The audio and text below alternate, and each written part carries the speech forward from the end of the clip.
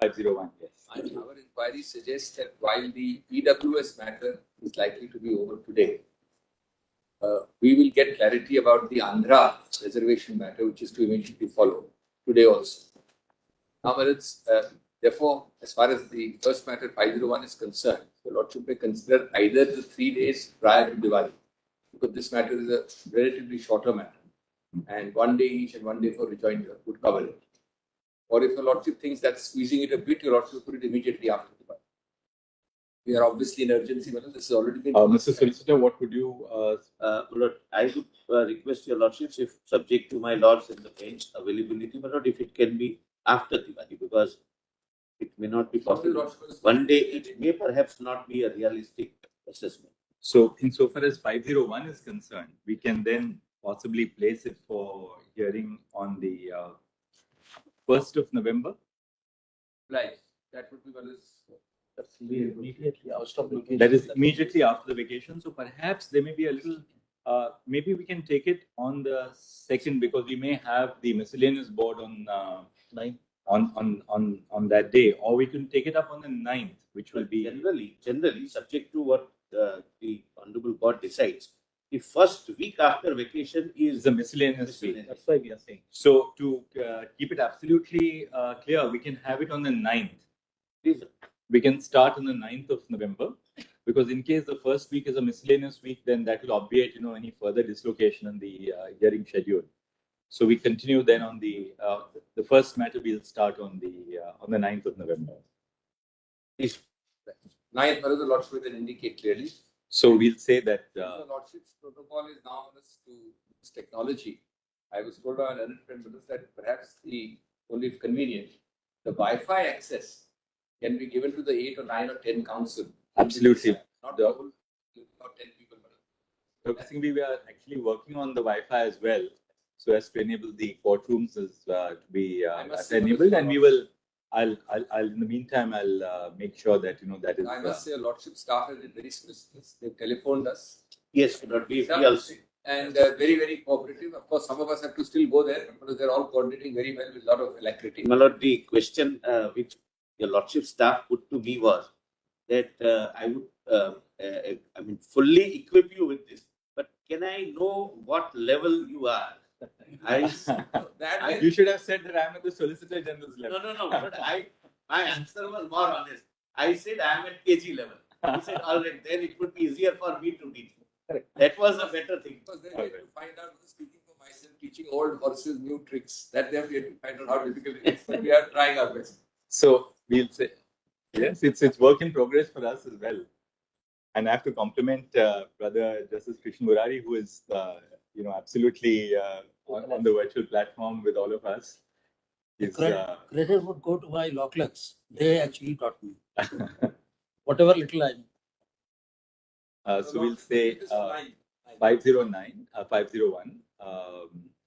All the learned senior counsel appearing on behalf of the contesting parties, including the Solicitor General, are agreed that the hearing of this referred case be listed on 9 November 2022 at 10:30 a.m. The hearing shall proceed from day to day. Lighter way, the Lordship will be sitting in a different form. That's the common. Yes, right. The common compilation shall be filed. Everybody has sufficient time. The common compilation shall be filed by 1 November 2022. Who is acting as the one-stop window, Mr. Farasat and Mr. Sadan and Mr. Padmesh Mishra. Excellent. So that you both continue to do that. The only thing would be, our judgment compilations may be different, which will file it. Okay. They are making a common compilation of the judgments as well. So you can share your judgments as well with the two learned counsels, so that they can prepare a common soft copy compilation for all the judges. Right. And for all of the bookmark? We bookmark everything. Every bookmark is here now. That's right. And that will really make it very, very easy. And what we can do is, if there are additional written submissions, then you can really include them in the written submissions folder, so that any addition which happens along the way can be also marked and tracked. Deeply obliged. So now we'll take up 502. Yes. Yes. 502.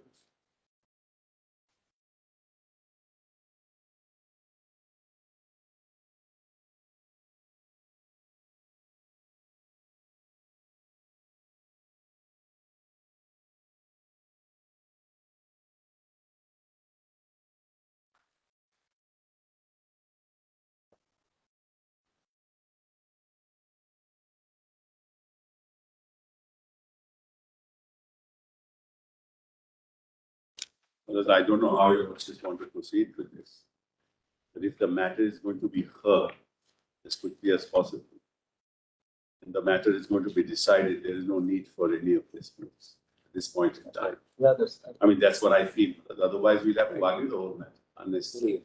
It depends We are on. considering only IA. We have kept it for I IA. means whether arguing the matter is a duplicate. Virtually argue. We'll have to Virtually go argue. into What- the whole issue What of would you like to do? All right. May I respond, madam? Yes. Because the same plea was taken on the last day. After hearing the parties, your lordships categorically said that today the two IAs which have been moved and because of which our contention is that the working of the EC is being stonewalled ought to be decided because there is no interim order prohibiting the EC to proceed.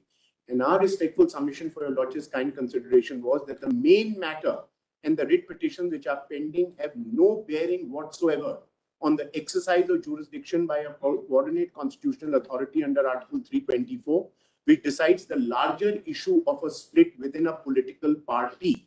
And the nature of inquiry, the nature of powers vested is completely different from what the speaker will decide. Now, Mr. Paul, if we have to hear the IA is by them seeking a stay. Yes, yes.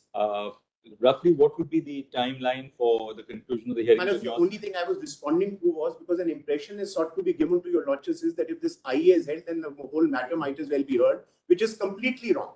Because as far as this IA is concerned, the narrow scope is, and what they're seeking to confuse and deliberately intertwine is the larger issue of the powers of the speaker, which is a completely separate domain from the powers exercised by the EC.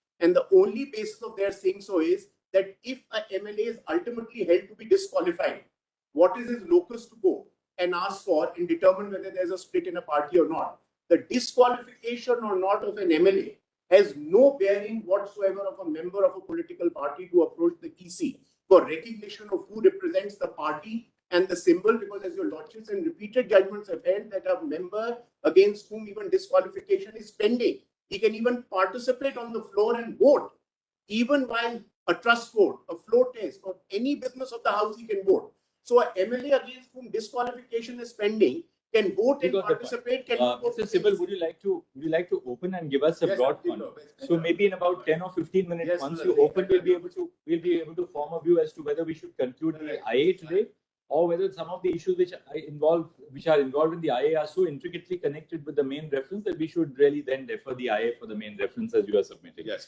But let's have some broad framework in terms of the argument, so that then we'll be able to. In fact, that's why on the last day, your lordships, after hearing these preliminary we submissions, set down the IA for. directed the IA to be listed today, only on the issue that should the EC be in the meantime, Should the Election Commission of India be prevented? or is there at all an order? Because according to us, there is no order. All right, fair enough. Let Mr. Argue the matter. Yes. So what's the prayer in the IA? Did we see the prayer, Mr. Where is the IA minutes? Page 55. 5-3. First And one, we second, have volume 1, page 5-3. Which appeal you are taking? 109. 109. Something like 1.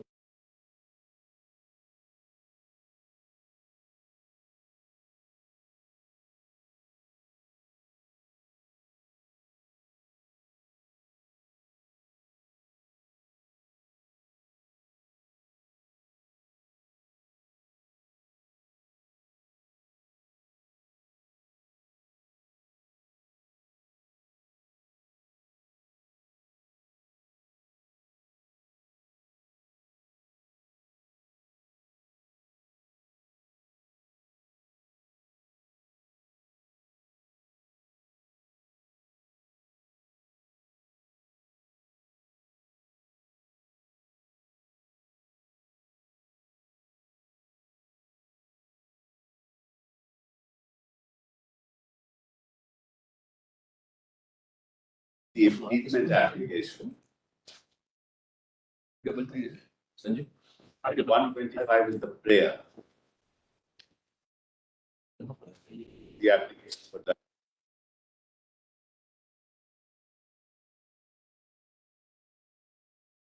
Just one submission for your Lordship's kind consideration. One of the other issues we had raised was that this prayer is beyond even the writ petition. They have not filed a substantive writ petition. In writ petitions pertaining to the powers of the Speaker, We'll hear you. I thought I just consider that. Very- Yes, Mr. Sibbal, are you okay? Your Lordship has seen the prayers at least 155.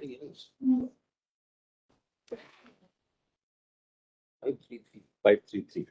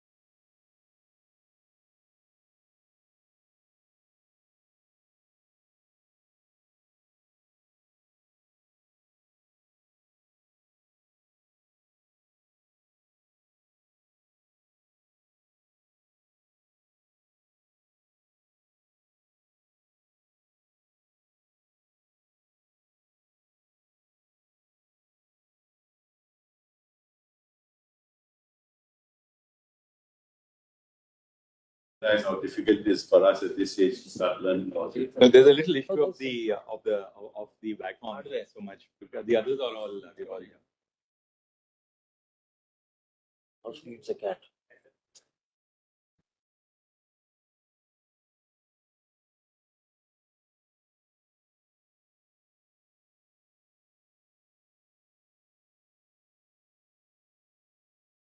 Yeah, let me just Yes, just give us a broad framework. just broad framework for what the issue is the following. Kindly don't refer to any paper book. I just explained to you all. But this all started on the 20th of June, when in the course of the MLC elections, a seat that should have come to the Shiv Sena, we lost to the other party. That happened on the 20th of June. So on the 21st of June, a meeting was called of all the legislative members of the party. And many of them did not attend. And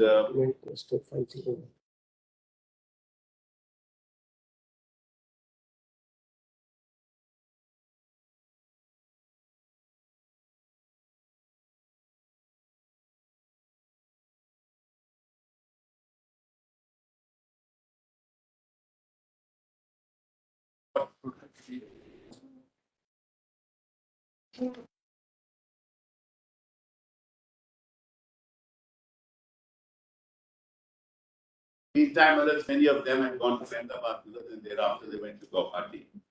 So obviously, they're obviously not in tune or in alignment with the party itself.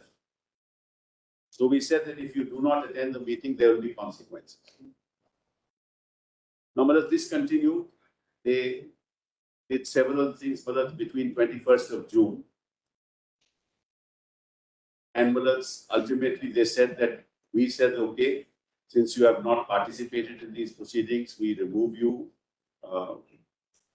I won't go into the dates. I'm just broadly telling your Lordship Smith. And ultimately, they were removed from the post that they occupied in the Legislative Assembly itself. They in turn said that you are no longer a leader of the party. We have a whip now. They appointed their own whip later. Those all things happened between 21st of June. And when ultimately, on the 29th of, we filed disqualification applications on the 29th of June, which is a very important day. Hold on. On the 29th of June, well, this is a very important date. But on the 29th of June, they came here and they wanted to form a separate government in alignment with the BJP. And so, this court, we challenged all that, and this court passed an order on the 29th of June. Kindly note that.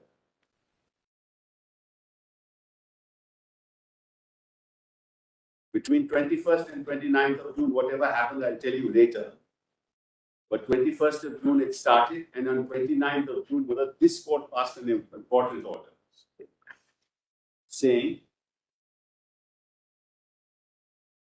having given our thoughtful consideration to the diverse submissions, we do not find any ground to stay the convening of the special session of the Maharashtra Vidhan Sabha on the 30th of June. Tomorrow, that is 11 a.m., with the only agenda of a trust vote.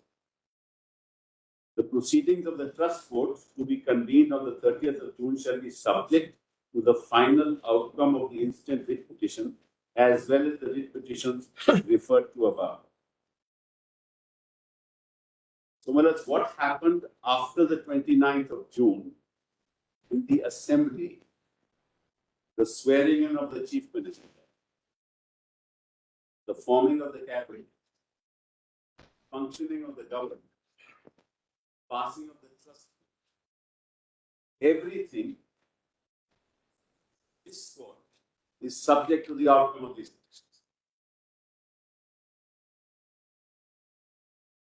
Which means the office of the chief minister is under a cloud.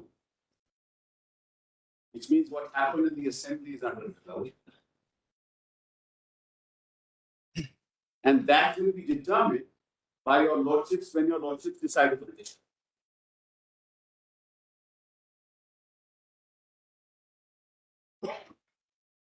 Then mark the third date, which is the most important date. It is the 19th of July, 2022. On the 19th of July, 2022, Eknath Shinde alone moves the election commissioner.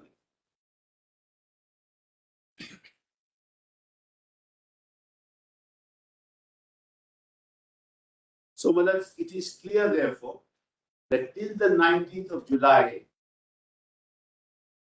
he had not moved the election commission. Everything prior to that was subject to the outcome of this petition. He is now submitting.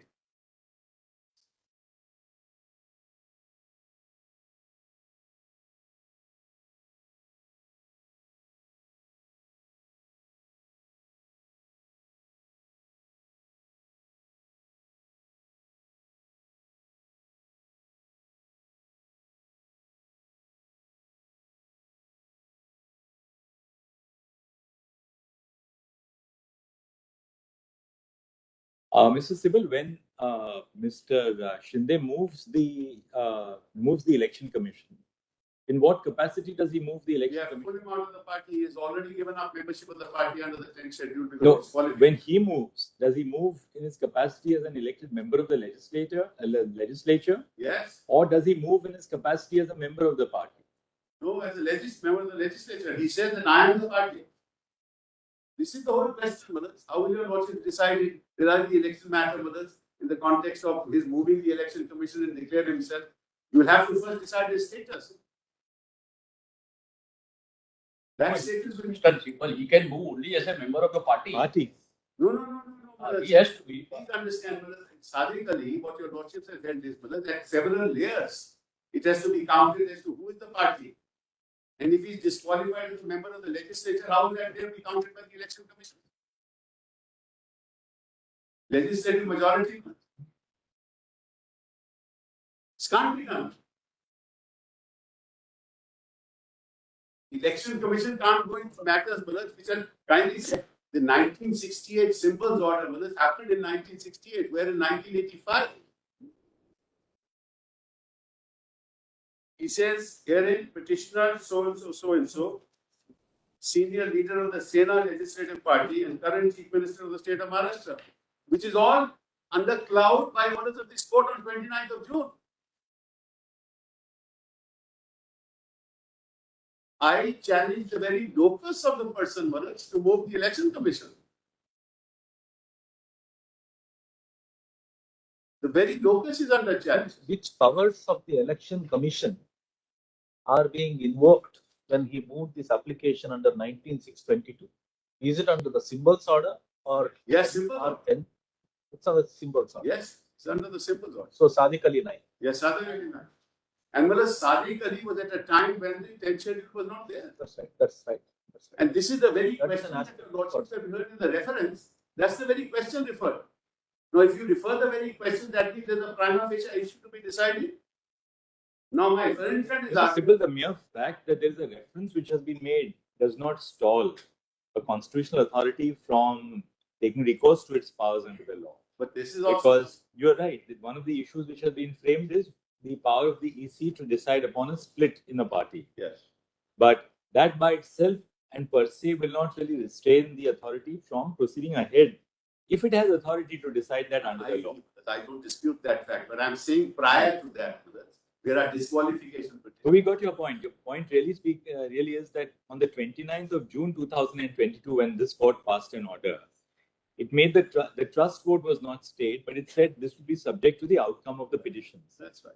Therefore, according to the office of the CM, the proceedings in the assembly are all under really a cloud, or they are subject to the decision of the petition. Correct. And therefore, according to you, the proceedings before the ECI are an offshoot of what has happened before. Therefore, they shouldn't go on pending the disposal of the reference. That really is the sum and substance of your argument. Broadly, that's what I want to submit to your Lord. Yes. Now, can kindly look at it this way. In the meantime, under the 10th schedule, they are members of the original political party. This is very important. 10th schedule does not recognize a split. It used to recognize a split, when Para 3 was there. But Post 2003, Para 3 goes. 1st of January 2004, it was removed. Original political party as legislators or as members. Yes. Legislators. Correct.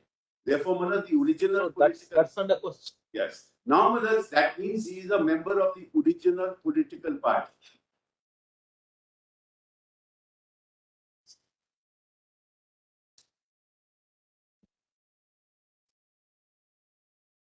Now, if he is a member of the original political party,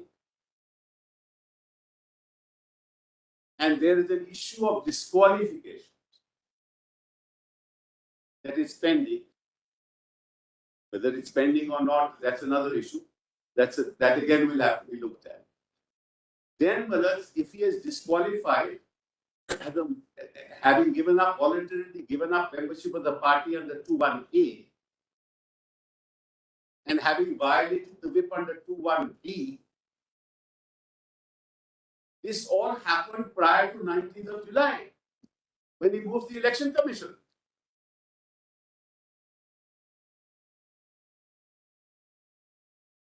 And your Lordship knows, in Rajendra Rana, your Lordships have held, the date of the decision will relate back to the act of disqualification.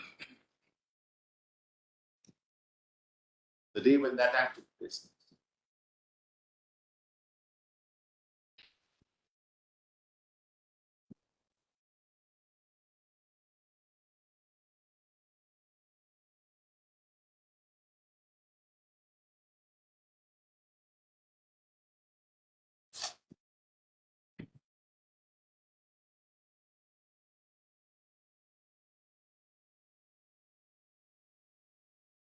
Now, kindly have a look at the 10th schedule with me.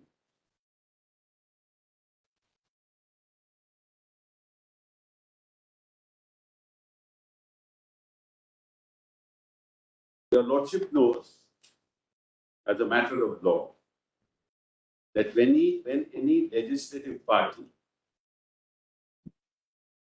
and members of the legislative party who are members of the House,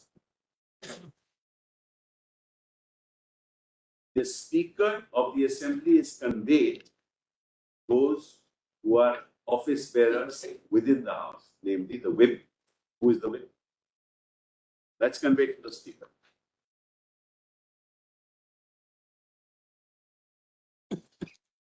The whip, the chief whip.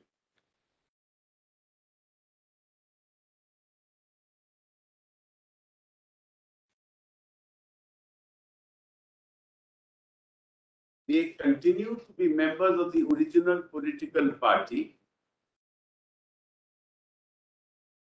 while that whip is operating.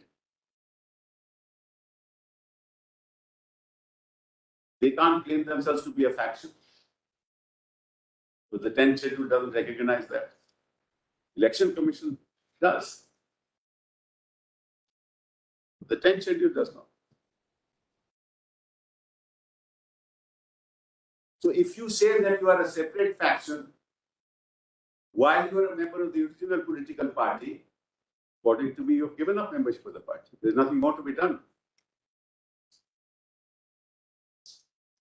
Because all of these are admitted documents. This is not evident. Therefore, Mr. Sibal, the position really is this, that the 10th schedule post 1/1/2004 does not recognize a faction or the 1/3 split which it recognized prior to 1/1/2004 is now no longer recognized by the 10th schedule.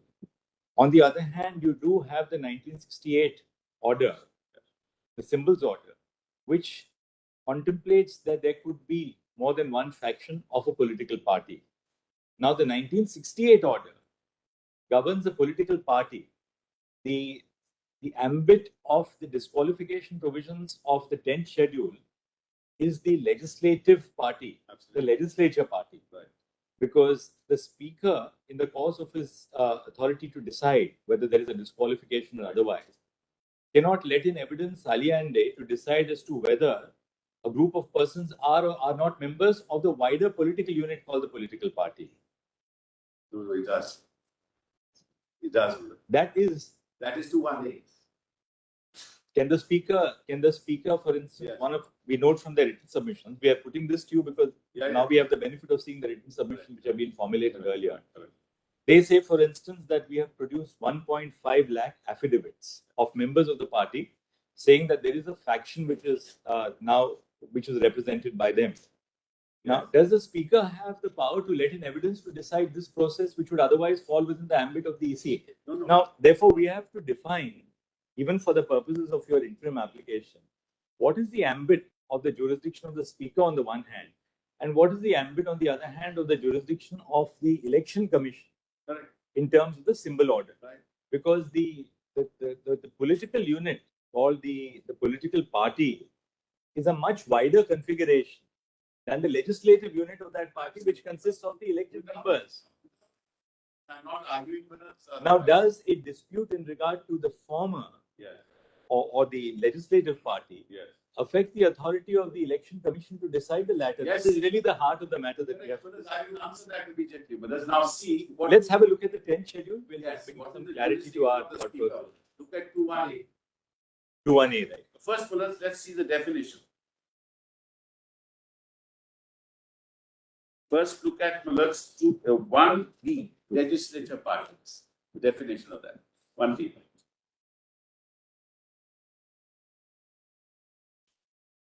Legislature party in relation to a member of a house belonging to any political party in accordance with the provisions of paragraph 2.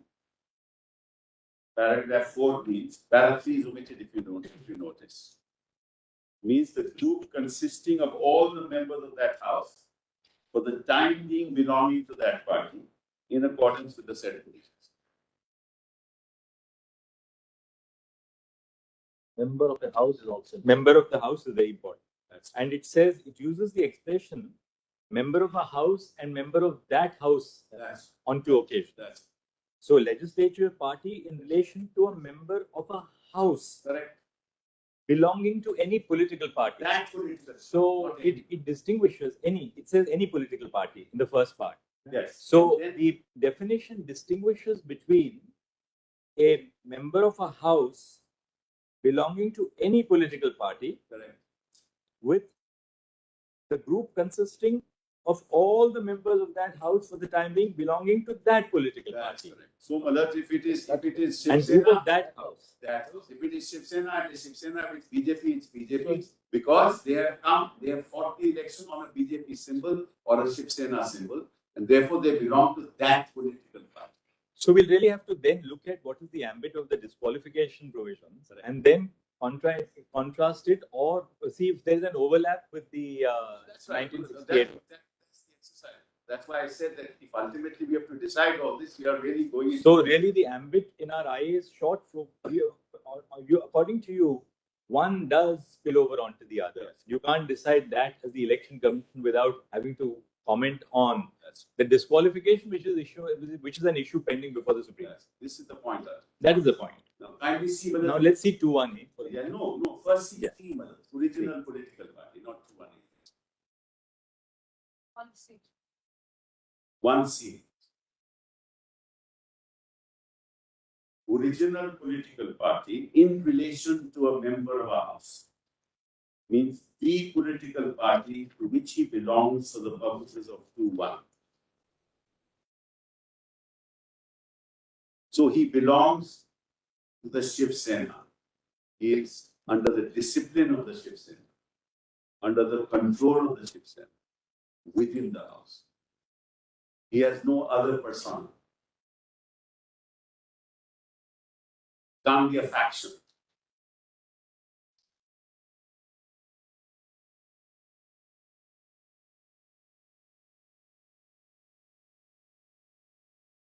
Being a member of the political party, Yes, he is a member of the house. that's good. So the relationship is with respect to his membership in the house. With reference to the political party which set him up as a member. That's the, That's correct. but the So, schedule, in fact, Malaj, this is the first time in the Constitution that the term political party is used.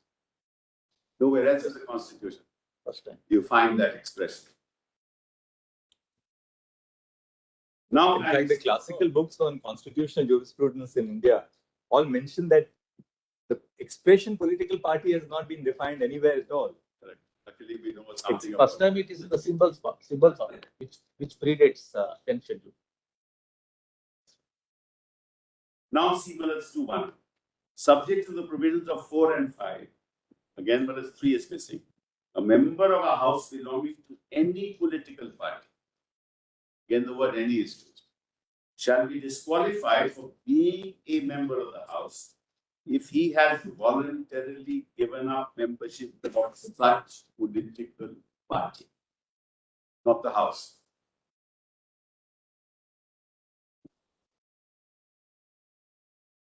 If you are asked an example, I belong to one party, I've been elected on the symbol of that party.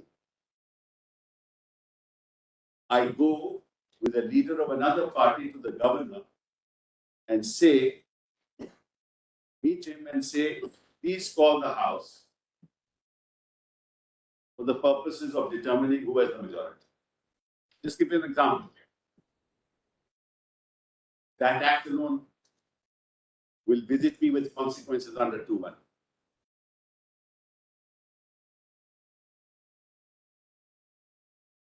Thus, your lordship must. Yes, it will go. Look at it from this angle. If there is a disciplinary proceeding against a member of a political party, if disciplinary proceedings against the member of a political party and the political party expels him, what is the bearing of that so far as his presence in the house? In Amar Singh, they said he will sit only as an unattached member. Yes, So therefore, whatever happens in the political party will have no bearing on his position so far as the house is concerned. So he continues to sit as an MLA, but as an unattached member. Yes. So therefore, where does the convergence of symbols order and 10th schedule come Well, in? that will not impact the symbol order at all. For the No, I'm saying, where does that will not impact. Yes. But political party's decision is not impacting 10th schedule. And his removal from the party. Removal is not voluntary. This is the problem. That's right. Yes. But still his presence as a But MLA he will continues. be disassociated from the party, he doesn't have to follow the whip of the party because he's been thrown out. So he's not subject to any discipline of the party. Because Lordship will appreciate that when I am thrown out of the party, it's not my voluntary act. I am thrown out by virtue of the fact that the party does not want me for any reason. But the party can proceed for disqualification against me, but they don't do that. So the speaker then says that because you've been thrown out and I've been informed by the whip of the party that you are thrown out, therefore I'll give you a separate seat and I'll call you an unattached member. Then I am not subject to the whip at all. But then 2-1 he will not come. Ironically, expulsions are welcome because expulsion doesn't disqualify you. You sit separately, you are expelled. So that is welcome rather than proceed against for disqualification. One of the question is how it would, Mr. Simple, the question is how it would, the disqualification would have effect on the symbol order, deciding the dispute with respect to symbol. No, but I am member of the original political party. I have been elected on that symbol. I continue to be under the discipline of that party, which are otherwise, it has just huge consequences. Any assembly any government can be thrown out. Any government can be thrown out in this fashion. What is the constitution meant?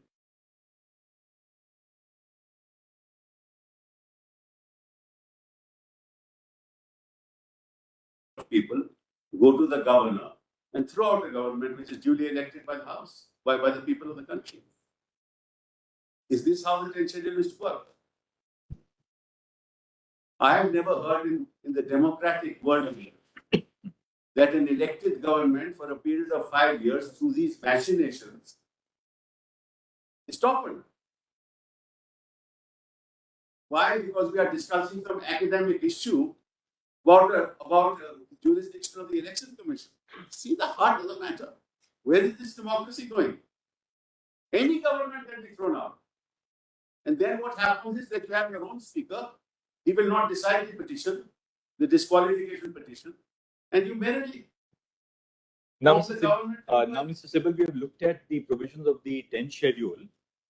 Could we now go to the powers of the EC? We'll so that we have to see the two sets of.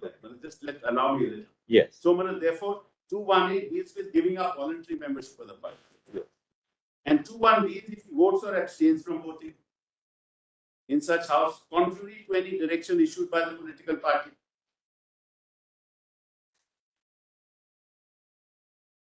So, I am the whip.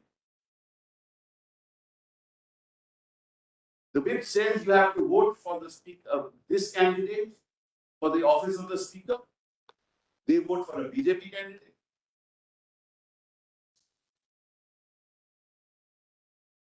Now, all this happens after 29th, which is all the subject matter of this court's order.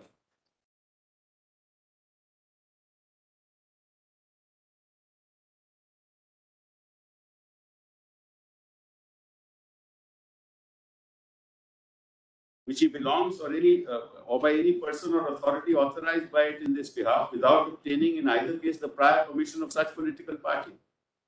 Person or authority and such voting or abstention has not been condoned by such political party, person or authority within 15 days from the date of such voting or abstention. So if somebody votes contrary, it can still be condoned by the political party. What it tells you is that the political party is in control. See the expression, condoned by such political party, not by a member of the House or of the Whip.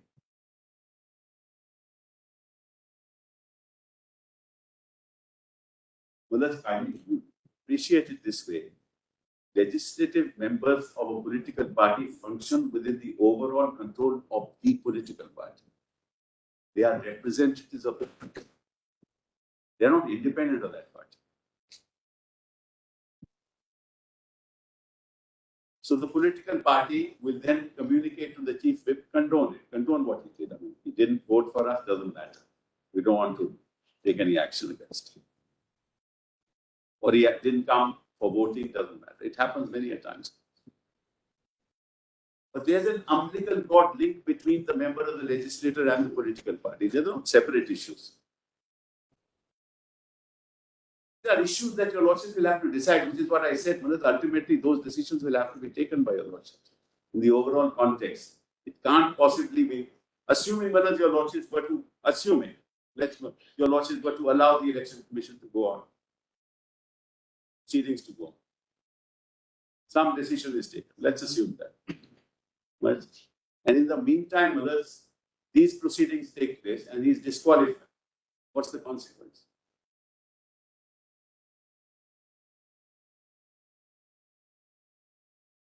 These are issues of great moment for our democracy. Can we see, Madhya? Explanation. This is also important. Explanation for the purposes of this subparagraph means an elected member of a house shall be deemed to belong to the political party, if any, by which he was set up as a candidate for election as such member. He can't say that I am a different faction now. He can't say that.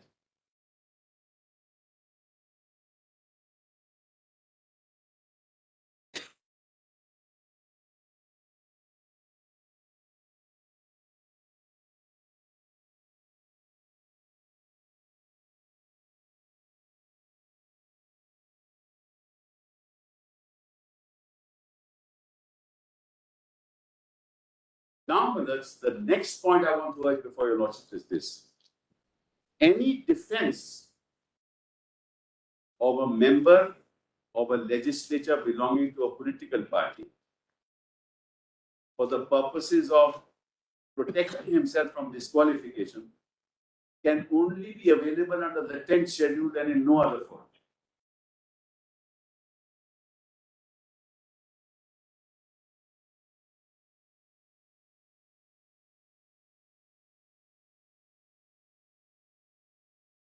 If I move for disqualification, which I moved much earlier, he will have a defense under the 10th schedule. He cannot seek a declaration.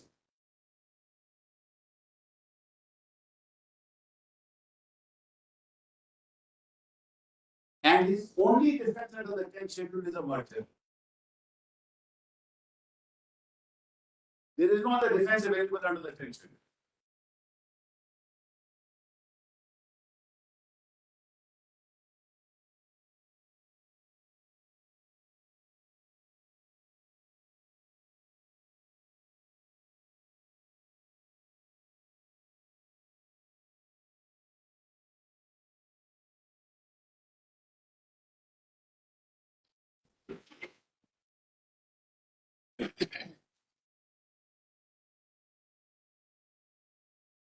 Now, it is the admitted position that there is no merger. So he has no defense.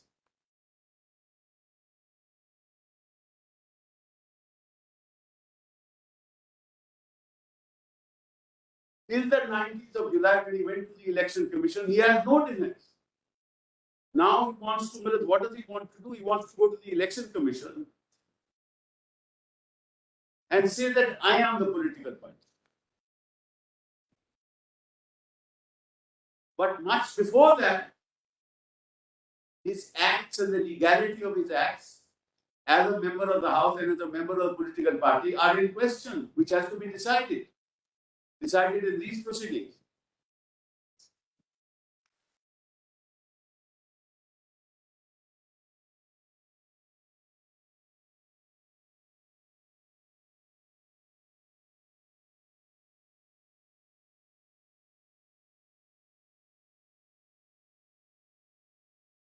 What he does is, he says that I am 40, 39 plus 1, Eknath Shinde plus 39. I am a majority in the legislative wing of the party. Therefore, I don't recognize it. What he's saying. That he can't do under the 10th schedule.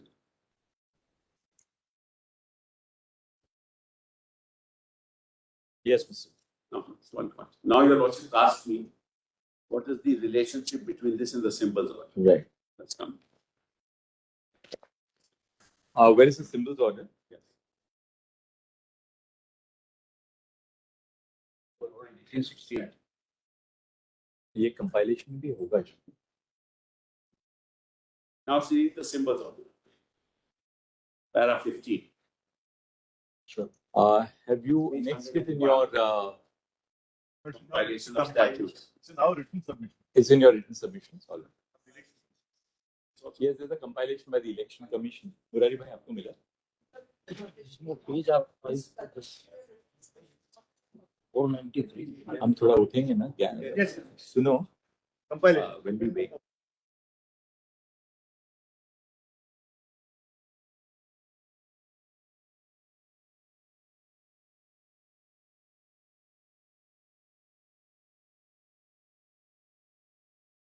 A compilation of statutes for us, rules and research materials. Yes. That has everything. You got compilation of documents from the Election Commission also. Sorry. Yes. Very, very सुनो. iPad this. Two of our convenience compilation. Compilation of documents in legal 3.5. Para 15 can be taken from several compilations. Para 15 is there. Data in your written submission, para 3.2. And also para 9, Lordship may kindly see. Para 9 at page 5. It will remain the same. Change. Para 15 will remain the same in all these compilations. Correct.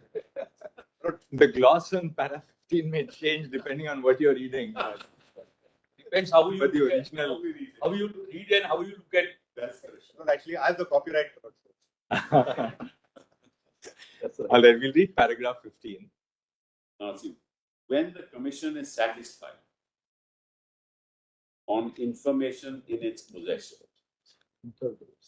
One minute.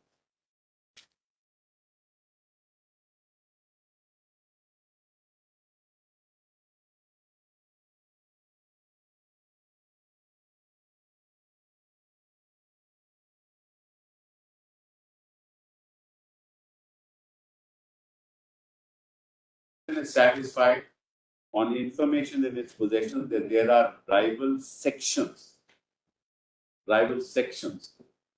or groups of a recognized political party, each of whom claims to be that party. The Commission may, after taking into account all the available facts and circumstances of the case, and hearing such representatives of the sections or groups and other persons as desired to be heard, decide that one such rival section or group or none of such rival sections or groups is that recognized political party, and the decision of the Commission shall be binding on all such rival sections or groups.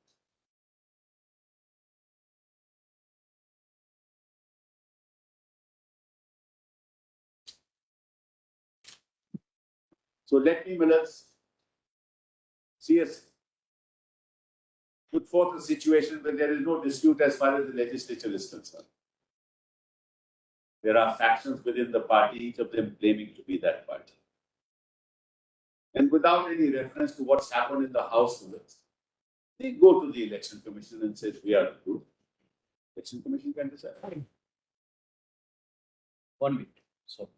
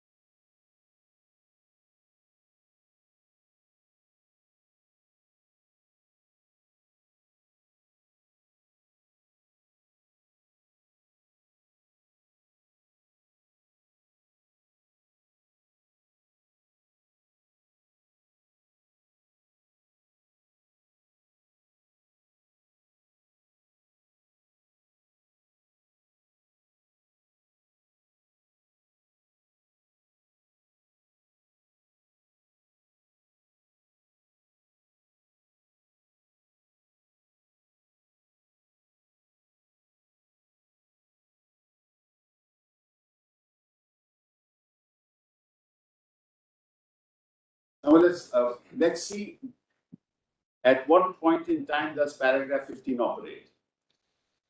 On the date when he files this application, that is 19th of July. Correct, Mullah? Can't be before that. Even if the election commission were to decide, it could only decide on 19th of July when he moves the election commission.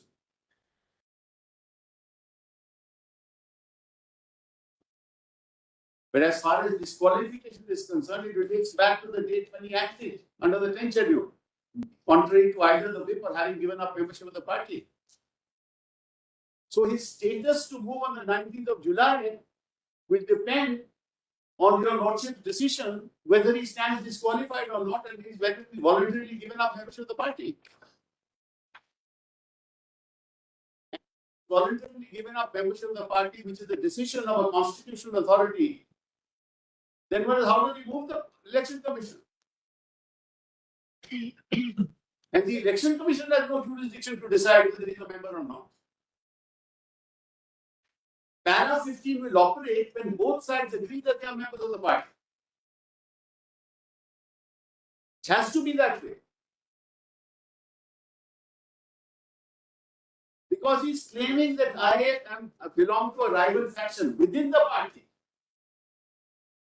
And he's claiming majority within the party. So where is the question, Mulats, of paragraph 15 operating at all in this case?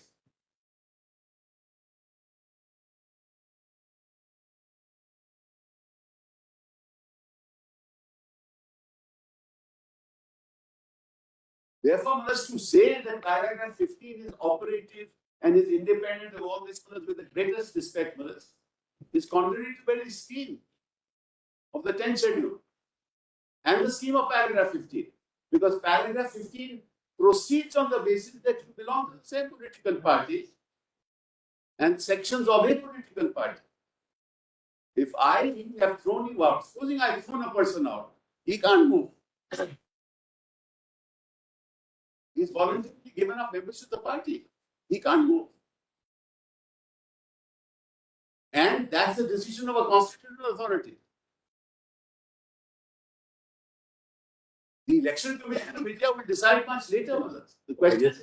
Mr. Zibal, what's the next point now? We've got this part of this limb of your arguments here. Yeah. So, therefore, this is one part of it. Therefore, paragraph 15 doesn't come into play at all. Right.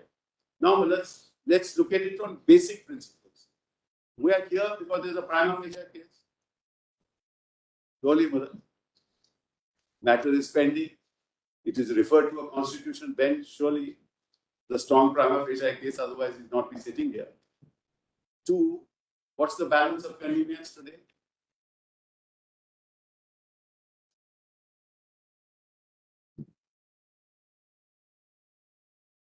That so far the election commission has not proceeded and the matter is listed for hearing.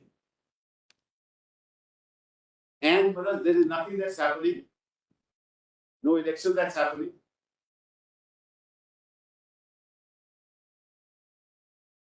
In the Bombay High Court, there is a stay of the BMC election. Yes. Supreme Court. Now, the stay on the elections to the BMC has come about as a result of which order? Supreme Court. The court, this court's order. Supreme Court. Not the Bombay High Court. No, there is no stay at all. There is no stay of PMC election. In one of the submissions I read yesterday, that they have said that there was a stay for a period of 5 weeks. That's what they have said. When they produce the order, there is no stay. The best of our knowledge, hold on. There is no stay today. The matter is coming up tomorrow in the High Court, and the state and Maharashtra Supreme before court number 2. State is asking for time for 2 weeks. In the Bombay High Court? Yeah. Oh, yeah. Yes. That order is passed on 22nd August 22 in SLP number 19756 of 21. I can't understand why there is a chorus of Dr. Singhvi, SLP? SLP 19756 of 21 by your lordship's 22nd August 22, titled Rahul Ramesh Bagh versus State of Maharashtra. And they have asked for 2 weeks' time. But I beg your pardon, Manoj, that's the OBC reservation matter, nothing to do with it. My learned friends are thoroughly It's totally wrong. The last PMC elections, the state came out with an amendment that was specifically challenged by us for directed status for my learned friend is not appearing in that matter, so he doesn't. No, I'm talking about the matter that's coming up in the High Court tomorrow. As far as PMC elections are concerned, there is a status quo, my lord. That order we have placed, my lord, in our written submission. All right. I'm just saying, Manoj, That's for the balance of convenience. Sure. But the matter tomorrow is about the OBC. We'll hear you, Mr. Jetnani. We'll hear you. Let's follow some order. Yes. All right. lot of enthusiasm, moreover. That's all right. Normally, the point is, what's the balance of convenience? So far, it has continued. Matter is going to be decided by your lordship's Manoj, and it will determine, all the issues will be determined. All right. So prima facie case and balance of convenience. And then, Manoj, irreparable injury. Yes. Do not decide this matter and allow the election commission to go on, and the election commission freezes the symbol. What's going to happen? It's irreparable injury. Was to be. Without determining the issues that are pending before this court.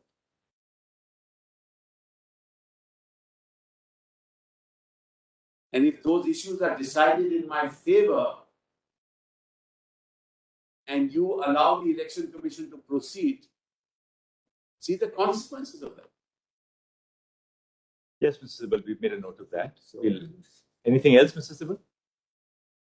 Don't take time without repetition. Very brief. Who are you appearing for, Dr. Singhvi? Because there are 8 petitions I am appearing for the All right. Yes. Parties, because we are on this side versus that side. And you will be characteristically brief, Mr. Dr. Singhvi. I'm grateful because for the word characteristic. Correct. Your Lordship has rendered me speechless before I started. May I be very pointed. Well, your Lordship has 4 points in the 10th schedule. The issue is narrow. Whether your Lordship's on a... Can you just formulate the 4 points? So before let me do that. Today, your Lordship is not hearing the matter. Right. Today, your Lordship is deciding the correct balance of convenience to endure till such time after Diwali, your Lordship hears the matter and renders judgment. That's the only issue today. Now, for that, far from being unrelated, as the other side is saying, the issue is in direct collision and inextricably intertwined. That's the first point. I'll be demonstrating that in a minute. Just a moment. Direct collision and inextricably intertwined.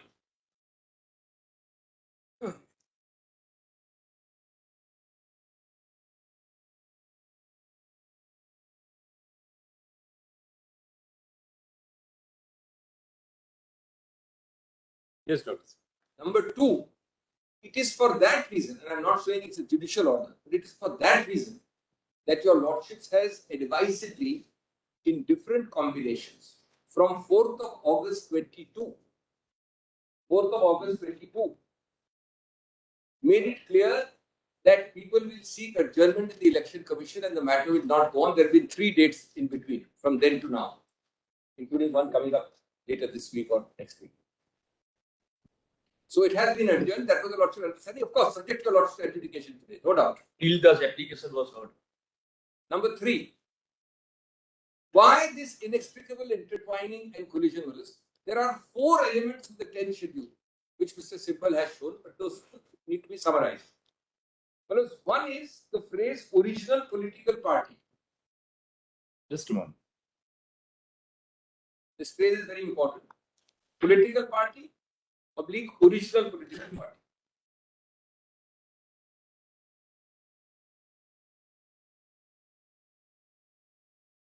Now, I stopped at clause 4 of the 10th schedule. Till clause 4, if my counting is not wrong, this political party, original political party, has been used 8 times. 8 times. But there are many more. I'm just giving Lordship original political party, and sometimes they say political party in the same context. If your Lordship sees 1C without reading it, it's been read to your Lordship, but just keep it open with us. Then 2(1)(a), and these are hard, these are the operative provisions. then explanation,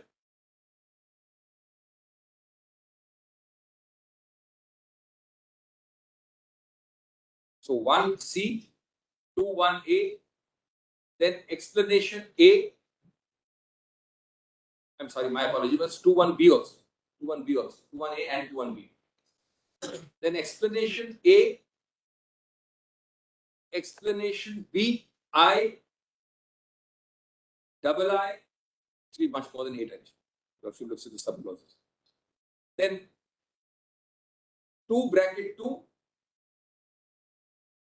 then 4 bracket I, and many times in clause 4. Now, let's. Interestingly, Dr. Singhvi, where does the expression original political party in 1C appear in the text of the 10th schedule? Yes, yes. Just as a matter of curiosity, I mean, Yes. nothing really would turn on this.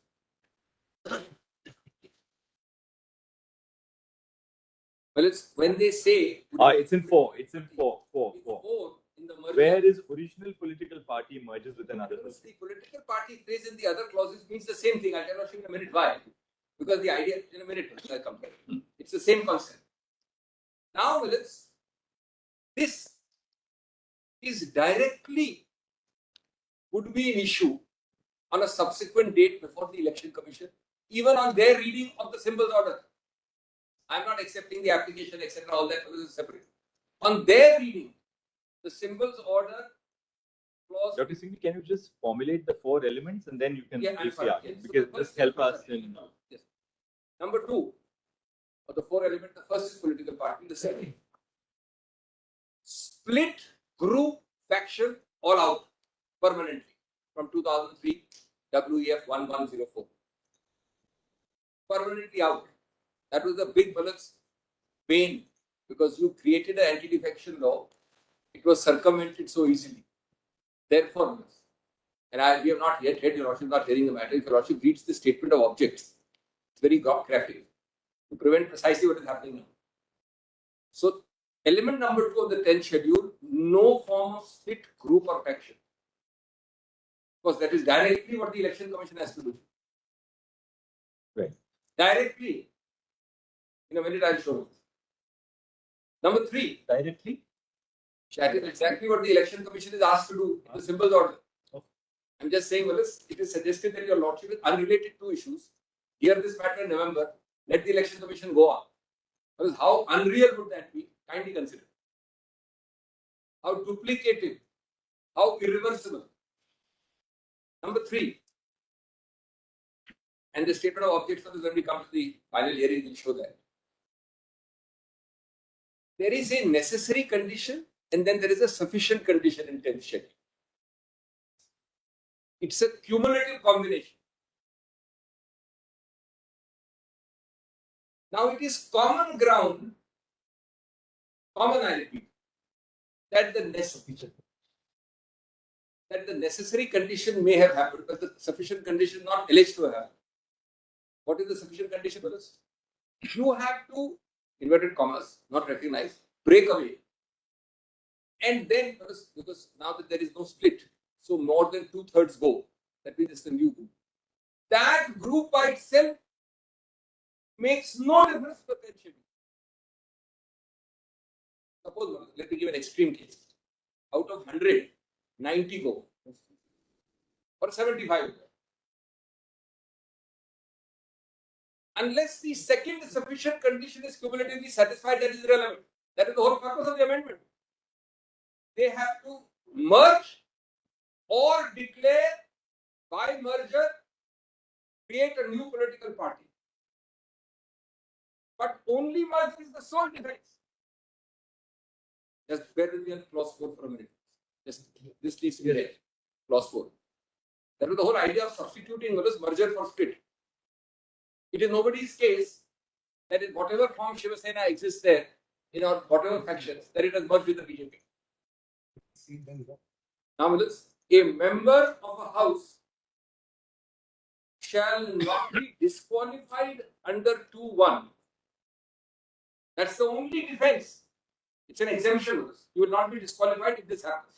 It's like an exemption. a member of a house shall not be disqualified under 2(1), where his original political party, the question Justice Chandra should ask, merges with another political party, and he claims that he and any other members of his original political party have become members of such other political party, or as the case may be, of a new political party formed after such merger, or have not accepted the merger and opted to function as a separate group. This will be for the balance 25 or 10 in my example. Because you've gone 75 are gone, 10 are left, 25 are left. And So the people who remain after a merger, Yes, sir. their entitlement to be legislators is not taken away. Because You are entitled to say, I don't form a part of the merger. I stay back and I continue with my own. I'm very grateful, Manas. I'm very grateful. Because, Manas, and quite rightly, it is not their fault. The remaining 10 can't be disqualified because 75 have gone with it. So that's a very logical.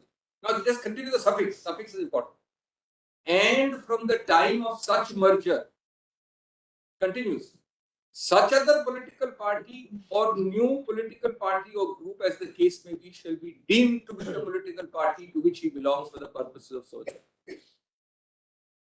Now, Deeming occurs subsequent.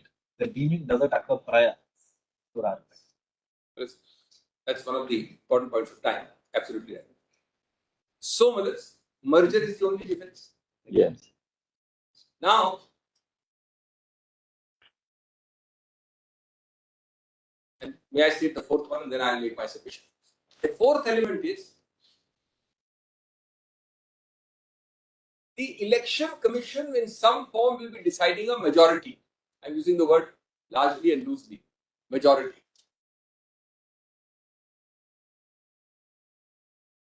Now, my question to myself is, how does the election commission maintain a complaint by people who are not recognized under the defection law as a merged party? Number one. Just a moment. How do they enter the door of the election commission?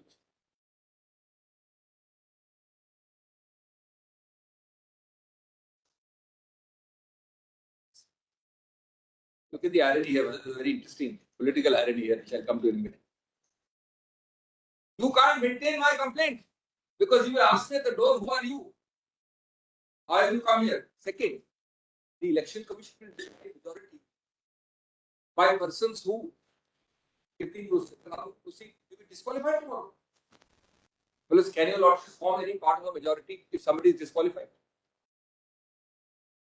You are deciding this bunch of people is disqualified or not. They will be the same people who will be the majority considered by the EC and will be subsequently held to be disqualified. Well, it is putting the cart before the horse. I don't understand why a constitution bench can't decide the basic issue and the election commission can wait. What is the value? What is the urgency? What is the value of convenience? It is to make it irreversible. It is to make it a fait accompli. It is to then come and say, oh, there is the constitutional authority which has decided. Now what is left? That is the real purpose. All right. Yes, you got your 4 points. Mr. Now, Foxy, go to the next point. You just note for one thing. Well, if you are, what happens? Well, there is a dilemma which is there. You have left the Shiv Sena, but you want to have the goodwill of the Shiv Sena. So you don't merge. Had you merged and knocked at the doors, it would be a new political party, subject to numbers. You want the best of both the worlds. You are admittedly claiming that you are the Shiv Sena, which is a concept not recognized in the 10th schedule. Where is it recognized? Anywhere. And you want to yet call us a Shiv Sena and yet say that no, you can go. Well, in what form? This is driving a coach and four through this. And Wallace's fifth point is, this thing was enacted, Wallace, 15 years, 20 years after, on the Ayaram scourge, with a huge amount of discussion, and amended in 2003. We are talking of largely a procedural construct of a symbols order, how the election commission will proceed. Dr. Singhvi, you're right. Dr. Singhvi, you're right that the 10th schedule does not recognize who is the real who is the real party? Party A, they are the Shiv Sena. Yes. But is that a concept which is alien to the symbols order? No. The symbols order, who represents or who is the real party is not alien to the symbols order. You're right, because the 10th schedule is extremely tightly structured. The only defense is that of a merger. There is now no defense of a faction, of a split, of a one-third split. Yes. One answer is that, assuming it is so, I'm not conceding that, I'm just answering my lot of two alternative points. That has to logically follow, not precede. See, let me tell you, what is really troubling is this. Yes. The whole concept of disqualification is in relation to the House. Yes. All right? The jurisdiction of the Election Commission is to decide who represents the political party, right? Which of various factions represent the political party. The Election Commission exercises superintendence and control over the elections under 324, Article 324. What happens on the floor of the House is a microcosm of the consequence of the holding of an election. Right? That, so that is an area where, there is a little bit of a constitutional thought to be done. Answer number one. The Election Commission has to look at the legislative and the non-legislative wings of the party, decided by your lordships repeatedly, including the famous case of Sarojini. That's answer number one. Your lordship should not be under the impression. So your contention is that therefore, your contention really is that because the legislative wing of the party is brought under a cloud by virtue of the disqualification proceedings, therefore the Election Commission is necessarily then to be stultified or to be interdicted from exercising its jurisdiction in regard to the non-legislative part of the party. That's an area which is a little bit of. I were to appear in the Election Commission symbol order cases. What they issue? Now compiling.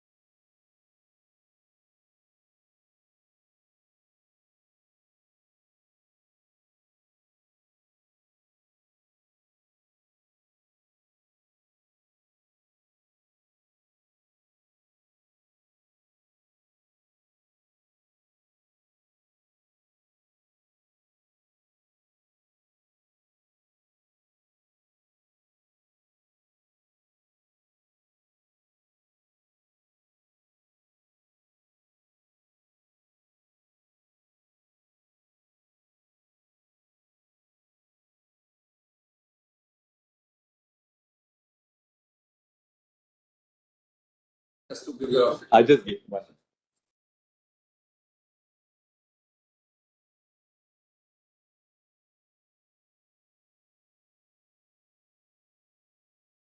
there are 3 or 4 answers. Just kindly take this common convenience compilation. This will solve a lot of problems. There is this volume I have taken out of this. The lordships had them taken out. It's called common convenience volume. Just 2 or 3 pages. The there old are one. Old one. Double one. Common convenience volume. Old one. ये क्या main paper book में है sir? हाँ.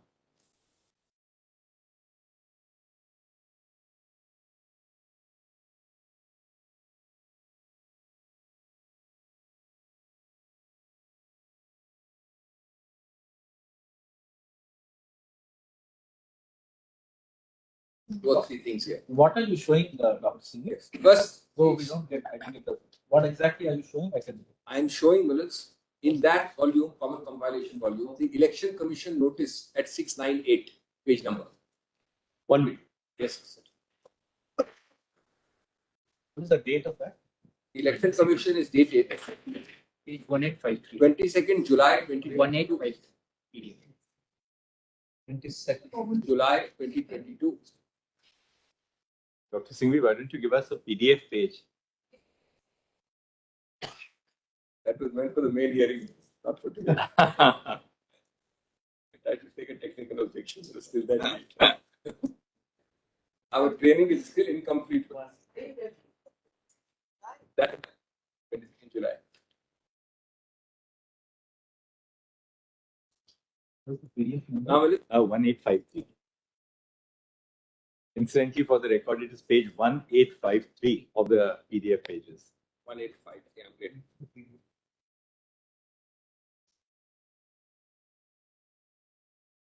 Dr. Singhvi, at 12 sharp, we'll wrap up with your side. We'll give you another 5 minutes, and Yes, so that I'll be very.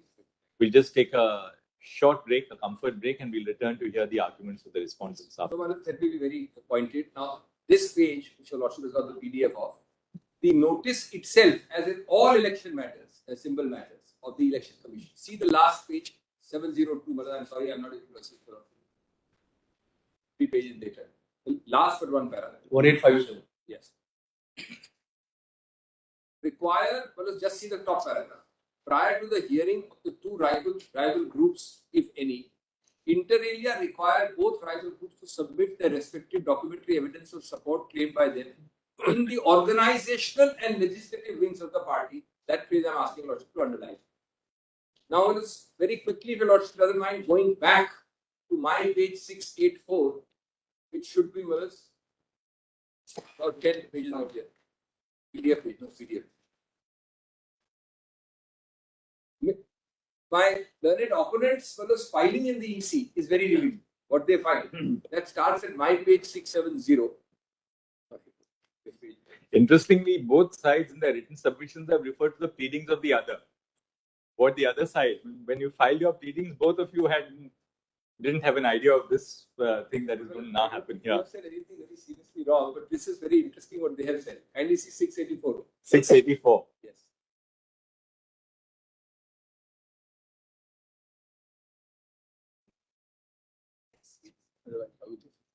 It's para 23, small Roman 23. Right. It is submitted that the petitioner, now this is the petitioner, the other side, presently enjoys the support of 40 out of 55 MLAs of the Shiv Sena. This is directly another issue. There is no question of 40 out of 55 disqualified people. In the Maharashtra Assembly, a resolution dated 26th of June passed by 40 MLAs reaffirming their support and faith in the petitioner and the main leader to the next. That's point. But can the EC proceed on a demurrer that assuming that these 40 persons are not to be taken into account in determining who represents, which faction represents the Sena, Then the petition even so? That petition can't be filed. So there's no such thing. The petition can't be filed because the approach is all details of organizational and legislative, and just these 2 pages later, 687. 687. 2 pages. Well, the filer, the approacher is Mr. Shinde. He's not a member of the Legislative Assembly. Is he not claiming on the basis of the listed assembly status? Right. Page 687. Number 687, on the top fourth line, organizational and legislative wings of the party. Fourth line, para 9, on the top of the page. Then para 10, next para, fourth line, all layers of organization as well as legislative wings. I can multiply this now, my time is short, so please come to Sadiq Ali.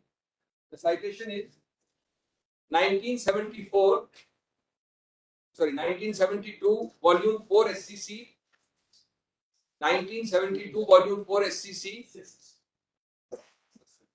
664.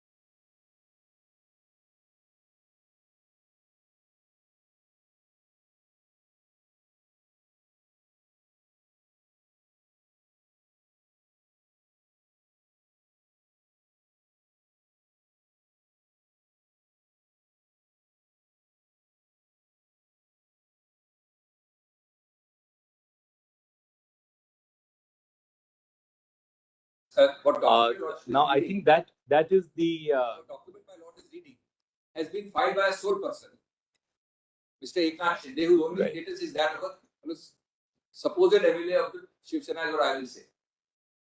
Now, else. are you now reading Sadiq Ali? Sadiq Ali, para I think Sadiq Ali is part of the convenience yes, compilation. page 14 of their convenience compilation, the other side, but your lordship can get it in so many forms. Just give us a moment, Doctor. Para 26 there is.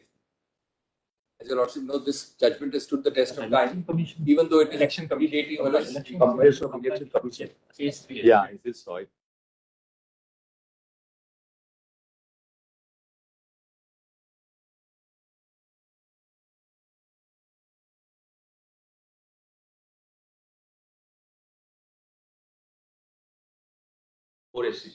I'm getting. Well, I am only on the point that there is a huge overlap, direct interconnection. Your lordship is deciding. Yes, Doctor. We've That's why got I'm it. not concerned about the final values. Very Your lordship is told that it's two or North Pole, South Pole apart. It's two unrelated issues. That's what I'm objecting to. As if they're two unrelated issues. Now, just see what is in their complaint, in Mr. Shinde's status, in their pleadings, they say, I have so many MLAs, I have so many MLAs. Now read this judgment. An election commission says legislative organization. Now read the judgment, para 26. Para 26. 26, which is at page 677.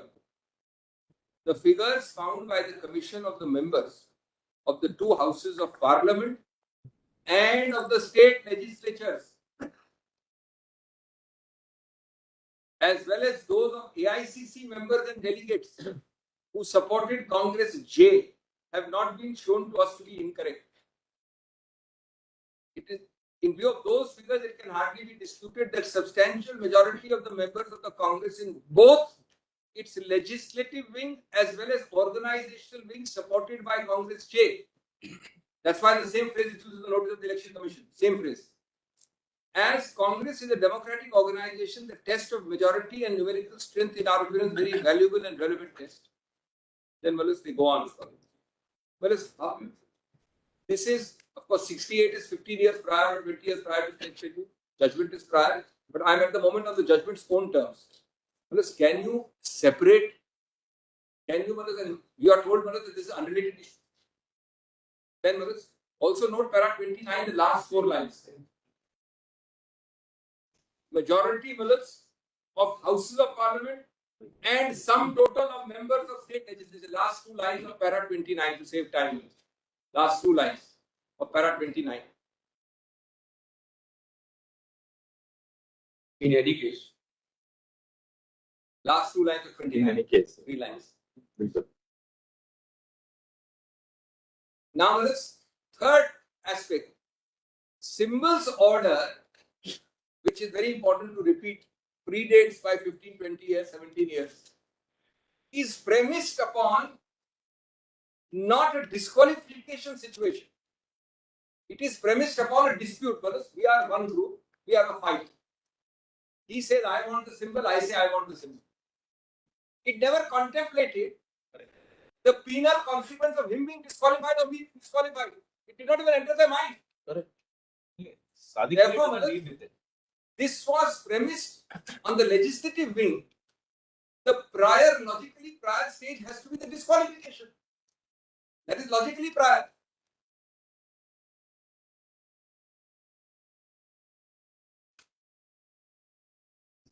Number 4, Mills, your lordship uses this phrase, it has become a commonplace, but there is a lot of weight. Not when the Supreme Court uses it alone, even lower courts. What is the meaning of the subject to outcome? We just say it like that. Your lordship will find the iron guess. Your lordship says that. The idea is, look, I'm putting you on warning. You will claim equities because I may ultimately hold this way or that way. Now, this is the hiatus between them is several months. All right, Dr. Singhvi, thanks. Can we wrap up on this? Yes, I'm done with this. But I want to only say one thing, that your lordship fellows will keep in mind also this concept of voluntarily gives up. Voluntarily gives up is a very important phrase, which your lordship finds in 2.1a, inter alia. How do you voluntarily give up? You voluntarily give up when you don't satisfy the conditions of the schedule. Suppose I expel you. Then, of course, you are not voluntarily giving. That's why I said, in the actual reality of political life, expulsion is welcome sometimes. It is a welcome. But, if you do some activity which is subject to disqualification and you leave and you proclaim yourself as a separate group, but don't merge, you have voluntarily given up membership. But if you have given up membership, with greatest respect, how does para 15 apply? That too by the sole applicant before the Election Commission, Mr. Eknath Shinde. Who's the sole applicant? There is no other application. Today, your lordships can always decide, but today, he is under a cloud, under the simple text of 2.1a. All right, Dr. Singhvi, thank you very much. We'll just take a short break and we'll be back and we'll hear these.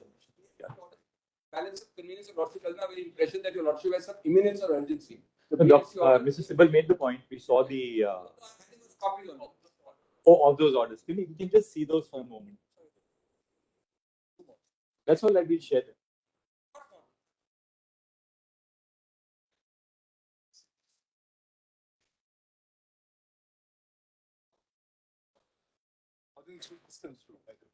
That's a different matter. The option is, it exists, is what I'm saying.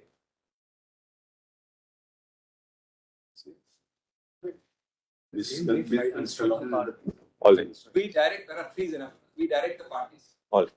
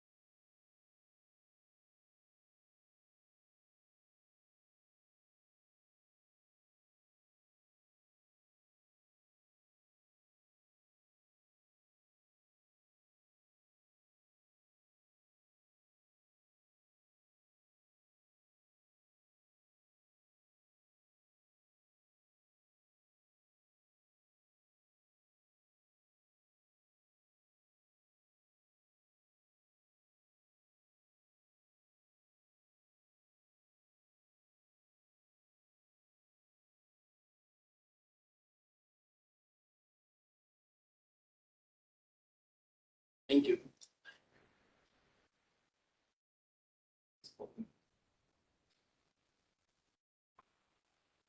Yes, yes, Mr. Paul. Because I very briefly, as VCA, what was the background which led to this litigation starting, and then come to the specific points raised by Dr. Singh and Mr. Singh. Because around the third week of Mr. Paul, you appear for? Mr. Shinde and some of the legislators. Yes.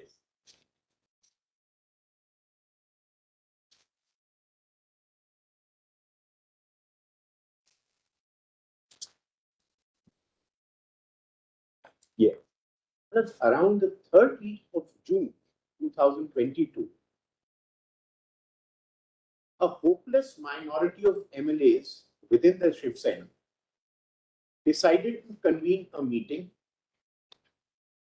appoint a new whip, remove Mr. Shinde, which they had no authority to do because they did not represent the majority at all. The same day,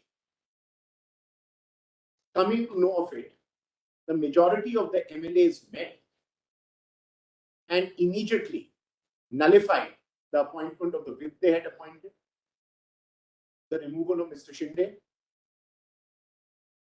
and overwhelming majority. But simultaneously, what they did was, a day later,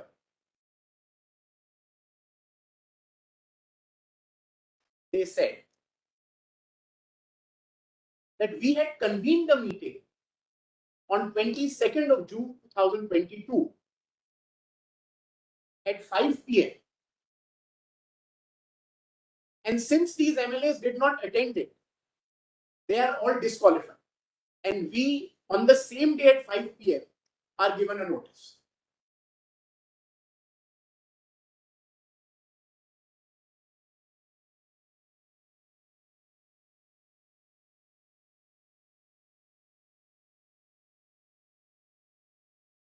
In the meantime, this happened on the 22nd.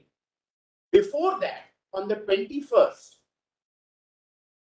the majority faction had already issued a notice for the removal of the deputy speaker,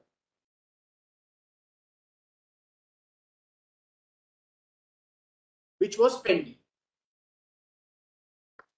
The deputy speaker, my lords, on 25th immediately gives a notice to our faction and says, give your reply against your disqualification, because the allegation is you did not attend the meeting as convened, and because you have not attended the meeting, you stand disqualified under 10 schedule. And gives us 2 days to file our replies. Now, this comes to be challenged on 27th of June 2022.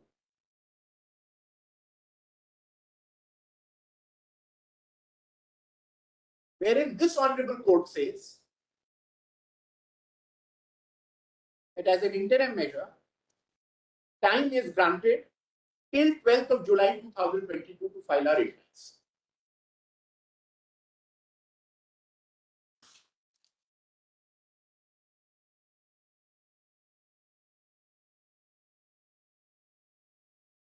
Immediately after that, MLA's leader of the opposition meets the governor and asks for a floor test. It is at that stage, and the governor issues a communication to the then chief minister directing him to face a floor test on 30th of June 2022.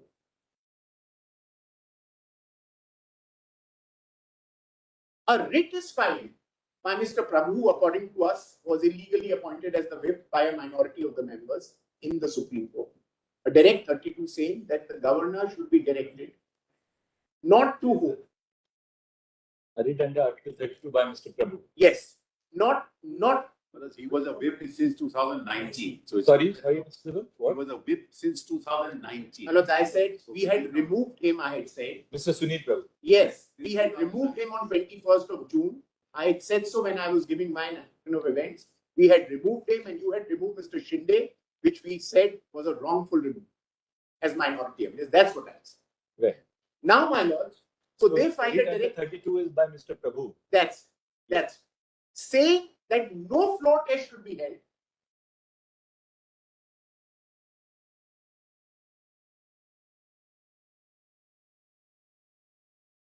Yes.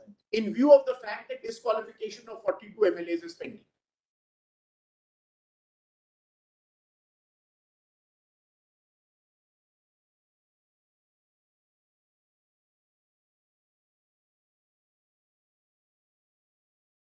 Arguments for over 3 hours are held in the matter, and ultimately the court says that, look, in view of the law as laid down, as we cited, the court has said floor test, if at all, should be held at the earliest. And we said, why should you shy away from a floor test? You can't today say because a disqualification is pending, the floor test should not take place, because there are judgments of your lordships to say, even if a disqualification of an MLA is pending, he is allowed to vote in a trust vote, he is allowed to vote on a floor test, he is allowed to vote on the disqualification of a speaker on a deputy speaker. The proceedings and the function of the House cannot be stalled merely because the disqualification is pending. And those are your lordships' judgments on the point, on the issue squarely. And given the fact that floor test is the surest way to determine who actually enjoys the majority in the House, if at all a chief minister is confident enough, he should be more than eager to clear the floor test rather than evade and escape and run away from a floor test. So the court said, and directly said, we do not find any ground to stay convening of the special session. Now, my lords, immediately after that order comes, on the very same day, that evening, when the order is pronounced, What's the date of that order? 29th of June 2022. Yes. On the same day, Mr. Thackeray resigns as the chief minister.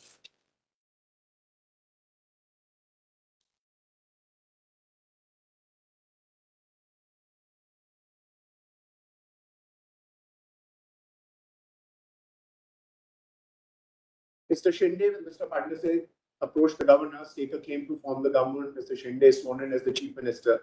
Then after that, the speaker is appointed. The speaker proves it because they ultimately again challenge the speaker's again appointment and Mr. Shinde's appointment. The speaker is overwhelmingly voted and confidence is reposed. And these are the facts which ultimately led to their all-inclusive one petition which comes to be filed where this IA has.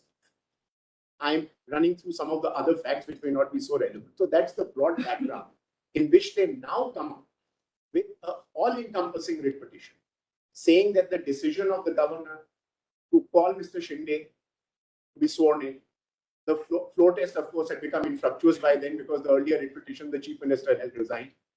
Then they say the speaker's appointment, etc., all illegal, and the Supreme Court should decide all these issues. Even before the speaker decides these issues, all of these proceedings should be transferred to the Supreme Court and they should be decided. There is no mention in the prayer clause or the writ petition about the election commission. In fact, there are categorical pleadings in the writ petition that the issue of who is the Shiv Sena is the exclusive domain of the election commission. This is their writ petition, where they say the decision as to who is the Shiv Sena is the domain of the election commission. Now, after that, my lords, we approached the election commission. The election commission, looking at the nature of representation that we make, say that clearly there are MLAs on this side, there are MLAs on that side, there are representatives on this side, there are representatives on that side. So obviously a dispute has arisen. And issues them notice to come and file a reply, place the relevant documents before the election commission to take a considered decision in the matter. Mr. Kaul, where did they make this categorical argument that decision should be of? Yes. Page 8 of our convenience compilation, round D. That petition was filed on 8th of July 2022. But I'll come to the specifics later. So At that stage, when the Election Commission says, come and file the relevant documents before us, we have to proceed as a coordinate constitutional authority and exercise our jurisdiction to see who represents, because this is really an intra-party dispute. No one is saying, our case is not that we voluntarily given up the membership or we are splitting from the party. These are two rival factions within the party. So the EC said, we'll decide as to who represents the Shiv Sena. They come to the court and say, the EC should not be allowed to go ahead. The EC says, the Supreme Court says, we are giving you more time to go and seek time from the EC to file the documents. That request is again reiterated later, and the court again extends time to file documents before the EC. There is no order ever injuncted, and there was no notice issued in this IE to EC also. The order is go and seek more time to file documents. No injunction order ever passed. And ultimately, my lords, when your lordship passes the order of reference to a constitution bench, on the same day, an order is passed saying that the issue as raised in this IA will be considered by your lordships.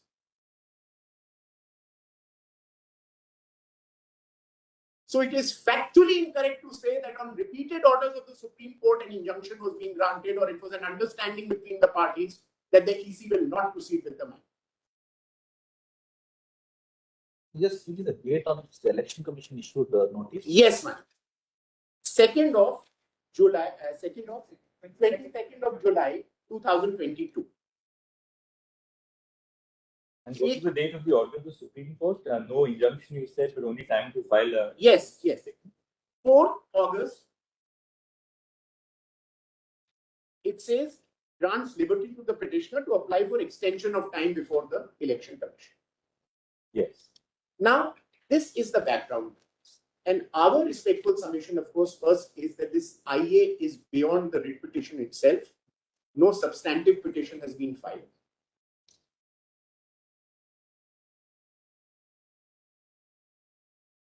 One short question. The letter of 1st of July 2022 issued by Shiv Sena Secretary for removal of R4, R10, R27 was made to the Election Commission. You will get it 360. Yes. So they wrote a letter to the Election Commission saying that we have removed them from the political party. Am I right? Yes. And even earlier, in June, they had written a letter to the Election Commission informing that they had taken the decision there. And not expelled from the party, removed from the post. Correct. Just not Removed from post. Position, removed from the position of Thank leader in the party setup. my lord, so all that I am saying is, and I'll now summarize what my points in the law is. The law today is laid down by your lordships on a number of these issues as sought to be now canvassed is no longer recent. One is, my lords, your lordships have categorically held that the jurisdiction of the speaker, when examined under the 10th schedule, is to exercise his power to determine disqualification in the House. The Speaker cannot embark upon, those are the words used by the Supreme Court, the Speaker cannot embark upon deciding a split or a merger within a political party.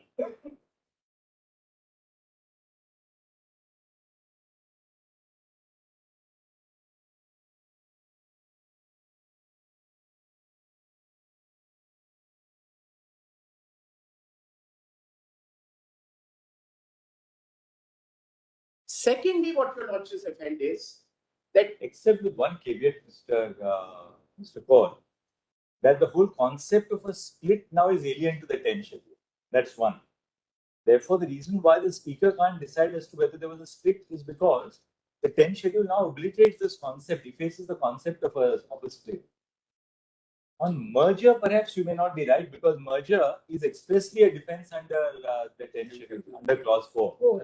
Therefore, whether there has been a merger or otherwise may possibly fall within the ambit. I'll show some of the other provisions also will still be in the context of the legislature party, not the That point you have made. That was not the concept.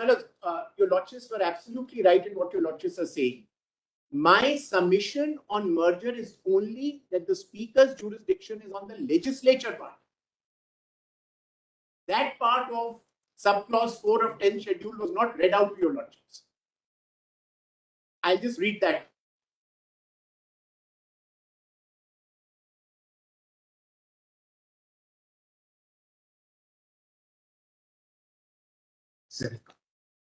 Secondly, my lords, your lordships have held that even where the symbols order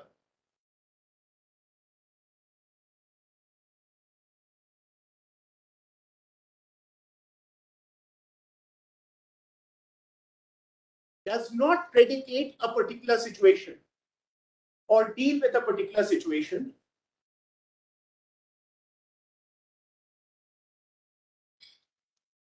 the Election Commission of India, exercising its expansive and the words used are plenitude of plenary powers under Article 324 of the Constitution, is well within its rights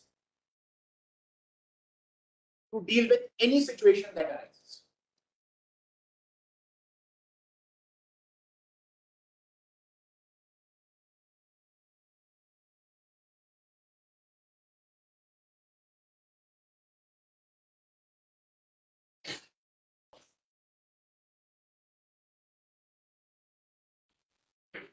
That is not to say for a minute that I am canvassing that under clause 15 or clause 18 of the symbols order, the Election Commission does not have the adequate power to deal with the situation like that. I'm going a step forward. Even in 15 and 18 were inadequate to deal with the situation that we are dealing with. Your lordships have said the plenary powers are enough for the Election Commission to deal with any such situation. But here, categorically, 15 deals with two rival factions within the party.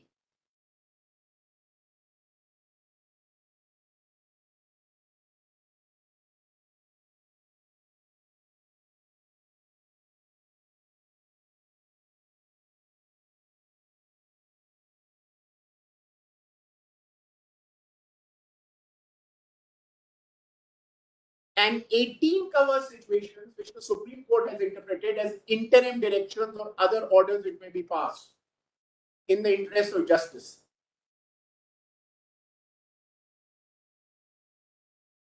And your lordships in Sadiq Ali, while in detail dealing with the symbols order, categorically first dealt with the issue that a situation arises of two rival factions within a party.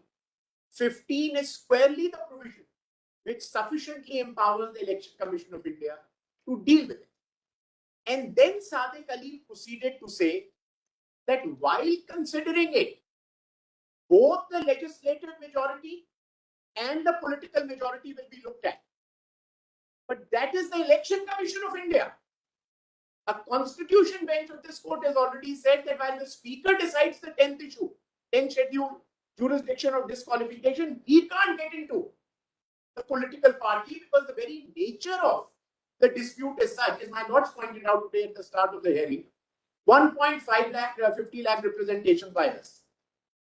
Zilla Pramukhs, talukas, district officers. Evidence is there. The powers, as your lordship knows, have been vested on the power, and the Supreme Court has said powers of the state, powers of the court on the Election Commission of India. That is the alternative adjudicatory machinery created to deal with each of these issues. Only thing, Mr.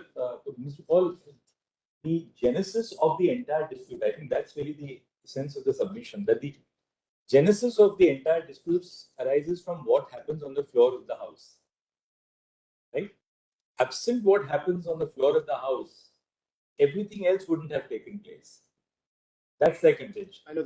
Now, if that is so, then the issue as to what happens, the symbols order predates the 10th schedule. Sadiq Ali predates the 10th schedule, right? Because Sadiq Ali, in fact, Justice Hegde Grover and Justice Khanna. That's Now, Sadiq Ali predates the 10th schedule. Therefore, when Sadiq Ali speaks of the powers of the EC to determine both the legislative and the organizational majority, that the former part, namely its authority to decide the legislative majority, was at a time when the 10th schedule was not in operation. Now, does the fact that the determination of whether or not a disqualification has taken place is now exclusively entrusted to the Speaker, does that to that extent dilute the authority of the EC? And if so, then what is the impact of that decision which is entrusted to the Speaker? That is, I think, what they were really driving at. So, Manoj, firstly, post Sadiq Ali also, and I'll show those judgments if required. There have been judgments. No, we've seen those judgments which just formulate the point. Post Sadiq Ali also, which have talked about the interplay of 10th schedule, symbols order. There is nothing to suggest. There is nothing to suggest that any way does the 10th schedule dilute the exercise of jurisdiction under the symbols order 1. We, my lords, the constitution bench of this court categorically says that when you embark upon this inquiry, it is restricted to majority in the House. Because the very nature of inquiry that we are talking about, where a political party is completely beyond the machinery provided for the Speaker or the powers vested in the Speaker. And that is why that whole line of judgments, my lord, where your lordship said powers of the state, powers of the court, all vested in the Election Commission of India. Detailed evidence. Now, will the Speaker get into interacting with every taluka pramukh, every district officer, every president of every area, the registered membership of the party? It doesn't get into all that. There is no machinery for it. That's not the intent. And if your lordship sees everywhere in the 10th schedule, political party in a context and then followed by legislature party, as your lordship pointed out, including clause 4 of 10th schedule. And it is interpreting that a constitution bench of this court says that when you embark upon the journey of deciding on disqualification from a house, don't mistake this for a power to decide the larger political issue or division in the political party, which is there. And I tell your lordship, inherently it can't be done by the Speaker. And there is nothing today in this matter, my lords, nothing at all as far as the pending petitions are concerned, whose outcome in any way will impact what is pending before the Election Commission of India and take their case at the highest. That we will all be disqualified as members of the House. I take their case, that's the maximum that can happen, my lords, that we are disqualified as members of the House. Does that stop us? Does that stop us from going to the Election Commission as a member of a political party to claim that we represent or we are the Shiv Sena? But suppose you were to argue on a demurrer, assume for a moment that the person who has moved the EC is disqualified. All right, for a moment on a demurrer. Does that disqualification of the person who has moved the EC impact upon either his locus or the authority of the EC to determine who really represents, which of the two factions represents the party? So Mara, that's a very pertinent question. Let me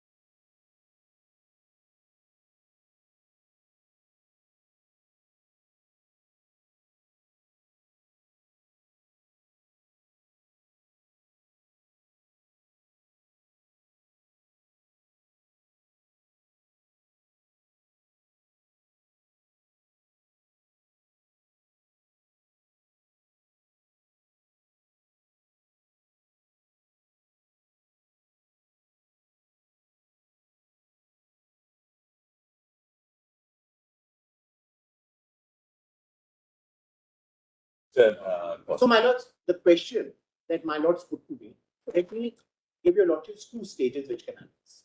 One is what happens, what is happening here, and the other is what your lordships put. One is that disqualification petitions are pending. The Supreme Court has told the Speaker on their request not to, in the meantime, take any decision on those because the Supreme Court was seized of the matter as far as the Speaker's exercise of jurisdiction is concerned. And pending those petitions for disqualification, can an MLA or an MP be prohibited from approaching the election commission? Your lordships in any number of judgments have said that even when disqualification petitions are pending, an MLA and an MP is well within his rights to participate on the proceedings of the House. Vote, exercise all that is vested in him under the Constitution. So until he is disqualified, the consequences don't attach at all. Absolutely, That's the rationale for it. One, and including my lords, Yes. including the line of reasoning that your lordships took Yes. in Navam Revia, that Yes. that if a deputy speaker or a speaker of membership, that he can always proceed in a direction where his own disqualification, that was another lane, would be accordingly impacted. So till I am disqualified, I continue to be a member to participate all its vigor and robustness in the proceedings of the House. At page 359, that very question. This is a letter written by Uddhav Thackeray to Eknath Shinde saying that you have been indulging in anti-party activities and have also voluntarily given up your membership in Shiv Sena. Therefore, in exercise of powers vested in me as the Shiv Sena Paksh Pramukh, I remove you from the post of Shiv Sena leader in the party organization. So this doesn't affect his primary membership. As if his primary membership is actually affected, then he can't maintain a petition before the election commission. That's perhaps their argument. Yes. So therefore, at the threshold, election commission cannot maintain a petition on his behalf. But if it is not affecting the primary membership, and it's only a post he continues to be a member of the political party, then he can perhaps file. And my lord, just to add to what your lordships are saying, this is their contention that I have given up. My whole case is who says I have given up the membership voluntarily. That is yet to be considered. That is yet to be considered. My whole case is that a set of 14 MLAs decide that I am removing something and overwhelming majority is on one side. You take a unilateral decision with a hopeless minority and then say, I've disqualified you or you voluntarily given up a membership. We have repeatedly said that we are the Shiv Sena, whether it's in the Lok Sabha or it's at the Legislative Assembly. We represent an overwhelming majority within the party. We've never said we've left the party or we need to merge with someone under 4 to be protected. We have right through said that whatever actions a set of people who are in a hopeless minority took have no sanctity of law, are unsupported by any legal provision at all, and you could not have done, you did it without authority. So with such emphaticness, when it is said that you voluntarily gave up the membership of the party, who will decide this? Because you say I've given up voluntarily the member under 10 schedule, or will the speaker decide it under the 10 schedule? Because your lordships have held that the power of the speaker and the decision of the speaker under clause 6 of the 10th schedule is final on these matters. And that decision is still pending. My lords, was the question that your lordships put to me, that suppose a person, now this is the first case where no decision has been taken, the issue is pending. The other is I am actually disqualified and I incur the wrath of Schedule 10 of the Constitution by whatever action there's a decision of the speaker against. That still does not, as my lord said, deny me the primary membership of the political party. I'm still entitled to approach the election commission for whatever grievances I may. That you have said, so that you are not removed as a member of the political party. You may be removed, disqualified as a member of the legislative party. And now, my lords, they sought to rely on Sadiq Ali to say that, look, both the words legislative and organizational majority have been referred to in Sadiq Ali. Now, organizational and legislative majority is referred to in Sadiq Ali from the perspective of the EC deciding, not from the perspective of the speaker embarking on an inquiry as to who represents a majority in the political party. Then they relied, my lords, on to say that this will have a bearing on the matter because a judgment of this court said, and I'll read out in what context the judgment was when I come to the case law, to say that any disqualification ex post facto relates back to the date when you were disqualified. And thus, if they were disqualified on that date, that's the end of the matter. Quite apart from the fact that even if I was disqualified, it doesn't stop me from going to the EC. But the reason the Supreme Court said ex post facto, and there are other paras that I need to show, was this. That was a case of a BSP government in Uttar Pradesh. A decision was taken to dissolve the assembly. The cabinet decision was yet to be communicated. I'm just very briefly giving. 13 MLAs of the BSP went to the Samajwadi Party and said, stake a claim to form the government. Because these 13 MLAs went to the Samajwadi side to stake a government, Mr. Maurya at that stage made a petition to the speaker saying that this is an overt act on part of 13 MLAs to show that they have voluntarily given up the membership of the party and thus they ought to be disqualified. So the speaker was seized of this issue of disqualification of MLAs as on that date because 13 MLAs had gone to the Samajwadi Party side. In the meantime, another 24 MLAs joined the 13 MLAs and they claimed that there has been a split in the party. Now the speaker went ahead and decided the issue of a legitimate slip with 24 joining 13 and did not decide the issue of disqualification, which Mr. Maurya prior in time had directed, saying that your very act of going and seeking support from the Samajwadi Party amounts to giving up an anti-party activity, voluntarily giving up membership. In that context, the Supreme Court said, as far as exercise of powers by the speaker is concerned, that this disqualification will relate back to the date when the speaker was required to exercise the jurisdiction and the speaker could not have decided on the split within a party without deciding their original disqualification from the House, which stood there. It is in that context that the word ex post facto was used. And I'll show those two specific paras. The same judgment, my lords, the Supreme Court then goes on to say that you as the speaker can't embark upon and decide within a political party what happens. Your lens is only the lens of a legislature party that you have to see it. And inherently, my lord, the proposition which is sought to be forwarded will be impossible to implement. A, the Constitution doesn't say so. B, practically and inherently, it's impossible if you expect the speaker to get into these issues of lakhs and lakhs of memberships across the country without the necessary adjudicatory machinery.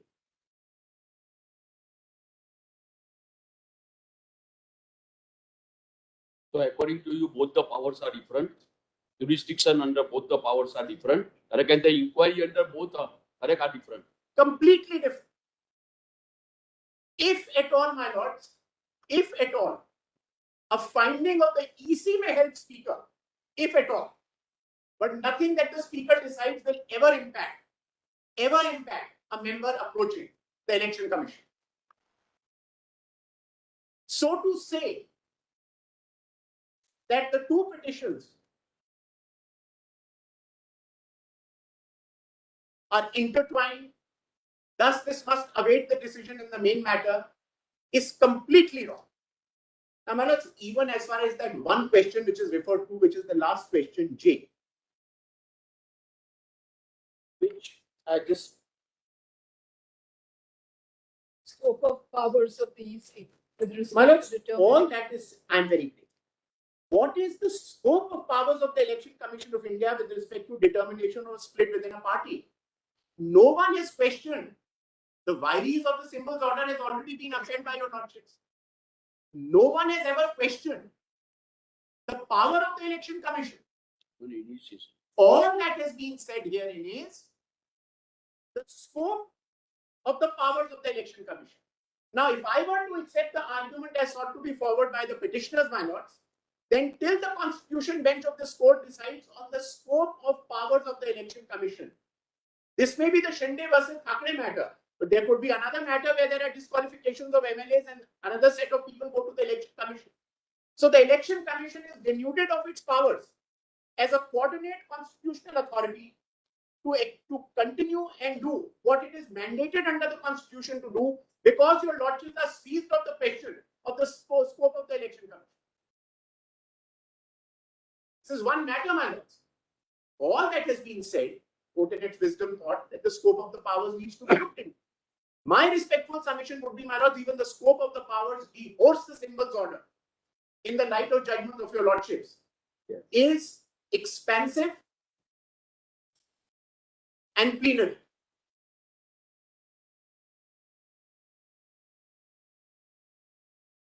But the symbols order itself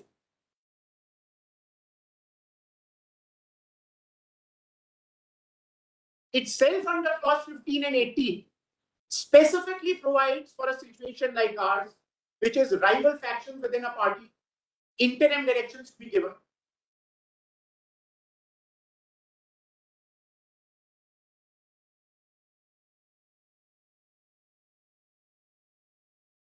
And my lords, your lordships in any number of judgments again have held that pendency of disputes does not bar the election commission from issuing any interim direction which it feels is necessary in the interest of justice in the meantime. Now, another argument raised was, what happens if the election commission suddenly freezes the symbol?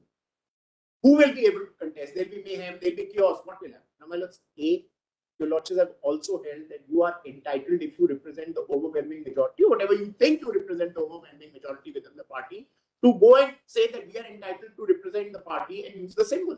That's your legal right. Symbol is otherwise not the property of an MLA. It's the decision of the election commission. But I have a legal right to claim that I can use it. That's one that I can do in this matter.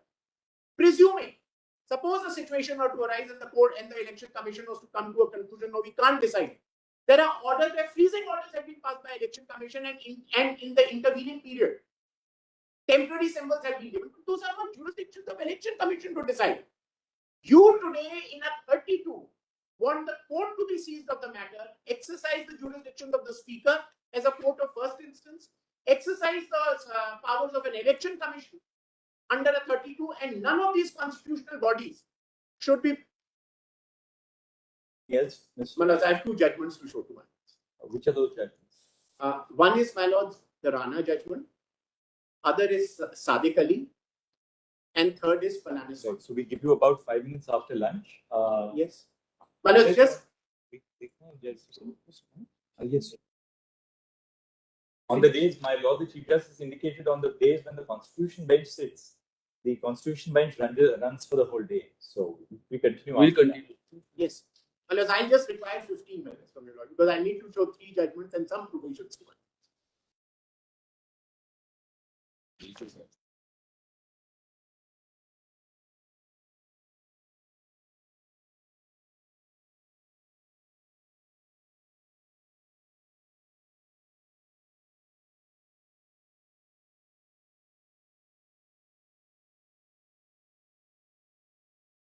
Indulgence, a brief supplement by me and Mr. Singh. 10, 10 minutes each. Right after Mr. Paul finishes. After Mr. Paul finishes, Yes, sir. maybe 5 or 10 minutes, 10 minutes between the two of you, Right, and then Paul. we want to hear Mr. Data Yes, because yes. he's preparing for a constitution body. Most important. Question number F. Yes, Or the deferred questions. Question number F is, what is the scope of the election commission? that's J. J. We'd like to hear Mr. Data. We do, of course, since we are appearing for party, we hear on this side as well, but we want to hear Mr. Data. Yes, my lords, I'll finish with it. Very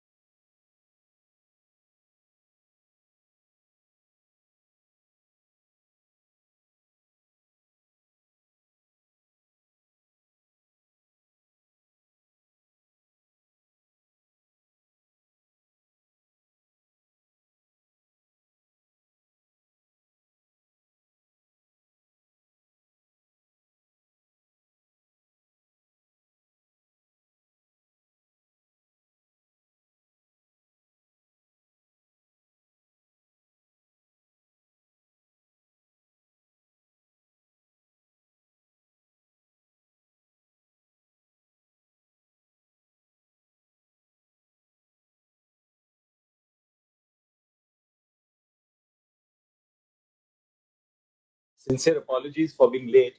Both the constitution benches are running late because Justice Paul and I, we were in a meeting for technology purchases for the Supreme Court and other things with Justice Nazir. That's why we were both the reason for the delay actually. Be kind enough to have the compilation of case law that we had submitted. Yes. Volume 2 of the case law compilation that we had. Correspondent number 4. Sir, we can't hear you. Your voice is Can't hear you. post lunch should be there should be a greater. That's lack of enough food. Also, with the live streaming, unless your voice goes into the mic, there might be a problem about the audio quality. My Lord, has this volume 2, which is compilation by respondent number 4. Yes. Title is compilation of text. Compilation of text.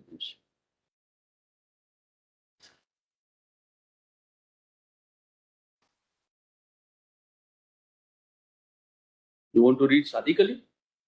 So, my Lord, this is the Constitution bench in Rajendra Singh Ram. Yes, last one.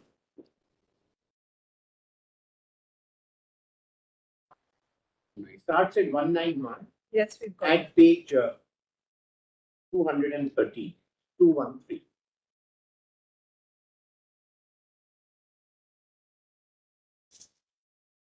Whoever has done the bookmarking has done it very well. We must thank the young juniors who have done this exercise. Absolutely outstanding youngsters assisting us in this matter. Otherwise, what happens to us? I know the travails of, because when you people conclude arguments in the final hearings and we have to start dictating, then you have to start scrolling down, which is a big headache. I mean, when it's bookmarked, it takes you a second to go to that particular. Your Lordship, be kind enough to have page 213. 213.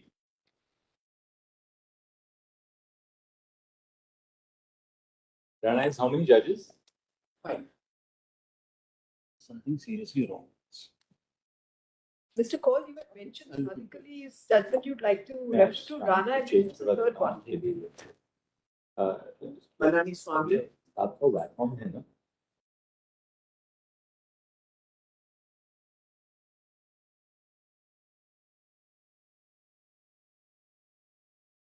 Kindly have placitum B on 213, which starts with, it is therefore not possible. That's para 5. The para 25 starts at page 212. Yes, we got it. It is therefore not possible to accede to the argument that under the 10th schedule of the Constitution, the Speaker has an independent power to decide that there has been a split or merger of a political party, as contemplated by paras 3 and 4 of the 10th schedule. Sorry, I didn't get this. I'm also Are you reading para 25. Para 25 starts at page 212. But it starts as in the context of the introduction. Yes, that's right. And you're It's like I'm on page 213, placitum B. it is therefore not possible. It is therefore. Yes. My Lords, have that? yes. It is therefore not possible to accede to the argument that under the 10th schedule of the Constitution, the Speaker has an independent power to decide that there has been a split or merger of a political party as contemplated by para 3 and 4 of the 10th schedule of the Constitution. The power to recognize a separate group in Parliament or Assembly may rest with the Speaker on the basis of the rules of the business of the House, but that is different from saying that the power is available to him under the 10th schedule to the Constitution, independent of a claim being determined by him that a member or a number of members had incurred disqualification by defection. To that extent, the decision of the Speaker in the case on hand cannot be considered to be in order in terms of 10th schedule of the Constitution. The Speaker has failed to decide the question he was called upon to decide by postponing a decision thereon. There is therefore some merit in the contention of the Learned Counsel for BSP that the order of the Speaker may not enjoy the full immunity in terms of 6.1 of the 10th schedule of the Constitution, and that even if it did, the power of judicial review recognized by the court in Tehoto Holo is sufficient to warrant interference with the order in question. In a sense, this aspect may not be of great importance in this case, since going by the stand adopted on behalf of 37 MLAs, the Speaker was justified in keeping the petition seeking disqualification of 13 MLAs pending, even while he proceeded to accept a case of split in BSP. The question really is whether the Speaker was justified in doing so. As we have indicated above, the whole proceeding under the 10th schedule to the Constitution is initiated or gets initiated as part of disqualification of a member of the House. The disqualification is by way of defection. The rules prescribed by various legislatures, including the UP legislature, contemplate the making of an application to the Speaker when there is a complaint that some member or members have voluntarily given up his membership or their membership in the party. It is only then that in terms of 10th schedule, the Speaker is called upon to decide the question of disqualification raised before him in the context of para 6 of the 10th schedule. Independent of a claim that someone has to be disqualified, the scheme of the 10th schedule or the rule made under do not contemplate the Speaker embarking upon an independent inquiry as to whether there has been a split in a political party or there has been a move. Yes. So, my lord, the Constitution bench of this court squarely says on this point that look at it from the lens of a legislature party, the split, the merger, but political party, what happened? While deciding disqualification under the 10th schedule, don't embark on an inquiry as far as the political party is concerned, which is not your domain or jurisdiction. And it was in this context, my lord, as I respectfully submitted, and on which great emphasis is laid by the other side, that it said that disqualification is ex post facto. Because on the date the Speaker ought to have decided the disqualification, because 13 MLAs had gone with the Samajwadi Party to support another government. Instead of doing that, the Speaker went on to decide on a subsequent event when 24 MLAs had joined the 13 MLAs and said there's a split in the party and supported that decision. Now, if those people had been disqualified earlier on a day, that split would not have occurred. Now, with great respect, how can that ex post facto used in that context be meant to say that if ultimately you're disqualified from that day, you cannot approach the election commission? I put their case at the highest, even if I am disqualified with an ex post facto application. My right to go to EC as a primary member of the party is still not taken away. Yes. And secondly, in the present matter, as on date, and all the issues are pending, whether I have voluntarily given up my membership, whether I have defied the whip of the party. Now, which whip will be considered? I'll show the Maharashtra Assembly rules. The Maharashtra Assembly rules provide for a leader of the legislature party and a member is the member of the legislative assembly. It is the leader of the political party who writes to the Speaker and points out who is the leader, what are the designations of various MLAs, etc. Here, you claim someone to be the whip, we claim someone else to be the whip in the matter. Your whole case is that I have defied the whip, whereas our case is I have not defied the whip. The person that you appointed was appointed by a handful of MLAs. Whereas as we are concerned today, the majority has removed it who was appointed earlier. That is our case. Now, these are all issues, right or wrong, pending before the Speaker, and the Speaker will take a call. And in terms of clause 6 of the 10th schedule, his decision in this respect will be final. All right. Yes. So, madam, 2 more judgments. Would you? What are you citing them on? Now, Which is the next one? The second one that I am citing to your lordships is Palana Swami. What page? Page 139 of the same compilation.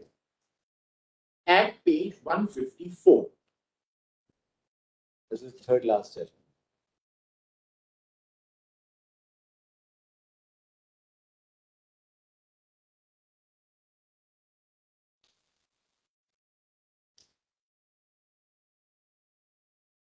Sorry. Yes, paragraph 25 and 26.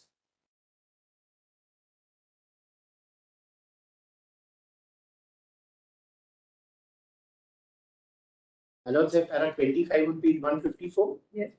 Yes.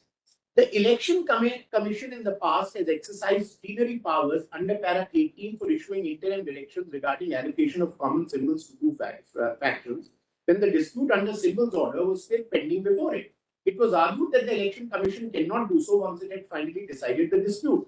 There is no difficulty in agreeing with the proposition that once the dispute has been finally decided by ECI, the question of invoking powers of para 18 by ECI would not arise. However, if the dispute is pending inquiry before ECI or the final decision of ECI is sub judice in the proceeding before the Constitutional Court, providing for an equitable arrangement in the interest of free and fair elections and provide equal level playing field to all concerned would be a just and fair arrangement.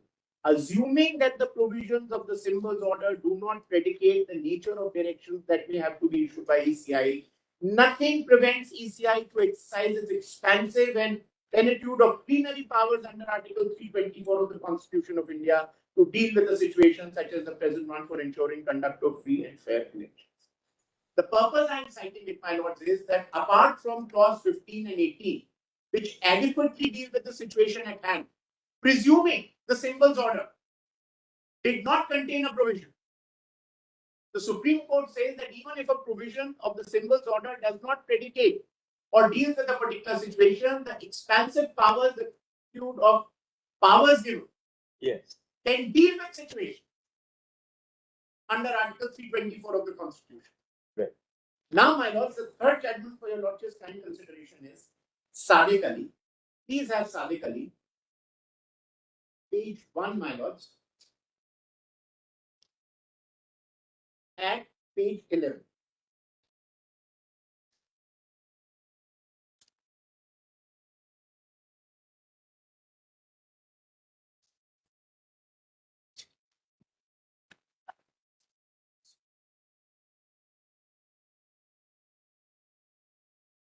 Para 20 on page 11. Only.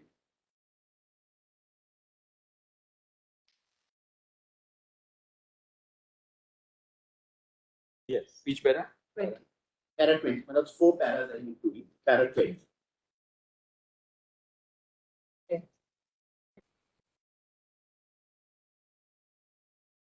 Starts with perusal of different paragraphs. Yes. Yes. May I? Perusal of the different paragraphs of the symbols order makes it manifest that they provide, as is made clear by its preamble, for specification, reservation, choice, and allotment of symbols at elections in parliamentary and assembly constituencies, as well as for the recognition of political parties in relation thereto, and for matters connected therewith. One such matter is the decision of a dispute when two rival sections of groups of a recognized political party claim to be that party for the purpose of the symbols order. Para 15 provides for the machinery as well as the manner of resolving such a dispute.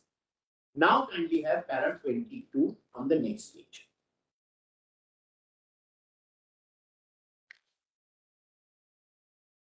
My lords, have para 22? Yes. The next page. Let us now go back to paragraph 15. The occasion for making an order under this paragraph arises when the Commission is satisfied on the information in its possession that there are rival sections of groups of a recognized political party, each of whom claims to be that party. The Commission in such an event decides the matter after taking into account all available facts and circumstances of the case and hearing such representatives of the sections or groups and other persons as desired to be heard. And now kindly have the next paragraph, that is paragraph 23. Somewhere in the middle, my lord, which starts with the Commission in circumstances had to decide the matter. Yes. The Commission in the circumstances had to decide the matter under paragraph 15, and we find nothing objectionable in communication dated so and so, sent to two rival parties on its behalf, wherein it was stated that the dispute appears to have arisen in which two of the groups in the recognized political party known as Indian National Congress for the purpose of symbols order. Then kindly have para 25 and 26. These are important. Para 25, page 14. Yes. Para 25, my lord, somewhere in the middle says for determining as to who are members of AICC. For determining as to who are members of AICC and delegates, the Commission accepted those persons as members of AICC and delegates who held that position in the earlier session of the Congress at Faridabad before the split. In view of the removal and expulsion which followed in the wake of the split in the Congress, the Commission, in our opinion, adopted proper approach for determining as to who should be taken to be members of the AICC or delegates, more so when in the opinion of the Commission, the validity of those removals and expulsions was open to question. The figures found by the Commission of the members of the two houses of parliament and of the state legislatures, as well as those of AIC members and delegates who supported Congress J, have not been shown to us to be incorrect.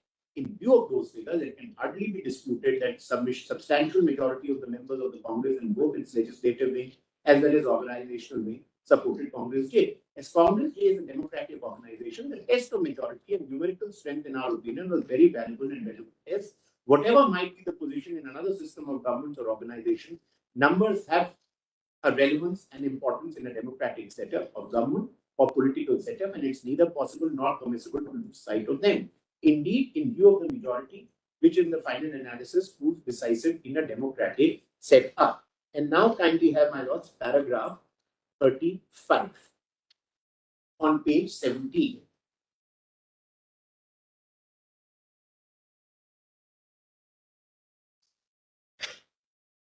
Paragraph 35, my lords, and the latter half starts on the right side with the Commission in resolving this dispute. Yes. The Commission in resolving this dispute does not decide as to which group represents the party, but which group is that party. If it were a question of representation, even a small group according to the constitution of the organization may be entitled to represent the party. Where, however, the question arises as to which of the rival groups is the party, the question assumes great competition and the numerical strength of each group becomes important and relevant factor. It cannot be gainsaid that in deciding which group is the party, Commission has to decide as to which group substantially constitutes the party. And now kindly have paragraph 40, which starts at page 18. Kindly turn to page 19, my lords, because I'm skipping through the other parts since there's time. Please have paragraph 40 on page 18, but kindly come to paragraph 40, which continues on page 19. And about somewhere in the middle on the right-hand side, it starts with, if on the other hand, a dispute arises between two rival groups. And my lords have got that. If, on the other hand, a dispute arises between two rival groups or allotment of a symbol of a political party on the ground that each group professes to be that party, the machinery and the manner of resolving such a dispute is given in paragraph 15. Paragraph 15 is intended to effectuate and subserve the main purpose and objects of symbols order.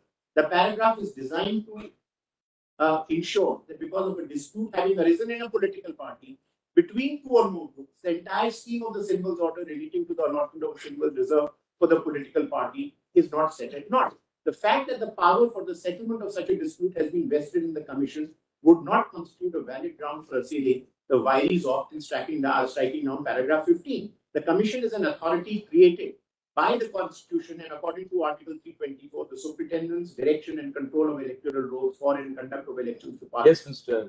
Yes. So, my lords, my respectful submission is that Sadiq Ali in detail deals and says any dispute within the party, the entire machinery and jurisdiction is vested in the Election Commission of India. And one more argument flows from paragraph 25 and 26 is this, my lords, that they say that while determining majority, the date before when the dispute arose will be taken as the date, because after that there is a conflict. Now here, barely for you to get up and say you're disqualified, then they stand disqualified, they've given up voluntarily, the membership is of no consequence. Right, Mr. Right. Now, my lords, just two more judgments and I'm done. Which will not, I'll just get the citations. I will not trouble your lordships with those judgments. The one is All Party Hill Leaders Conference versus W.A. Sangma, 1977, Volume 4, Volume 4, SCC 161. That's part of your compilation. I'm very grateful. Paragraph 37, 41, and 42. And my lords, what they specifically say is that a fraction of the judicial power of the state has been vested in the Election Commission of India. A complete machinery has been provided, and the Election Commission of India has the exclusive jurisdiction to decide all that it has been provided for, taking it away from the courts. That is the purpose. And lastly, my lords, is Kanhaiya Lal Kumar versus R.K. Trivedi, 1985, Volume 4, SCC 6 to 8, paragraphs 10 and 13, effectively, my lords, on the point that even after the deletion of clause 3, even after the introduction of the 10th schedule, my lords, discussion on Sadiq Ali, the other provisions of the 10th schedule, the symbols order was all discussed. And nowhere has ever the Supreme Court ever said or taken a view that with the coming in of the 10th schedule, the symbols order gets diluted in any manner whatsoever, or the jurisdiction of the symbols order gets diluted with the introduction of the 10th schedule. That's a judgment I'm giving for your lordship's time consideration. Now, lastly, my lords, kindly just have the provisions, just the provisions for a minute of the Constitution.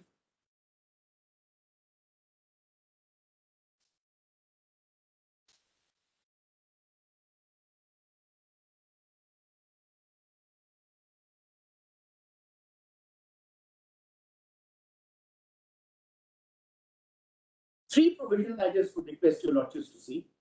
First, clause 2 of the 10th schedule.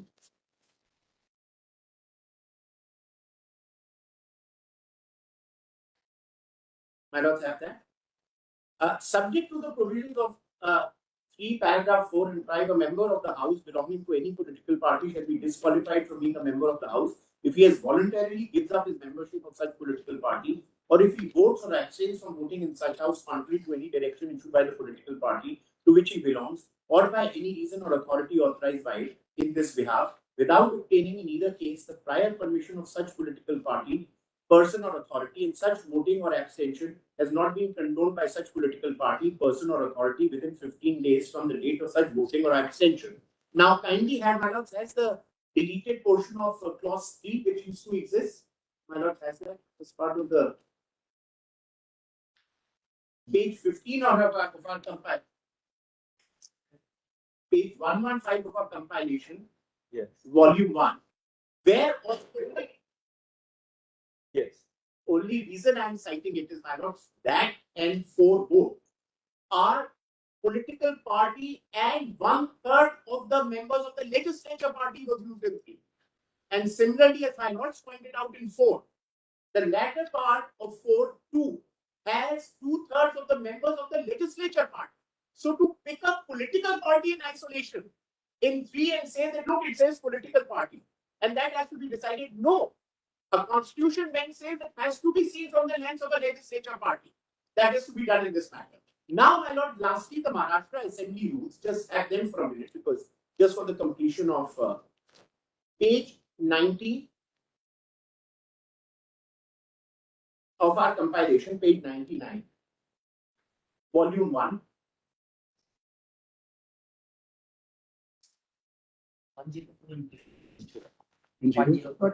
In the same.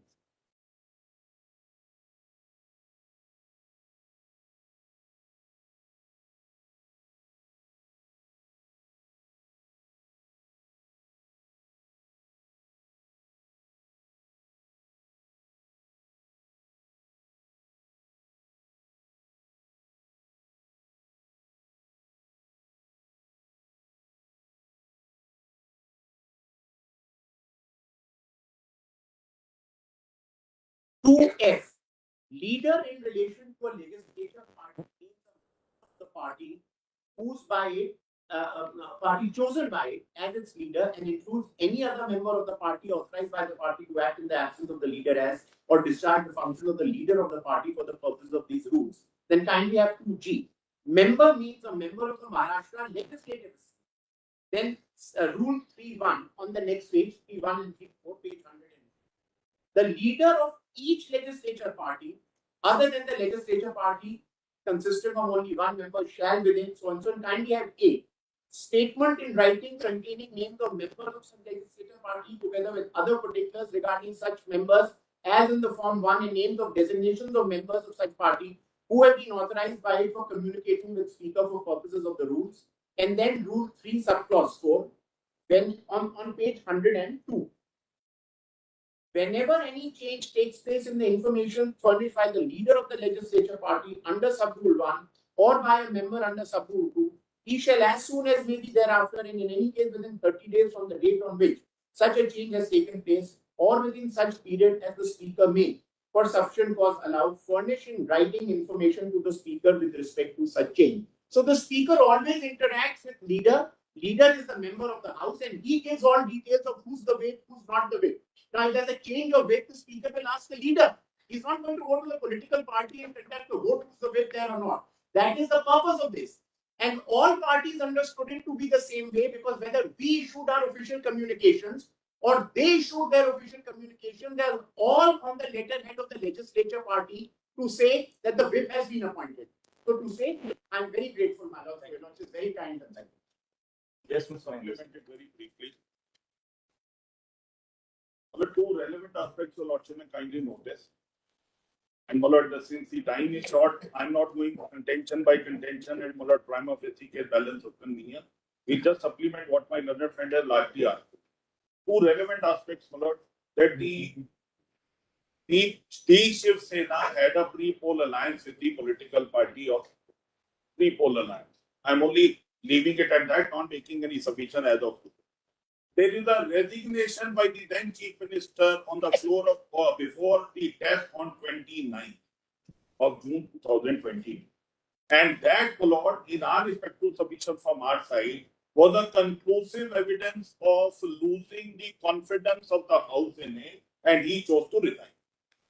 Extremely relevant facts for even for prima facie case to be kept in mind, a pre-poll alliance and resignation by the then Honorable Chief Minister before the floor test is taken. Third, the no confidence in the Deputy Speaker, which came into existence in writing, expression whereof it came into existence in writing on 21st of June 2022.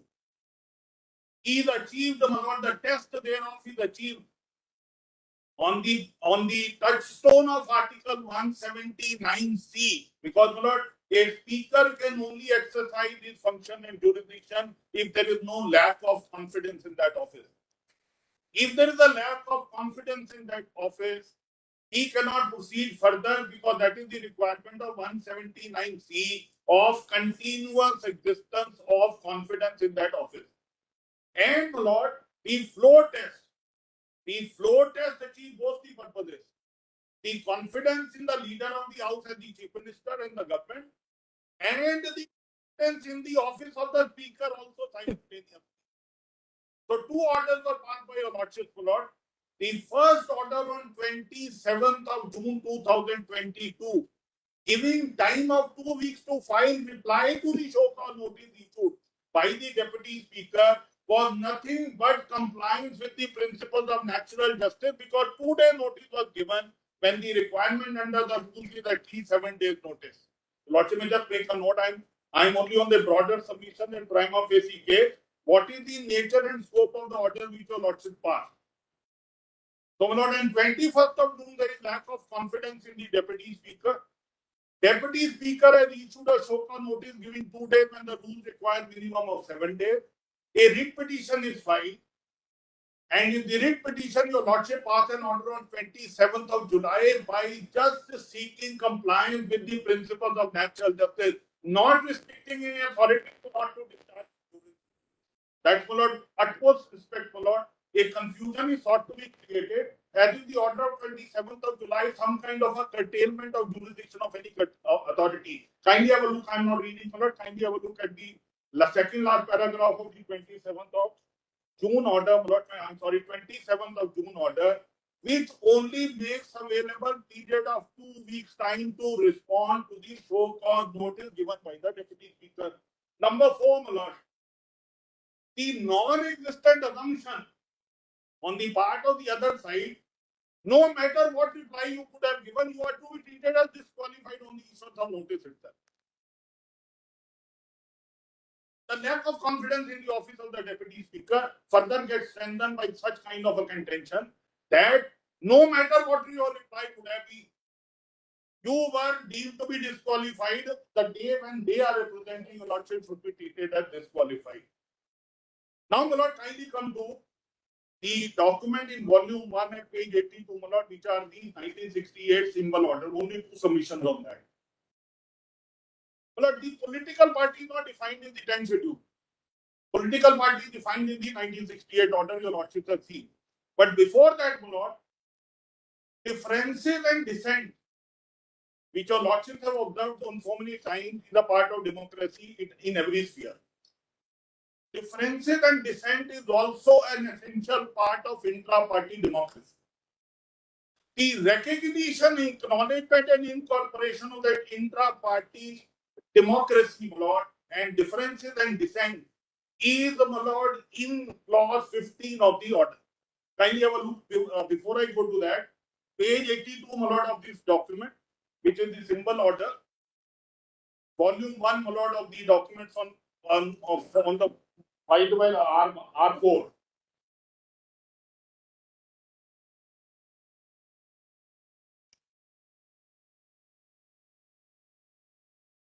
The third paragraph, whereas it is necessary and expedient to provide. And last line, followed, recognition of political parties in relation thereto and matters connected therewith. So free, a very important, significant aspect of that is recognize political parties and the matters in connection therewith. Now kindly come to the next page. Subclause H, political party. And political party defined here because of the plenary jurisdiction to be conferred upon the Election Commission of India on the recognition and incorporation of the principle of intra-party democracy, clause 15. Number of political party means an association or body of individual citizens of India registered with the Commission as a political party under Section 29 of the Representation of People Act. Now, my lord, various powers have been conferred upon the Election Commission starting from clause 14. Kindly have a look at that, my lord, page 91.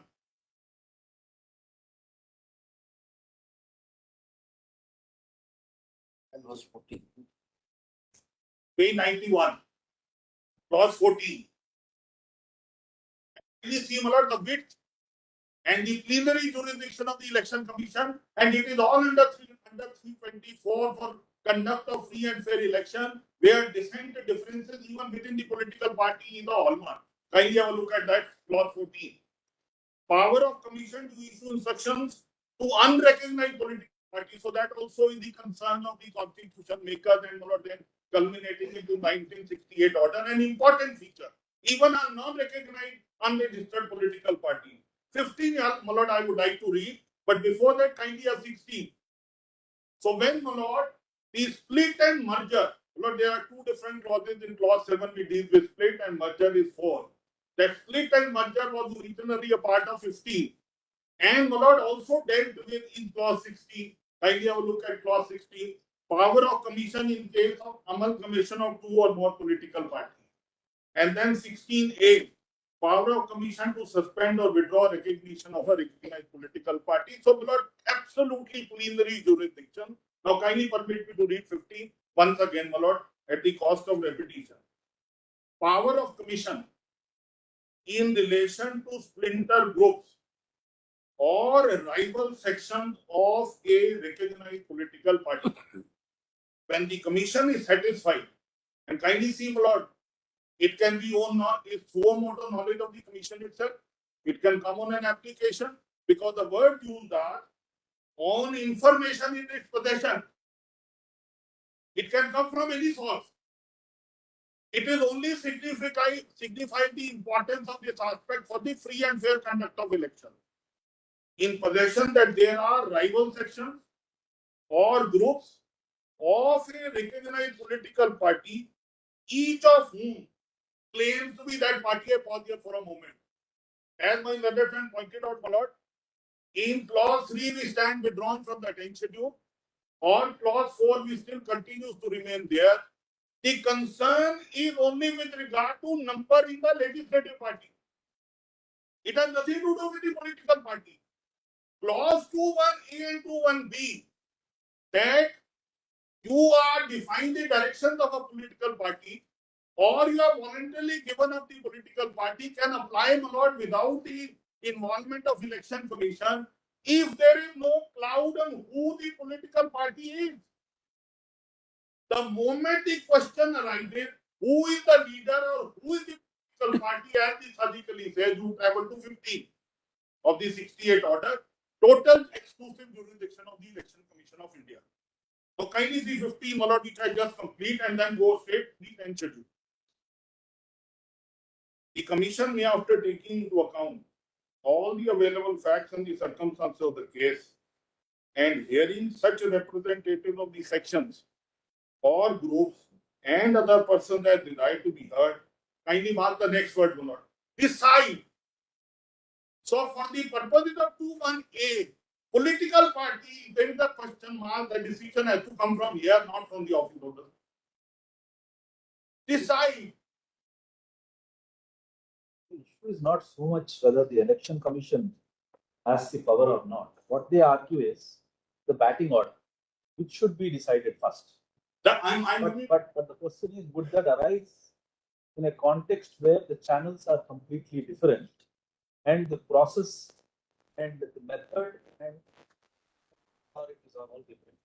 But are there any cases where the issue relating to anti-defection as well as matters relating to party determination have been commonly taken up, not episodically, but at the same time? I'll just check up, I'll confirm it, but I'll come back to your lordship. Lagging this.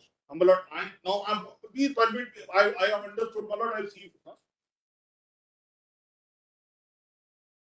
My lord, I'm coming to your lordships are putting it.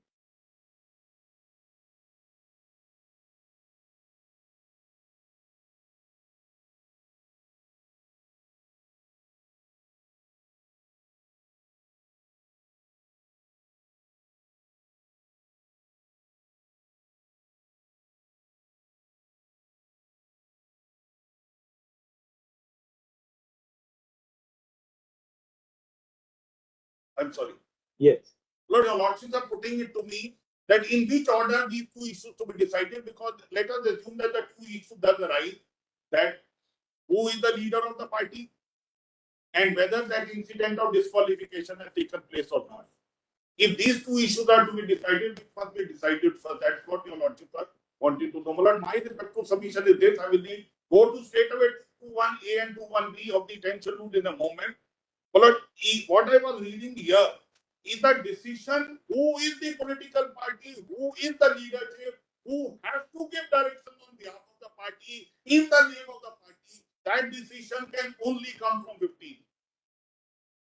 Now I'm not only see the 10 sheet, but before that, kindly come to page 8 and page 10 of this compilation 1.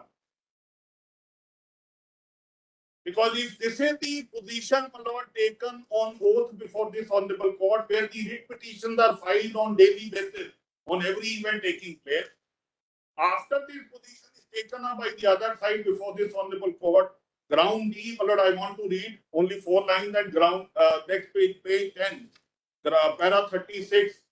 Then, my lord, therefore, a contradictory position by filing a writ petition would not have been agitated, and that is the reason why no writ petition, quasi-election commission jurisdiction or election commission proceeding is not filed. Ground D where? Ground D at page 8.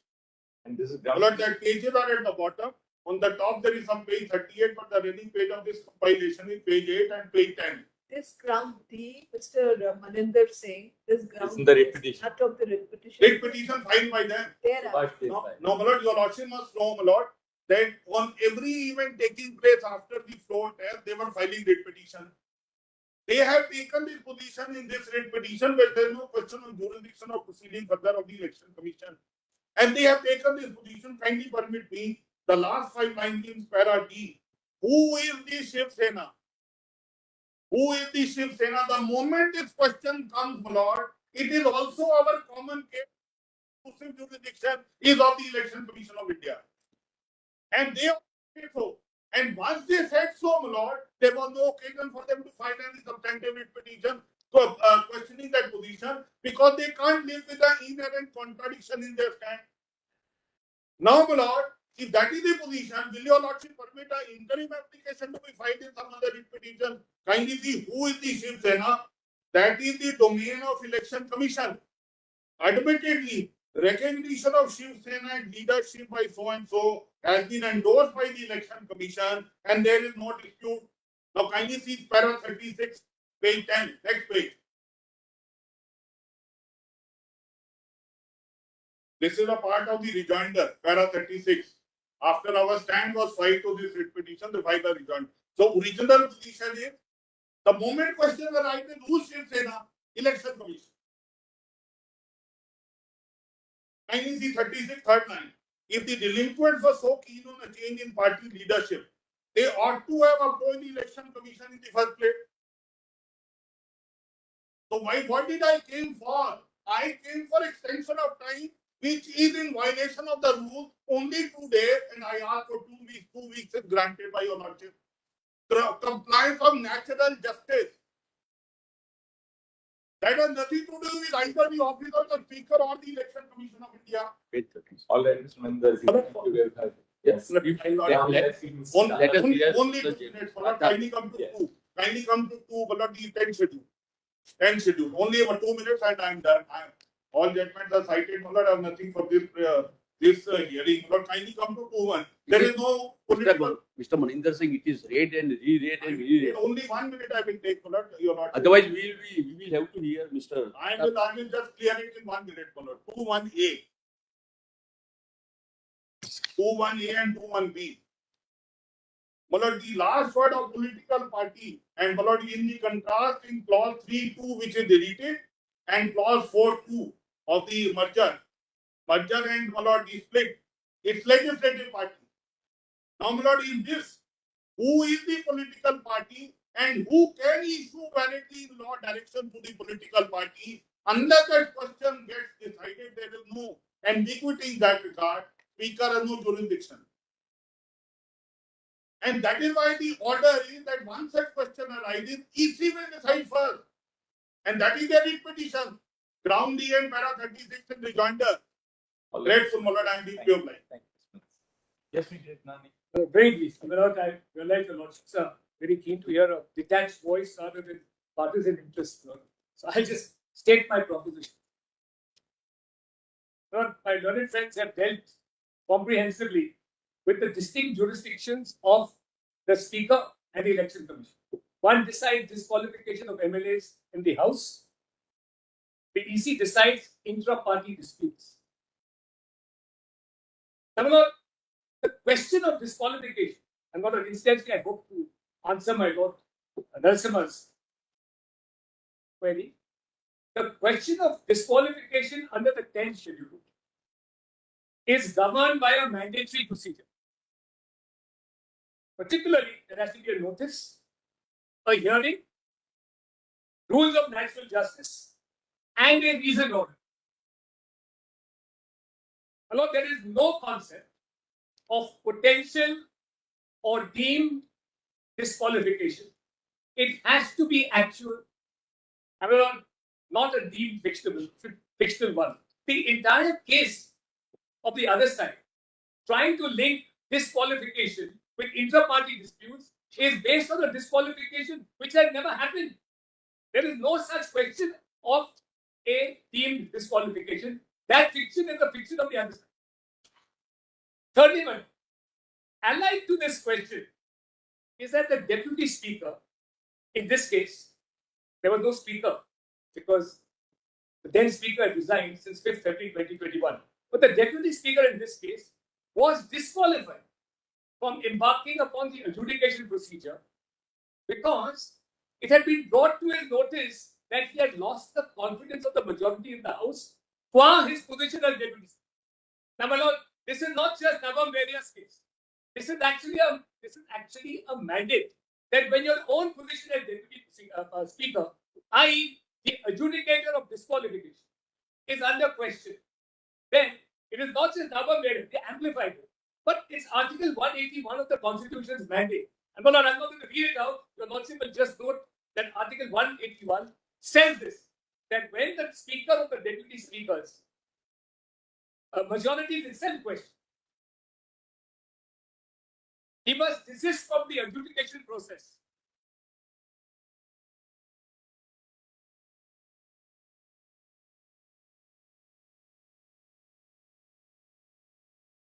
No, it's not just Nabam area, which is one of the questions of law propounded. Nabam area does say so. And we're having a second look at it, but also Article 181. Then we've got two more propositions. Yes.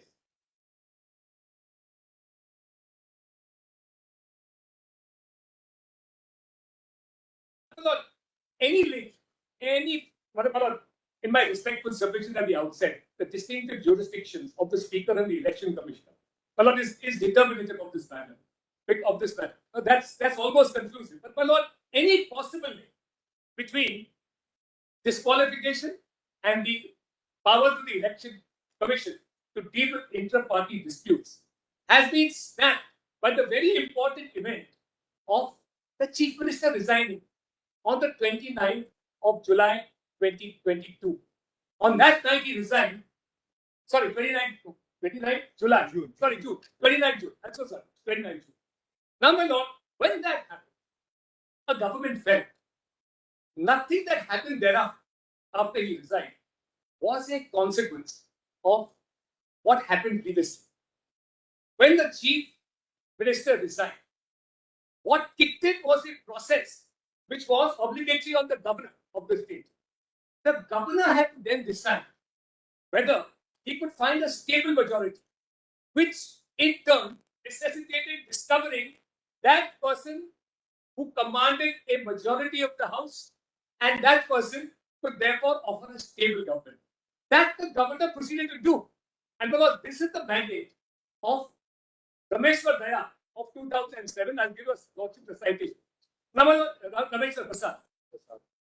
In that judgment, the court said when the governor is setting about the task, and it's paragraph 161 in particular, what you just know, when he is setting about the task, his constitutional obligation to form a stable majority, he has not to be deterred by any questions of potential disqualification. So the governor did that, and a new government came into existence. Now, my lord, when a new government comes into existence, a stable government, one more article kicks in, and that is Article 178. Please see that.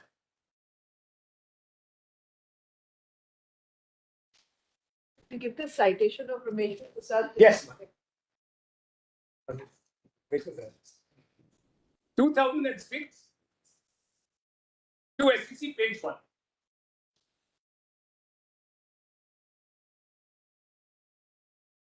Legislative Assembly of a state shall, as soon as they be, choose 2 members of the Assembly to be respectively Speaker and Deputy Speaker thereof, and so often as the office of Speaker or Deputy Speaker becomes vacant, the Assembly shall choose another member.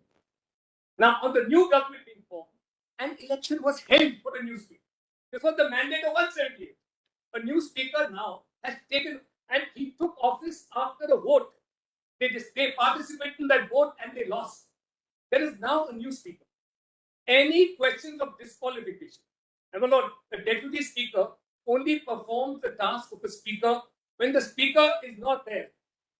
Once you have a Speaker, any question of disqualification now goes to the Speaker.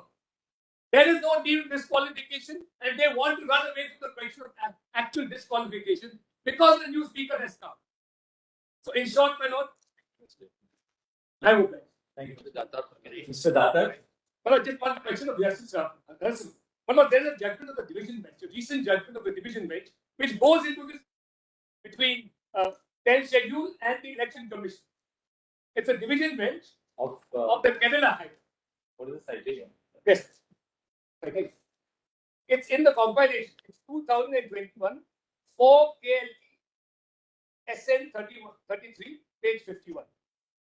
But it's an I compilation and it's judgment number 7 in our compilation of them.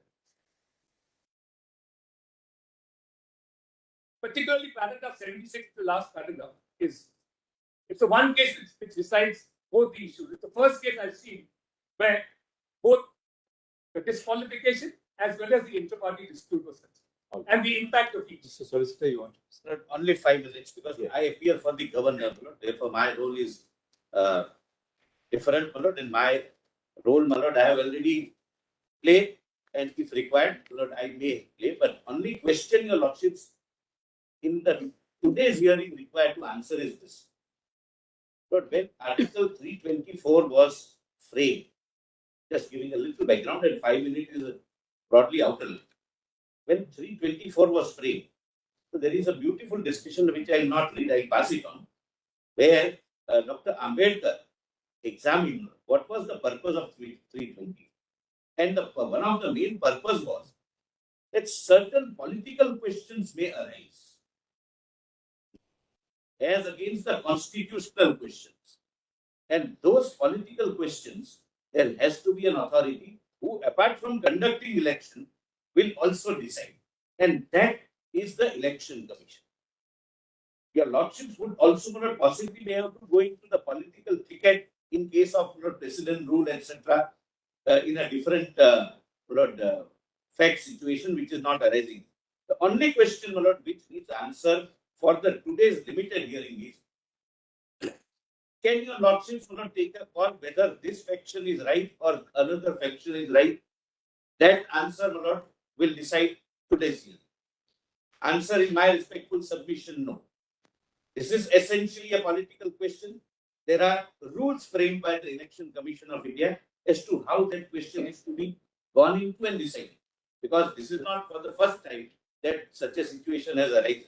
That within the party, two factions claim that I am the original party. Somebody will have to go into that question. And that somebody, under the scheme of the Constitution, is only the election. Third question, whether both would be overlapping. In other words, suppose the question of disqualification is held against the client of Mr. Kaul and Maninder Singh, would it have any impact on the exercise to be undertaken by the Election Commission? The answer is no. Suppose the Election Commission takes the call that this faction is the correct faction, represents the original political party. Would that have any impact on the decision to be taken by the speaker? The answer will be no, because your lordships are assisted from both spheres. Yes. Here the speaker will decide that whether they voluntarily gave up membership, etc. They would argue that we are within the party, but within the party there is a freedom of speech and expression which we were exercising. That is for the speaker to decide. But even as disqualified MLAs, they would still continue to be members of the political party because there is no disqualification from membership. So the Election Commission is merely deciding which group represents the original party. So, right now, for the limited purpose, my respectful submission is that let the Election Commission discharge its duties. Thank you, Mr. Datta. Mr. Datta?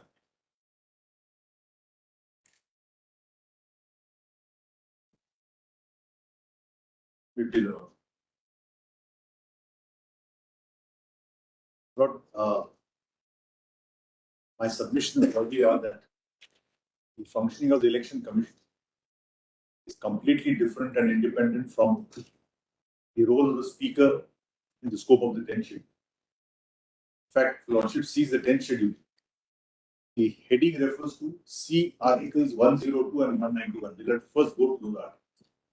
Lordship just takes 10th schedule.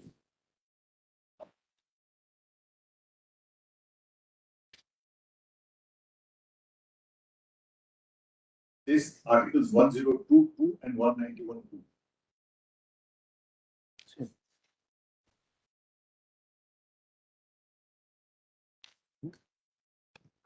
Yes. And bro, since we are referring to a state assembly, I will confine myself to Article 191.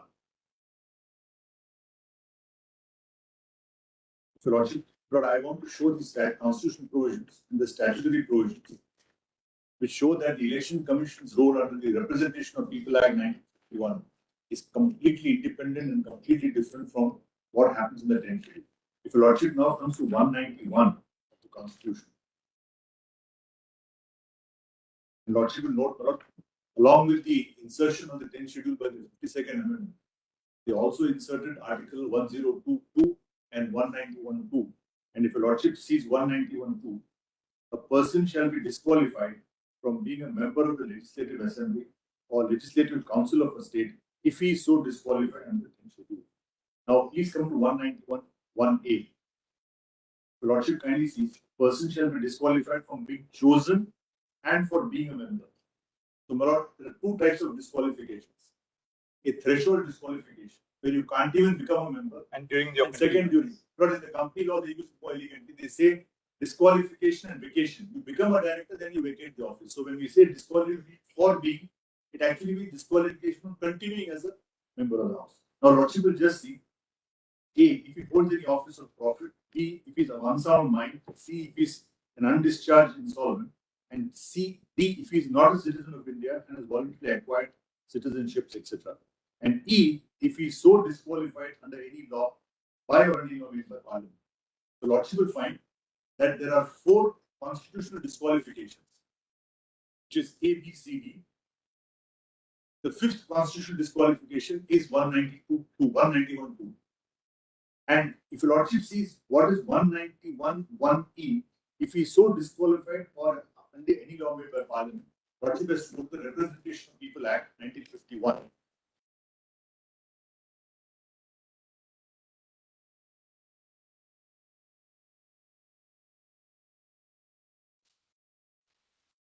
But I will be basically referring to the Constitution and the Representation of People Act. So Lordship will just keep these bare acts.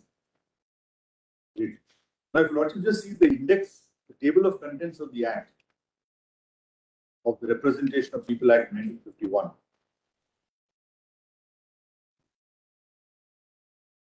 My Lord will find that as far as the Representation of People Act is concerned,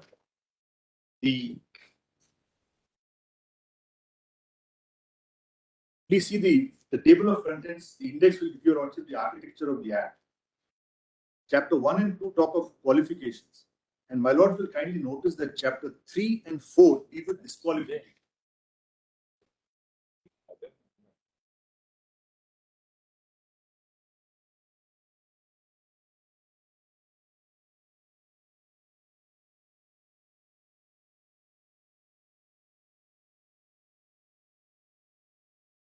Yeah, it's a very small act. I just, in an order yesterday, we said 50. I just told him I had a recollection that I did. Yes. 50. In fact, the statement of office and reasons say that 50 Act is very short, so we have to expand it further.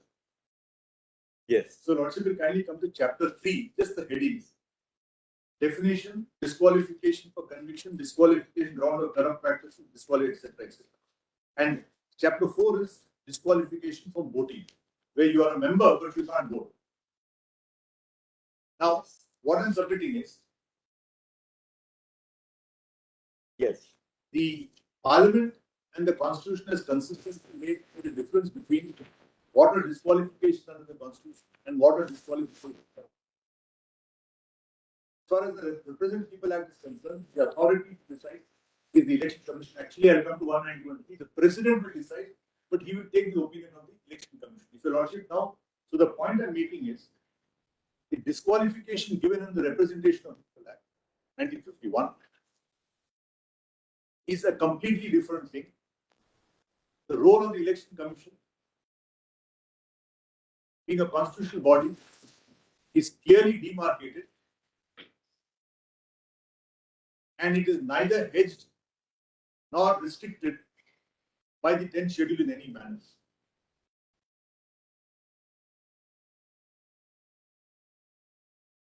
If your Lordship now comes back to 191, the next section 192, Article 192.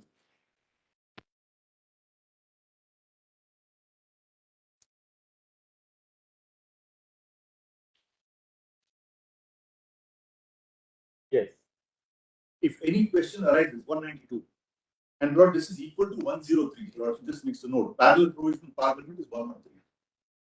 If any question arises as to whether a member of a house of a legislature of a state has become subject to the disqualifications mentioned in clause 1 of Article 191, the question shall be referred to the governor and his decision shall be final.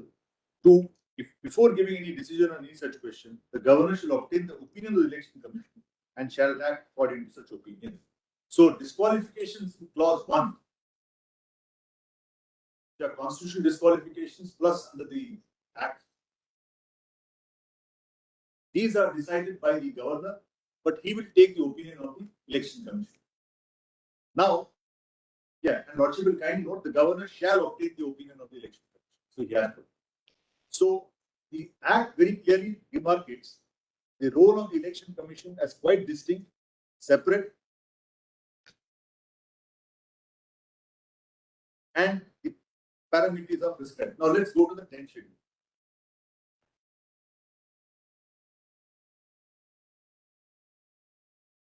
Lordship will first see para 2C is original political party. Original political party. But if my lord sees the definition in the Representation of People Act 2F, my learned friend, I think somebody referred to the room, but if your lordship goes to the Act itself, the Representation of People Act under 2F, Political party. Political party means a political party which is, once again, this opens into the 50 Act. Mr. Maninder Singh referred to that. He referred to the rule. To the rule. Identical. Identical. Symbol order. Yes, I think in the symbol order it's 2H and here it is 2F. But the point I'm making is the purpose. 2H. Yeah, 2H in the rules, 2F. 2F corresponds to 2H. Now, it talks of political party means an association or body of individual citizens of India registered with the Election Commission as a political party under Section 29 capital A. And just see 29 capital A for a minute. Registration with the Election Commission of associations and bodies as political parties. So, Lordship will see, my lord, it's not necessary to be a society or a trust. It can just be what we call an income tax, an AOP, or a body of individuals. The association of body of individuals, citizens, calling itself a political party and intending to avail itself of the provisions of this part, shall make an application to the Election Commission for its registration as a political party. Now, my lord, my humble submission is the need to call, when you talk of original political party, that means there is something which is original and something which has come later. That must be because of the provisions of para 3, where a group of people could split and form a separate party. So that could perhaps be the reason why they use the word original political party, which means the political party contemplated and registered under Section 29A. That could be the original political party. And para 3, where they say that if more than 1/3 people split, they could sit as a separate member. And in fact, the 91st Amendment says that this bulk defection is causing harm, and therefore they decided to do away with para 3 completely. So my submission is original political party must be understood to be, my humble opinion, the 2F read with 29A party.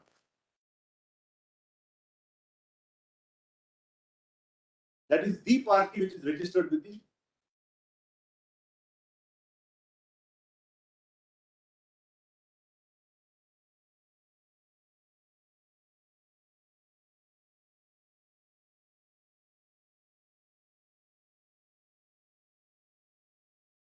for the purpose of anti-defection. They said that even if more than 1/3 members go, it will not amount to a defection. That has been done away with. So now basically original political party will now be relevant only in the context of merger, which I will come to later. But for the purpose of us, that's the meaning of original political party. Now what is legislature party? Legislature party means, so Lordship sees the constitution.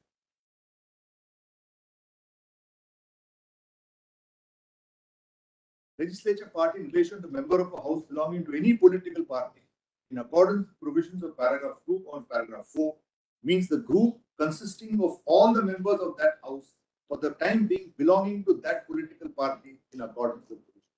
Therefore, if the political party is a larger set, then the legislature party is a subset of members of that political party who are also being elected and now form part of the house. It is quite possible that you can have a political party with no legislature party. It's not that every political party has MLAs and MPs. So, legislature party is a subset of the original party, That is, every legislature member, every member of the legislature party will necessarily be a member of the political party. This is the now coming to the role. Now, what is the question here? As Malad just put it, the batting order. Suppose there is a case of split in the house in this particular case. But I am arguing a case independent of any kind of, as a general principle of law, what is the role of election commission? Suppose there is a defection crisis in any assembly or parliament and the matter is sub judice either before the High Court or the Supreme Court. Does it stymie? Does it stop? Does it interdict the functioning of the election commission? Is a question which a lordship has to answer. And my humble submission is, when do we avoid parallel proceedings? We generally avoid parallel proceedings when the jurisdiction is concurrent. When the jurisdiction is concurrent, and typically there is a higher forum and a lower forum. And as a general group, the subordinate forum will yield to the higher forum. So if a matter is pending in the High Court, say for example in a tax matter, and you lordship gives a notice, then typically the officer will not proceed because he will await the decision of the High Court.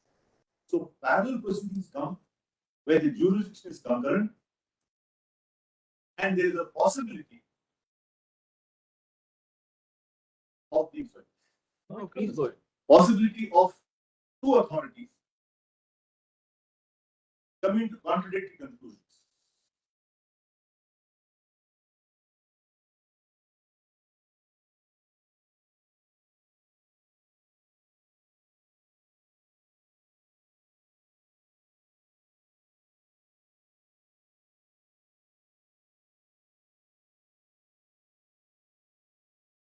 The second point I would request the lordship to kindly consider: 10th schedule is legislature or member specific.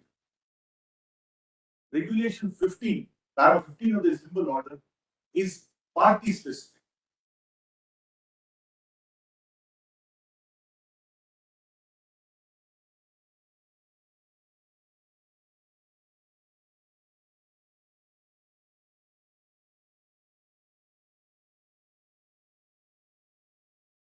So the issue of disqualification would really relate to the membership of that house. Of that house, that's what why there are two A states. particular state Yes. legislature, or if the case may be one Because yes, parliament. 191(2) says you will be disqualified member of that house. It doesn't say anything about your political affiliation, political party membership. Para 15 is really agnostic on Yes. the legislature because Yes. that is irrespective of whether there is or there is not any In disqualification. fact, I mentioned that political party may not have any member of a particular house also, or it may have members. So what we are concerned is, now if your lordship sees the what I call the structure of a 10th schedule, first one is definition, 2 is the substantive, what is disqualification, 3 and 4 are exemptions to that disqualification, that is 1/3 member and merger. So 2 is the bar, the disqualification, 3 and 4 are exceptions. 5 is also an exception where it says that if you're a speaker, it's very unique for a speaker, if he gives up his membership, then when he comes back, he doesn't get disqualified.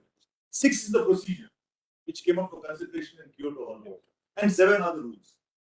So if a lordship kindly sees, every para in the 10th schedule refers to the disqualification of a particular member. The lordship, para 2A, for example. Here is a case where 2A of the 10th schedule.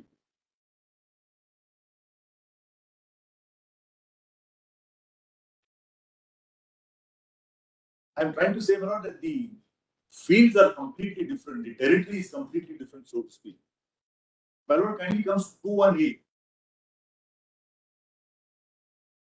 A person who has voluntarily given up his membership. Now, Manoj, it is absolutely common sense that if a person is given up his sense, he's now going to file an application in clause 15 of the symbols order. People who come for the symbols order are saying, look, we are in this party, the rival group is in this party. Please decide who's the real party. So 2-1A will never apply. What does 2-1B? You violate the whip. So the role of disqualification is basically a person who gets elected on a particular ticket, then leaves the party and comes to it, then you get disqualified. The only point really, Mr. Datar, is that the issue of giving up the membership of a political party within the meaning of 2-1A Yes. is not confined to your activities within the house. Yes. In my submission, Lord, I would submit that will partly depend on, because what I'm submitting is, if a Because voluntarily giving up the membership of a political party is not confined to what you do within the folds of the House. Unlike 2(1)B, which is votes or abstains from voting in the House. Yes. But 2(1)A is much broader. True. Voluntarily gives up membership of a political No, party. no, I'm sorry. I absolutely no. And therefore, the Speaker's power to determine that is not therefore confined to what takes place within the fold of the House. Lordship will see there are case laws which say, what is the meaning of voluntarily giving up membership? There are judgments which say, if a particular member of party X has attended all the meetings of party Y, he has participated in the functions of party Y, then has he given up his party or not? So in some cases they say, yes, it's amongst the giving up membership. But that's really outside the scope of this reference. That's why so when you say voluntary, Lordship is right. That's why under clause 6, the Speaker is called upon to say that Mr. X, he attended the rallies of this party. Not the reported judgments are there, I can circulate them. He attended the rallies of this party. He attended the meetings of this party. He was seen in this particular party. The Supreme Court has said no, but his name is still continuing in the register of members, therefore he has not given up. In 2 cases, they said this itself indicates that he has given up his membership. So is it it can be impliedly giving up also, physically actually giving up also. But what I'm submitting is, but one thing is very clear that 2(1)A as well as 2(1)B is member specific. member specific. 15 is not in that sense member specific. It deals with a faction as to whether a particular faction represents a political party. Now, Lordship will come. It refers to a collective group as to whether that represents a political party. Now, Lordship will come. Yes. So, what I'm submitting is, paragraph 15 basically refers to the collective right, the collective party. Who is the real party? And if your Lordship now comes to paragraph 15, which your Lordship saw a number of times, I will go through it again.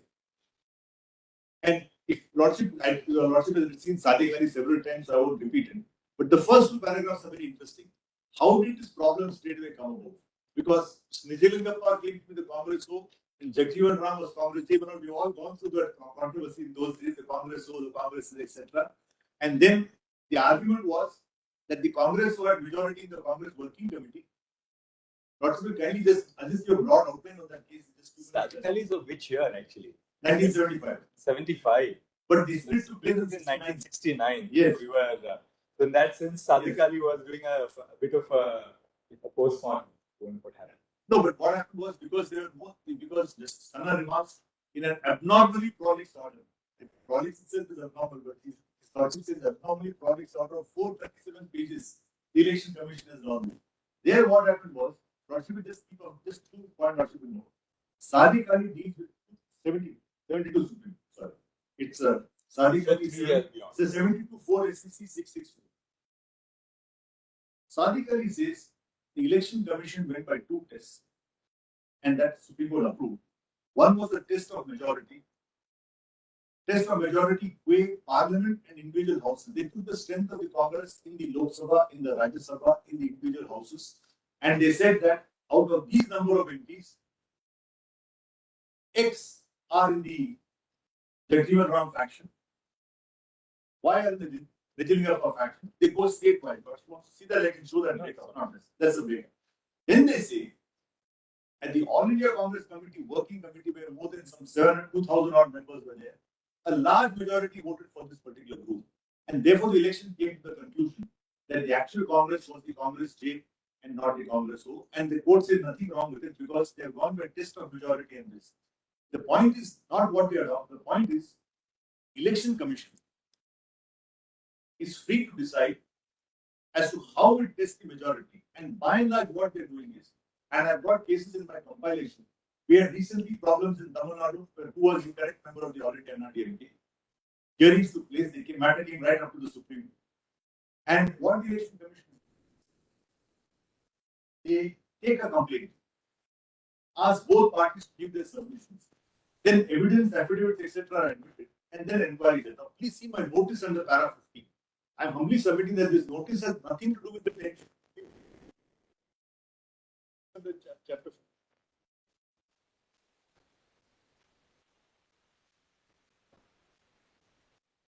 Lordship will kindly see out.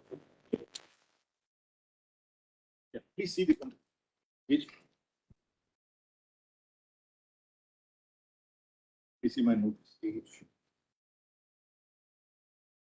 No. The notice, section 15 notice.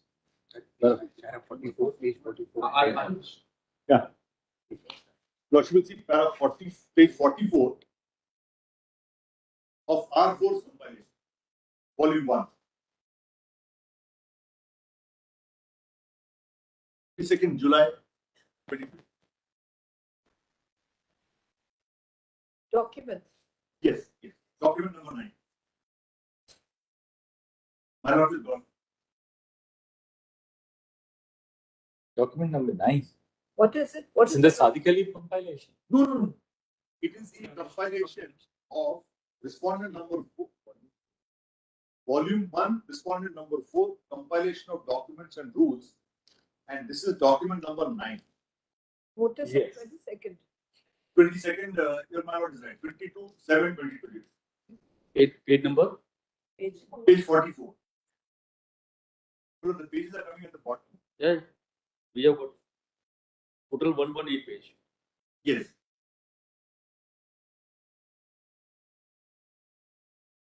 So Lordship will kindly see the notice is sent to both and then subject so and so. After the preamble, kindly come to para 2. The commission is in receipt of communications as delineated below. She is so and so member of parliament and secretary of party on 25/6/22 intimated the commission about the alleged anti-party activities carried out by some of the MLAs under the leadership of so and so and objected to establishing any political party using the names Shiv Sena or Bala Sahib. Ani so and so forwarded 3 letters dated so and so. And so he gives a comment. Then Sri Ani so further email he does an affidavit of so and so. Now kindly come to E.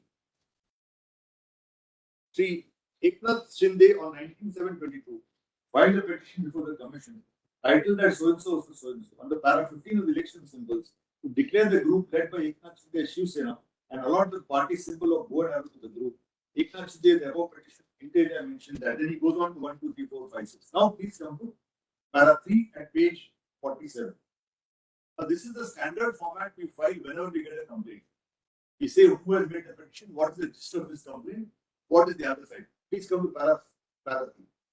Para 15 of the election symbols and reservation allotment order 1968 provide that when the commission is satisfied on information, your lordship see para 15, I won't read it again. On due consideration of the totality of information available on record with the commission as summarized above, the commission of this of opinion that there are 2 rival groups in Shiv Sena party, one led by Uddhavji Balasaheb Thackeray and the other led by Eknath Rao Sambhaji Shinde. Each group is now claiming to be the party and therefore the matter requires a substantive determination by the commission under para 15 of the election symbols.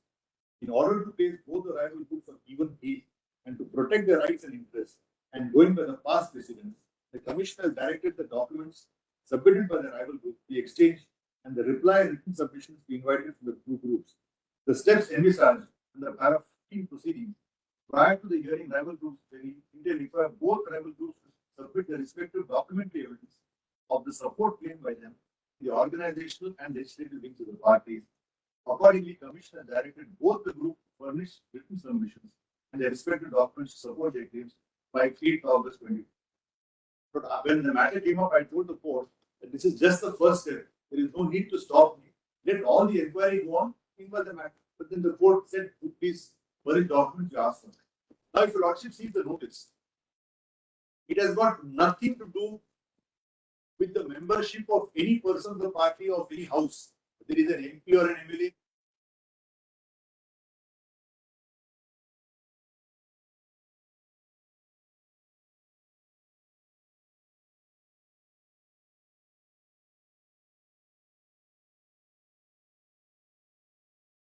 Nothing.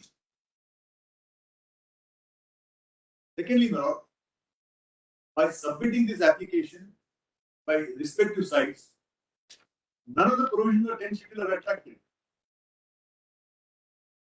Because 10th schedule disqualification is limited to 218, 21B.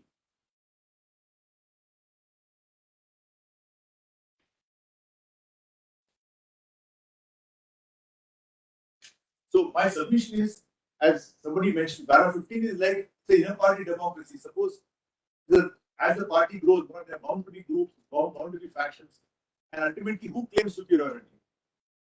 There is no floor to test the house. So only way election can do is to get documents, get affidavits, listen to the parties, and then decide. Now, Lordship will just see how we have done it in one case from Tamil Nadu. Is that Anna DM? I don't think we need to go into the issue. No, what I'm saying is, because Lordship will see, number of advocates have appeared, numerous documents have been filed, hearing has been conducted. Yeah. So Datta, you have already said so in your paragraph 3, the Yes. procedure to be followed by the election commission. Correct. You have already stated so. Thank you, Mr. That- Datta. So my humble submission is not only in this case, but as a general rule, my humble submission is whatever happens on the floor of any particular house of parliament, that will be completely independent. It will not impact the function of the election commission in any case at all. Two things can happen. Either Lordship may allow the petition or dismiss the petition. The result of the paragraph 15 order will be completely independent of that. Whether a person is disqualified or not disqualified. He doesn't cease to be a member of the political party. And we have to go by the majority of the members of the political party, not of the legislature party. The impact of friends will be on the legislature party, but not on the political. Yes. Thank you. Thank you, Mr. Datta. Yes, Mr. Well, my judgment is right. These two, 10 schedule and para 15 operate in different silos. Then he's right.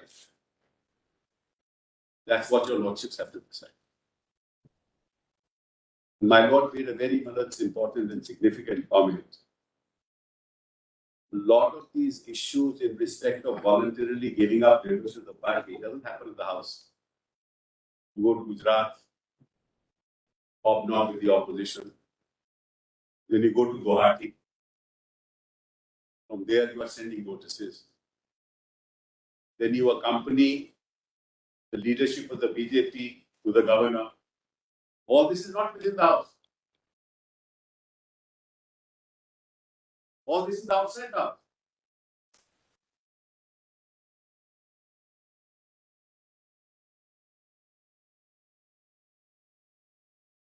And the speaker will have to consider, for the purposes of coming to the conclusion, whether you have voluntarily given up membership of the party, not the house.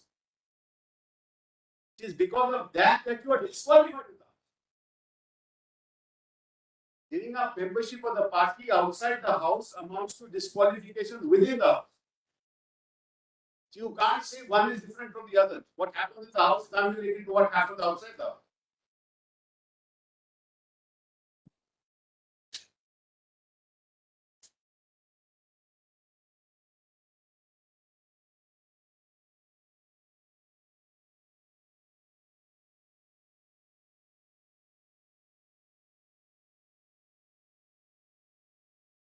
And the election commission can't say, I'm not concerned with any of that.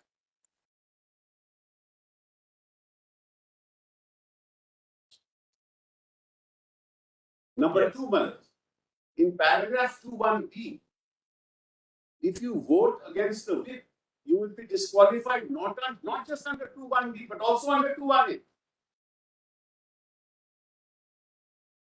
Once you violate the whip, Manoj, not only have you expressed yourself that you are voting contrary to the whip, you are also saying, I'm no longer a member of your party, but I'm not bound by your whip.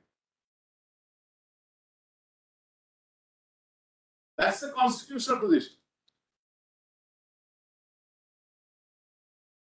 With the greatest respect to my learned friends, Manoj, they are completely misled, Manoj, the decision of this court in Rajendra Singh Rana. Let me just give you a notice briefly what it was. Of the BSC. Joint hands with the Samajwadi. Now, there were 109 members of the House. The Speaker gave notice, nothing. He did nothing. After a few weeks, 24 more of them joined. So they became 37. Then the Speaker said, this 37 is 1/3. And because this 37 is 1/3, therefore they are protected under the 10th schedule, because at that time paragraph 3 was there. This court said no. You have to decide on the day when 13 members went to the state. They were at that time not 1/3. The Speaker wrongly allowed 1/3 to develop to give protection to the 10th schedule under paragraph. Therefore, the disqualification relates back to the time when the 30 members approached Speaker. That's one part of it. My judgment is completely wrong. That is unrelated, but it's to the issue of giving up membership of the House. When paragraph 3 was, before it was deleted, very interesting. It is integrally linked with the political party. Kindly see our compilation of statutes.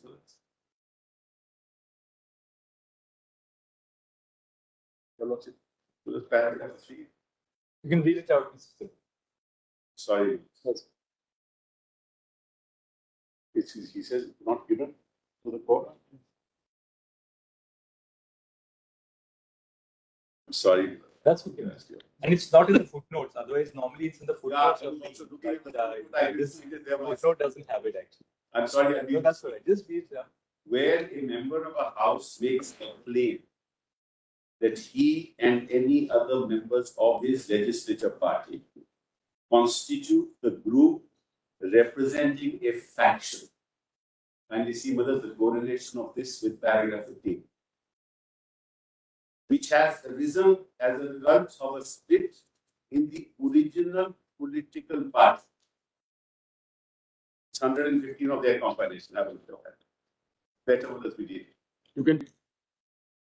And such group consists of not less than 1/3 of the members of such legislature party. He shall not be disqualified. So what does it say? A member of a house who claims that he and any other members of his legislature party constitute the group representing a faction which has arisen as a result of a split in his original political party. So when the Speaker decides in the paragraph 3, Rajinder Singh Rana says, merely because you make a claim is not enough. The Speaker will have to prima facie decide that there has been a split in the original political party. So it's not a question only of the legislature. And that is reflected in paragraph 37, 36 and 37. You just read 37 because that's why I wasted time with it.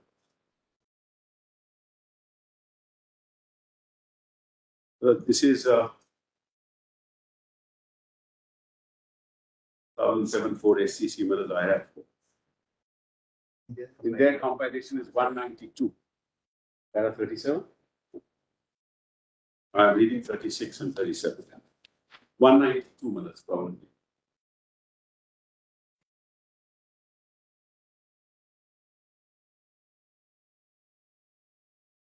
So 219, my lords.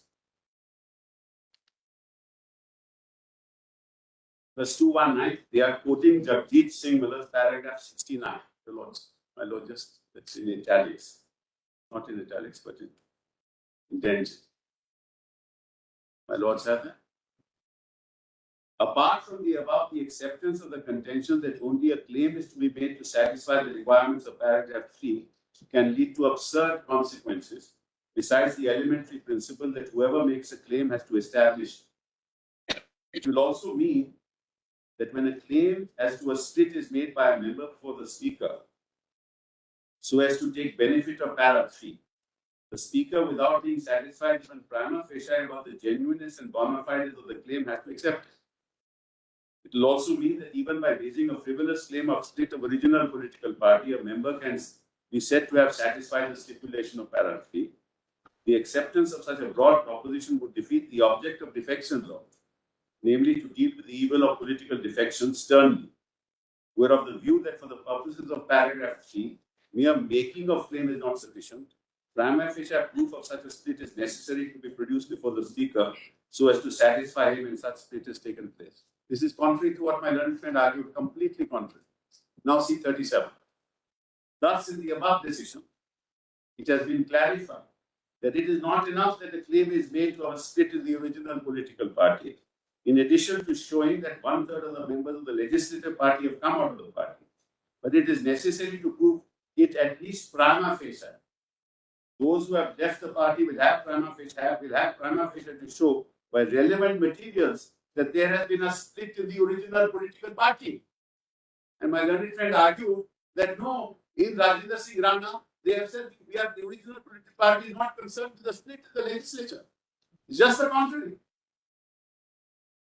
The argument, therefore, that all of the 37 MLAs required to do so was to make a claim before the Speaker that there has been a split in the original political party and to show that 1/3 of the members of the legislative party have come out and they need not produce any material in support of the split in the original political party cannot be accepted. The argument that the ratio of the decision and justice revised to be reconsidered does not appeal to us. Even going by Ravi Naik, it could not be said that the learned judges have held that a mere claim in that behalf is enough.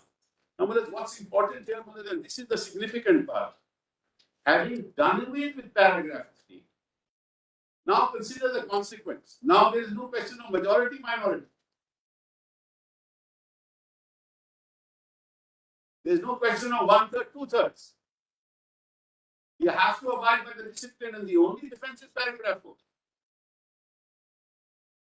To say, therefore, the whole argument is that I am 40 or I am 30 or I am 20 is neither here nor there.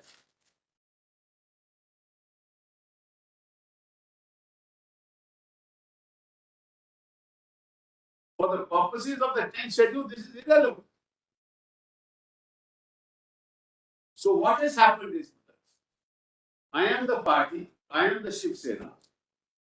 I am recognized by the Speaker as the Shiv Sena. You are members of the original political party who are represented in the House.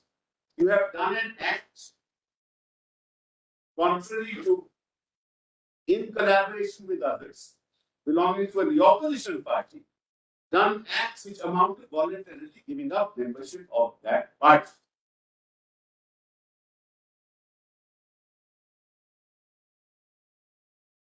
Now, if this is decided by the Speaker in these petitions, what will it relate back to? Relate back to what happened after 21st of June. Para 34 of this judgment clause. The act of disqualification occurs when a member voluntarily giving up his membership of the political party or at the point of defiance of the way wished to him. Therefore, the act that constitutes disqualification in terms of para 2 is the act of giving up or defiance of the whip. The fact that the decision in that regard may be taken in the case of voluntarily giving up by the Speaker at a subsequent point in time cannot and does not postpone the incurrence of disqualification by the act of the legislature. It will therefore relate back. Now, if it relates back to us, then it will relate back to what happened between the 21st of June and thereafter. What the Election Commission is seeking to do is to decide the status of the party, so-called party, on 19th of July. But what will happen on the 19th of July thereafter has nothing to do with what's happened before. Because what has happened before is that they have given up the membership of the party. Let's ask the question, a very important question that we threw him out of the post. But let's see our head. Volume 2.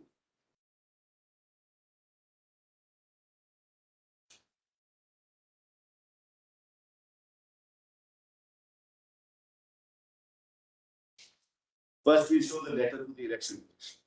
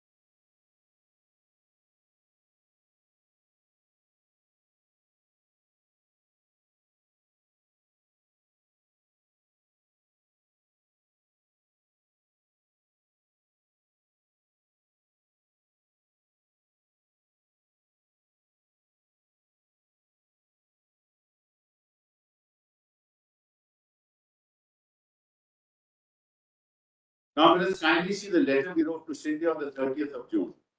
It was much before 19 July. At page 321. Convenience compilation, volume 2, page 321.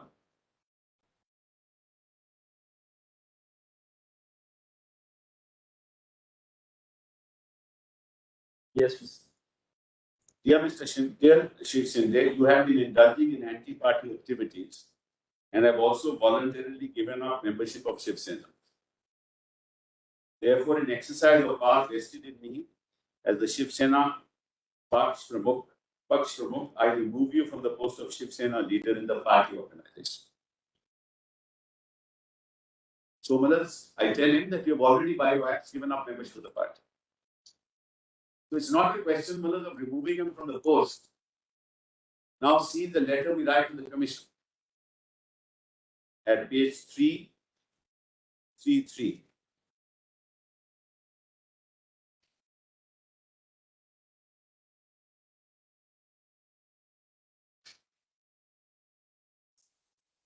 This is on the 1st of July. Yes. Second paragraph. As you are aware, Eknath Shinde has indulged in anti-party activities and has voluntarily given up. 1488. 1488. PDF.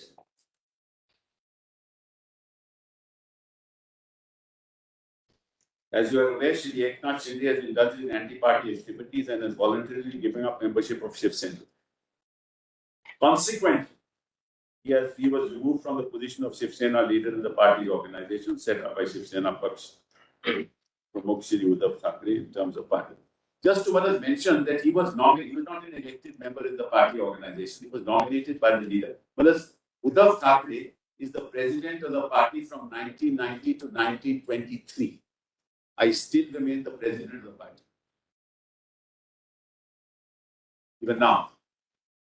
Sorry, 2018 to 2023.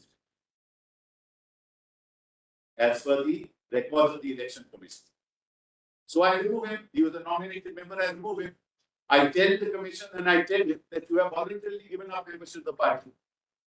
So it is my case, Malas, that he is not even a primary member of the party.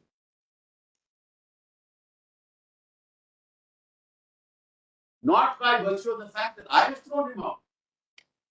By virtue of the fact that under the 10th schedule, he has committed acts in terms of which he is disqualified by virtue of 218. My learned friends are saying that this has nothing to do with the election commission. As a matter of constitutional law, how is that possible? In other words, the election commission will decide and will presume as a matter of law that he continues to be a member of the party. Whereas this under the 10th schedule, by his acts, he is no longer a member of the party.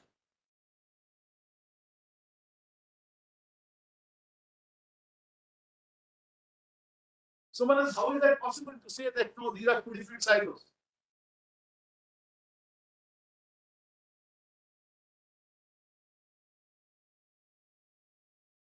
Now, Manas, and therefore, Manas, I'm saying because there is no defense now available under the 10th schedule at all as far as paragraph 3 is concerned or any other paragraph is concerned. The only defense available is merger. And in the context of merger, Manas, if your lordship looks at paragraph 4, just give me a minute.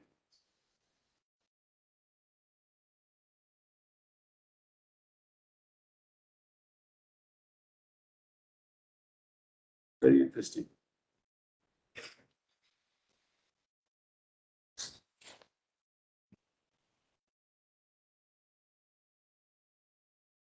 Should not be disqualified under subparagraph of paragraph 2, where a regional political party merges with another political party.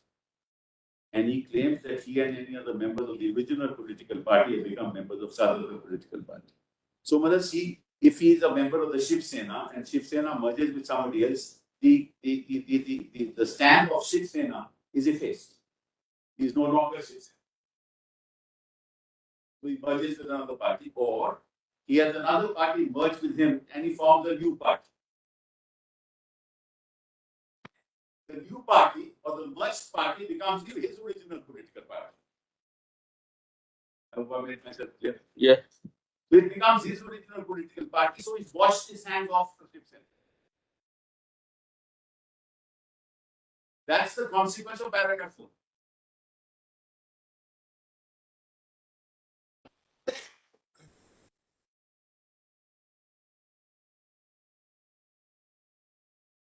Then he can't maintain a petition under paragraph 15. Because he's either merged or he's formed a new political party. And those who are left behind, that is, who are less than 1/3, because 2/3 makes others, those belong to the original political. In this case, Malad us, of course, in the absence of a merger.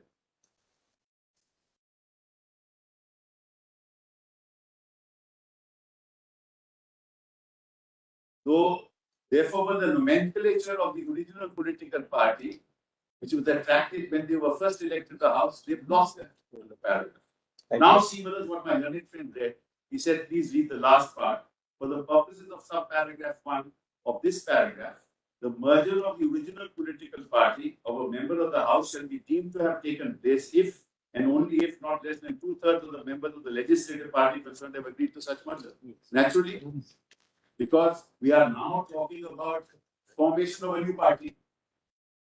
Therefore, you are no longer the original political party. This will take a bit of time. Mr. Sibal, you can conclude your argument. No, you are in rejoinder council. They have argued for this. No, that cannot be tit.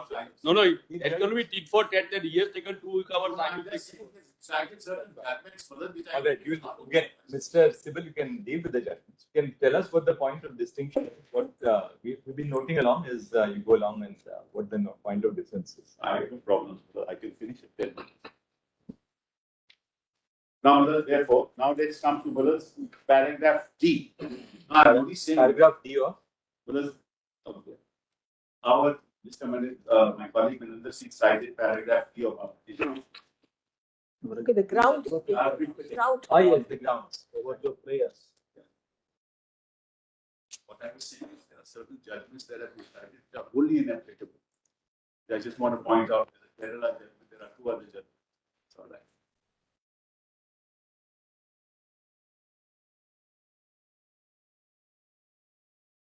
Read the whole paragraph. No, Let's read the whole paragraph. Ground D of ground page 8, right? Now, because and children.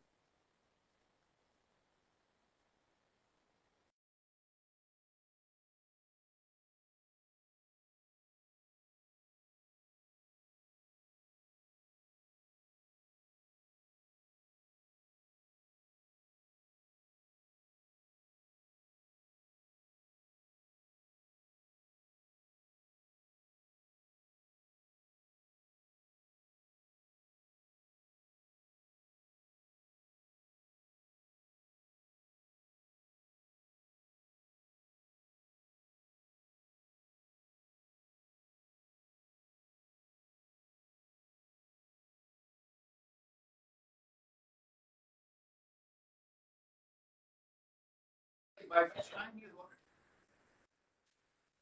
That's the point, fellows. But that will be considered, Mr. Council, at the time when we consider the question of disqualification. But if you lordship allow the election commission to go on and hold, and that's the point, fellows. Either your lordship says one has nothing to do with the other, and if your lordship is saying you will consider it at that time, that means that has something to do with the other. And I'm not saying I'm only saying, Miller. He says these are great repercussions. Because in this situation, then X number of people of a political party who are in power can be named away. Governor will give them votes, and we'll go to the election commission and say, you declare us the simple numbers. And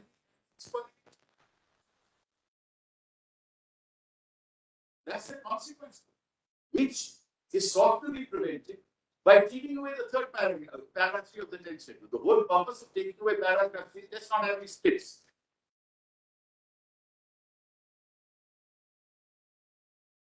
Then paragraph 36 minutes.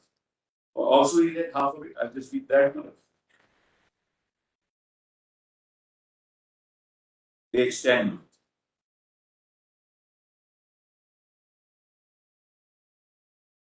On the contents of paragraph 24 to 32 are denied. It is submitted that merely claiming the support of a majority of SSLP cannot be looked at in isolation.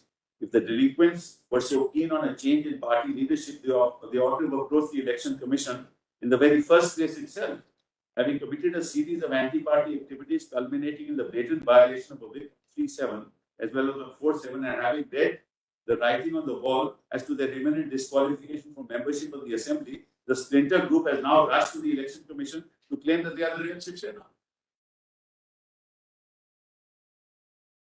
Well, this is what they did. They did it on the 19th of July, knowing full well that the writing is on the wall. Then, my learned friend cited two other judgments.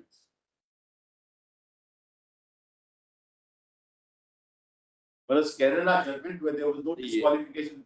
2021 4 23 said at page 50. Well, then, but he didn't read it out. Let's see Palani-Swamy, whether he cited. Palani-Swamy. Well, that is a pure issue of why the matter was pending before the commission. I myself argued it. The question is, who should the symbol go to, or should it be frozen?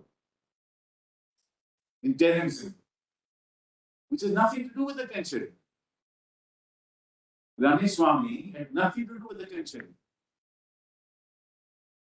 Matter was pending before the commission. There were rival claims. And the question was, who should get in the interim symbol? What has that got to do with this issue? The third judgment my learned friend cited is the Kerala judgment. So by that, my colleague. That Mr. Jetmalani cited. He didn't cite. Paragraph 4, Mother. He really just gave us a citation. He has no doubt. No, he said that this is the first time the page, court has decided. Page 51. Yes, now, Mother, I just note paragraph 6 of that judgment says, the learned single judge has also failed to appreciate the fact that even when the writ petitioners claim that rival groups exist in the party and their group is the party, no petition under the 10th schedule has been preferred. It's not a case of the 10th schedule at all. Para 6 at page 172, 3 mothers. Para 6. At page 173. Yes. It's not a case, mothers, of any application also for disqualifications.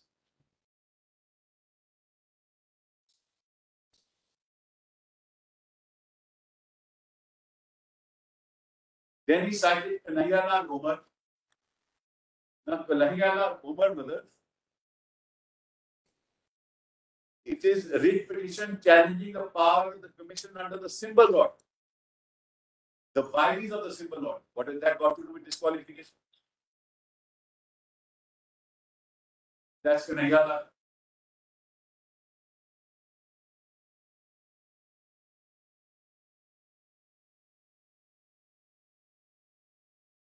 Then well as all party Hills leaders conference, brothers. That was a case. The election commission is a tribunal for the purposes of 136 before 1985.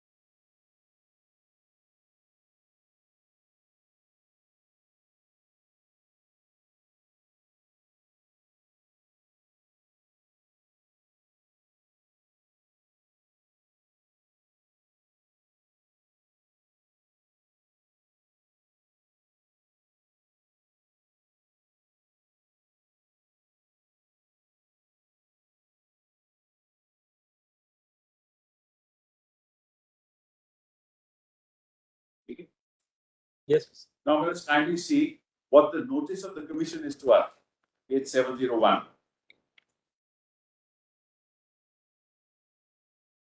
Compilation of this document, volume 2.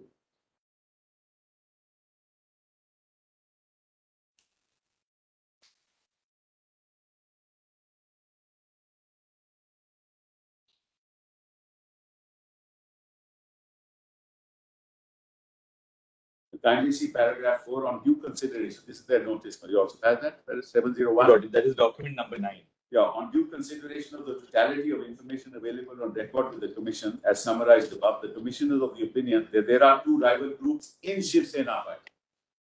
So he's already assumed that there are rival groups in Shiv Sena when the whole question is whether he's a part of Shiv Sena or not.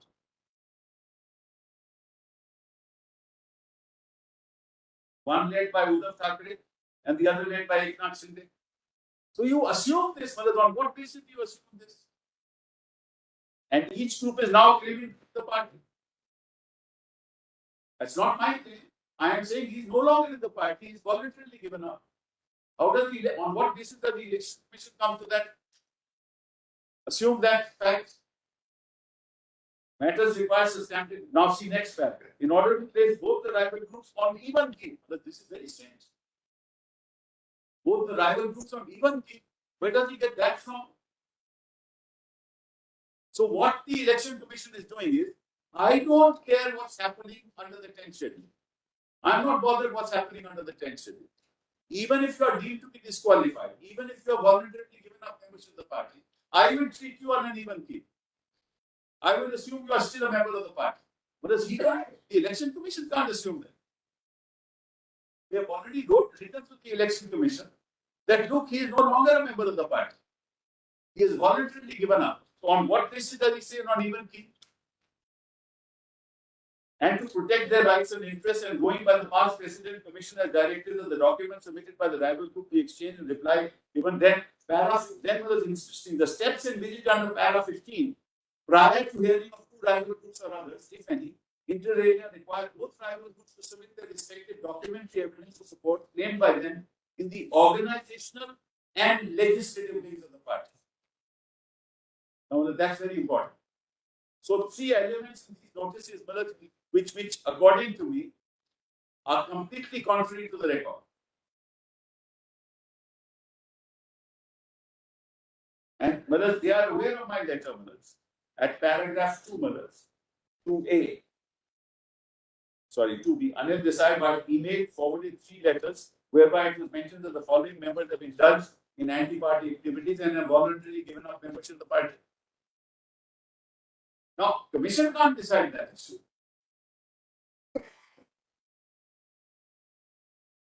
So now let's go back to the last part at 702 that I was reading. Support claimed by them in organizational and legislative ways. Let's just pause here for a minute. Just reflect on what happened. The 30th of June, they were all sitting outside. There was no organizational wing. They were in Guwahati. They were sending letters from Guwahati that I throw you out, I am the person, I am the chief whip. Gogavli is the chief whip. Your person. Where was the organization? There was no organization. There was no activity in the organization.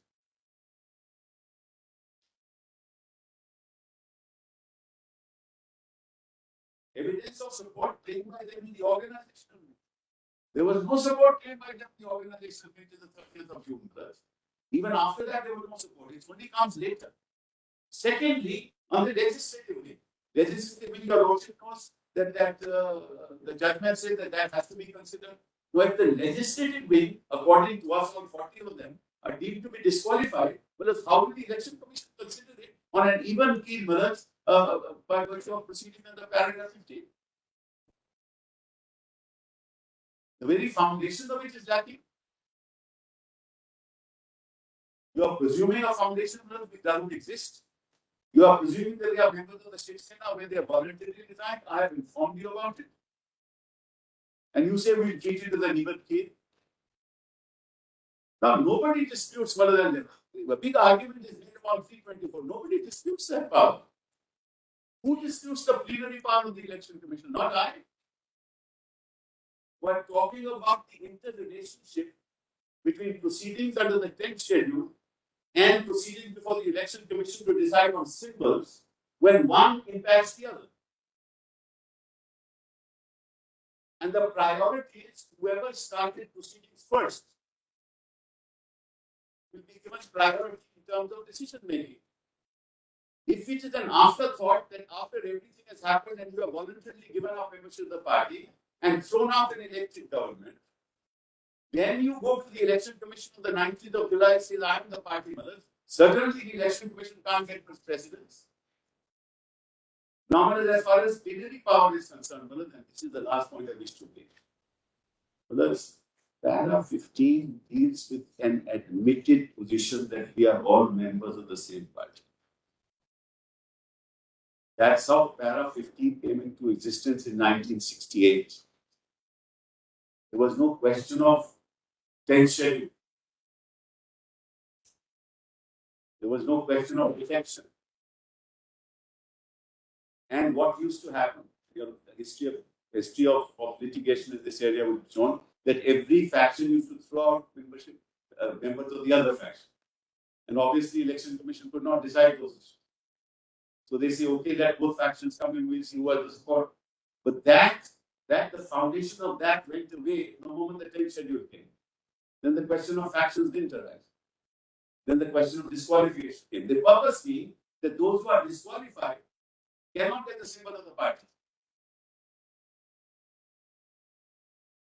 Because they have voluntarily given up membership of the party. Otherwise, why have that?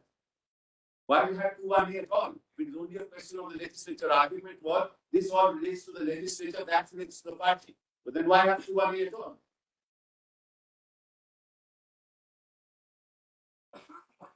So paragraph 15 presupposes legitimacy in the context of membership of the party and two factions arising out of legitimate membership claiming to be that party. That is paragraph 15. Paragraph 15 doesn't allow the Election Commission to disregard what has happened under the 10th schedule. Because if it does, what will happen is, supposing your lordships decide in my favor, let's assume your lordship will decide in my favor ultimately in the petition, what will happen? They will say, we are the party. Now what's left in this matter? Can't turn the clock back. Election Commission has decided. So it makes my petition infectious.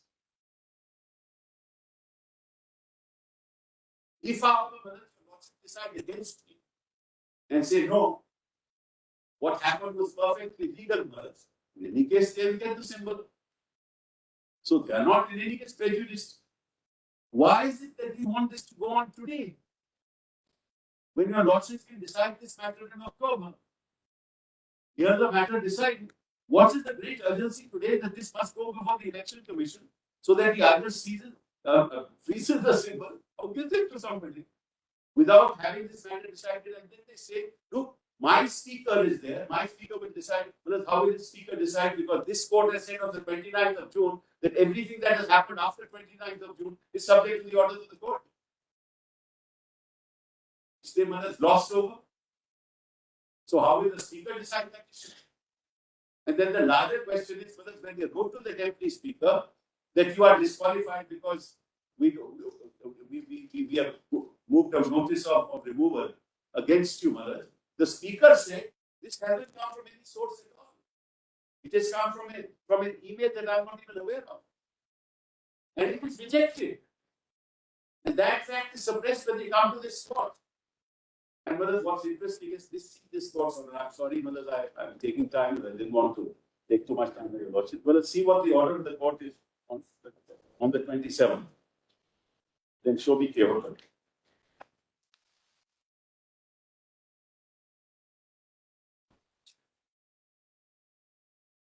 Well, it says, meanwhile,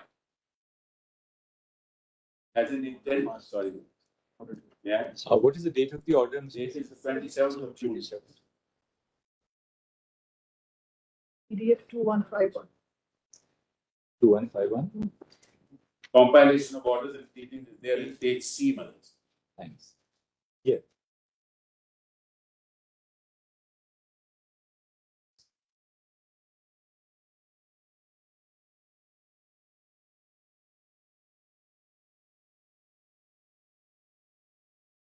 Meanwhile, as an interim measure, because it's about a few paragraphs. Yes, we've got that. On page 3. Meanwhile, as an interim measure, the time granted by the Deputy Speaker of the Assembly to the petitioners or other similarly placed members of the Legislative Assembly to submit their written submissions up to today by 5:30 is extended to 12/7/2022. Correct, Malak? Now see Kyoto Holo.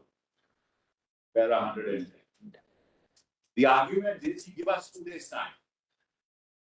He gave us 2 days time. Natural justice. That's the argument. Therefore, this court extended it. Now let's see the order. See Kyoto Holo. Para 110. Order is in the teeth of 5 of the constitutional bench of this court. Then the government was covered. Then we came to court that look, the consequences of this is the government will topple. Then the judge said on 29th, but it is all subject to what we will decide. What does Kyoto say? I'll read it. No need for curiosity. In view of the limited scope of judicial review, it is available in para 6. And also having regard to the constitutional intentment of the status of the repository of the adjudicatory power, Speaker, Chairman, judicial review, prior to the making of a decision by the Speaker, Chairman, and a legitimate action would not be permissible, nor would it be permissible at an interlocutory stage of the proceedings. Exception will, however, have to be made in respect of cases where disqualification or suspension is imposed during the pendency of the proceeding. And such disqualification or suspension is likely to have grave, immediate, and irreversible repercussions and consequences. There is no power to interact the proceedings. It is only after the decision is taken that you can challenge it. That's the constitutional judgment. So where is the question of coming to court and saying you gave me only 2 days notice? Wait for the decision of the Speaker, you challenge it. The result was, because the court extended it for X number of days, the government toppled. And then we came to court and said, we said, in fact, I remember I told the court that this is what's going to happen tomorrow, which is simple, why do you worry? We have passed an order saying everything is subject. Now they are saying it doesn't matter. And what is this inner party democracy? I have not understood.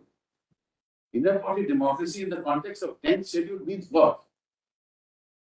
That you can topple any government you want to topple by joining hands with the opposition. It has no difference. It makes no difference.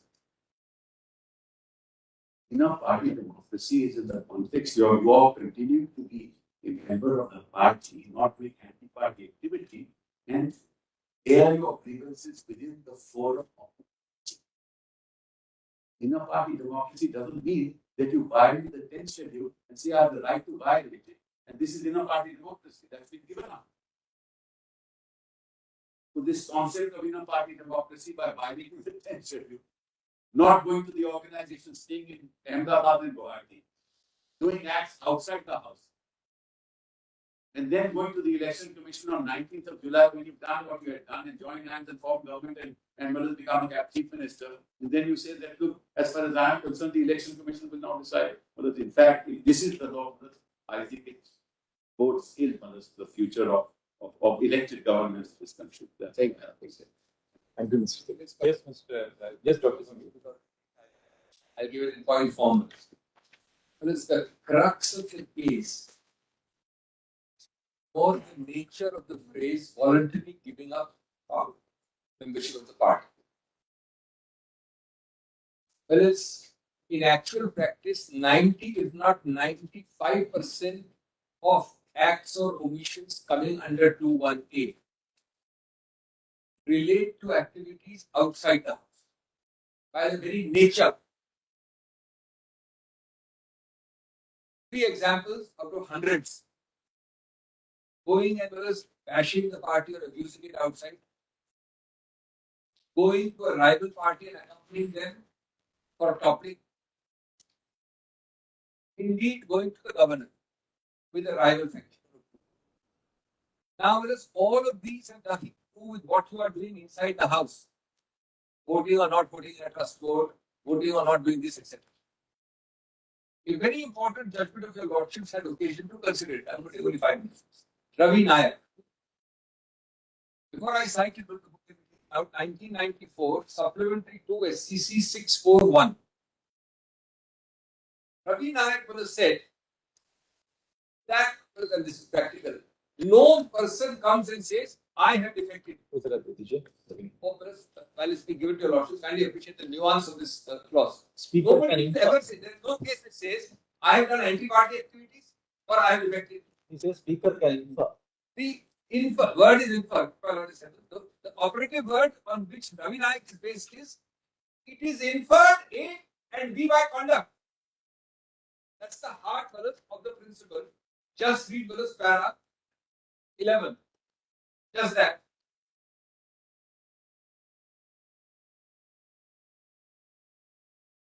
Now, this I will read to save time from the middle. All of 11 is important, but just read first that middle practice. Middle of para 11, my lord. The said paragraph provides for disqualification of a member, they are talking of 2 of a house belonging to a political party, quote, if he has voluntarily given up his membership of such political party, unquote. The words voluntarily given up his membership are not synonymous with resignation and have a wider connotation. Now, kindly read this. This is what I am relying on, but it's coming now. A person may voluntarily give up his membership of a political party, even though he has not tendered his resignation from the membership of that party. Even in the absence of a formal resignation from membership, and inference, the operative word, can be drawn from the conduct, that's the second operative word, conduct, of a member that he has voluntarily given up the membership of the political party to which he belongs.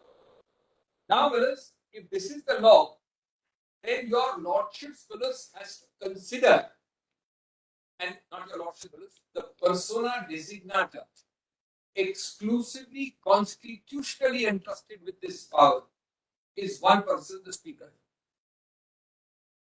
That persona designata will have to consider no one else. Hey, brothers, what you did in Surat, what you did in Guwahati, what you did outside, good, bad, or indifferent, what you did with the governor, is directly Ravi Nayak. An inference can be drawn that you gave up. Now, if you gave up, then how do you operate clause 15 on the assumption that this is one faction of the party, this is another faction of the party? So, complete conceptual contradiction is my point number 1. And that is what is happening. Point number 2 is, your lordship may kindly read again to save time, I will not read it, the 4th of August 22 order of this honorable court. The last 4 lines, and we all appeared in this, was based on a clear understanding at that time by that honorable bench that the election commission would not proceed. And the last 4 lines of that read like this. According to the learned senior counsel, that is Mr. Tata, it says so. The proceedings will take some time as voluminous evidence is usually submitted by the parties which must be considered by the EC. The learned senior counsel therefore states that no orders may need to be passed by this court interdicting proceedings before the election commission.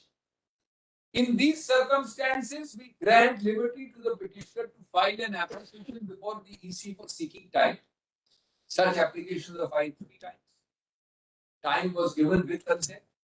There is no formal order, no doubt, but this is endured from the 3rd week of July till today as we speak in October.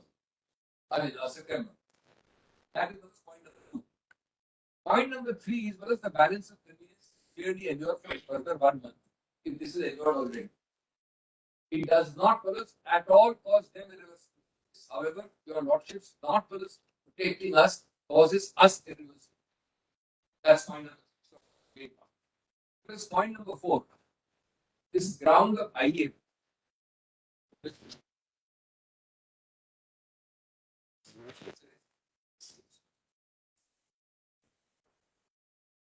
your lordship, because I don't think should be catered by the form of an IA versus the substance of what we want. That's the simpler answer. But two more important answers for us in law. It would be, according to me, quite quaint if your lordship said that because it's an IA, your lordship can't decide this matter, it's outside the scope of the matter. But there are two other answers, factually wrong. Number one, we find several writs, including what your lordship will call the all-encompassing writ, which is number 493 of 22 on 8th of July. Prior to that, your lordship has 4 other writs in which this order of subject to outcome has also been passed. Prior. Election Commission is a subsequent development. It's as simple as that. It's a subsequent development. My writ 493 covers almost all the issues we have argued. 1 week, 10 days after the 8th of July, when I filed the writ, on 19th of July, this election commission is initiated. I have filed an IA saying that this is a subsequent development. While your lordship is hearing the main matter, please defer it.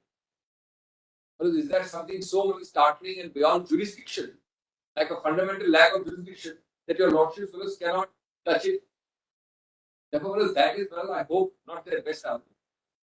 Now, Mills, one other thing, and I'm done. There is 2 paras of Rana very important. One, my learned friend Mr. Paul read para 25. He did not read para 27, which is the following para after 1, which is very important. And the second para is 48. So these 2 paras I'll take 2 minutes on.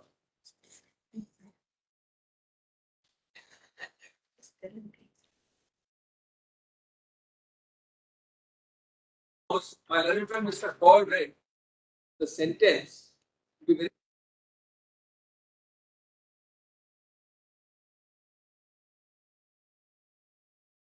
Para 27 and 48. There's Yes. just one more. Let me go to grammar. 27 is the answer to 25, which was read. The context is placed in 27, which was has to be read. Just give a moment.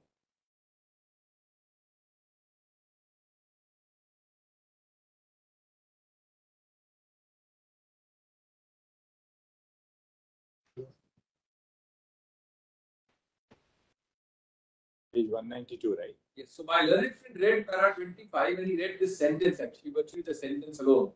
Para recital C. The power to recognize a separate group in Parliament or Assembly may rest with the Speaker on the basis of the rules of business of the House. But that is different from saying that the power is available to him under the 10th schedule to the Constitution, independent of a claim, independent of a claim being determined by him that a member or number of members had incurred disqualification by defection. That's a sentence Mr. Paul read. Now, the sentence which connects this is para 27 page later, where it is viewed as a continuum, as a part and parcel, and it is a continuum of split, merger, and disqualification. All are interconnected and have to decide by the Speaker. Can you read that? This is para 27 from Classical D for Delhi. In that context, the Speaker cannot say that he will first decide whether there has been a split or merger. There are 2 concepts there. As an authority. And thereafter decide the question whether disqualification has been incurred by the members by way of a judicial adjudication sitting as a tribunal. Next sentence is crucial. It is part and parcel of his jurisdiction as a tribunal while considering a claim for disqualification of a member or members to decide that, but also in the context of the 3 raised by those who are subject that they have not incurred split in the party or in view of a merger. It is part of one continuous process of the Speaker, who is a persona designata by the Constitution, no less. Now, while your lordship is on this, just let me finish on 48 of the same judgment. This is just 2 lines. This is just to connect, as one out of the hundreds of examples, myriad examples which occur in 218 of voluntarily giving up. This case involved a very specific case. The act of giving a letter requesting the governor to call upon the leader of the other side to form a government itself would amount to an act of voluntarily giving up the membership of the party or to restrict the said members and body like. It is all over the press and repeated that they met in this case with the other faction to the other party to the all admitted documents, all was on the record to the governor, doing exactly what Rana records in Paramatma.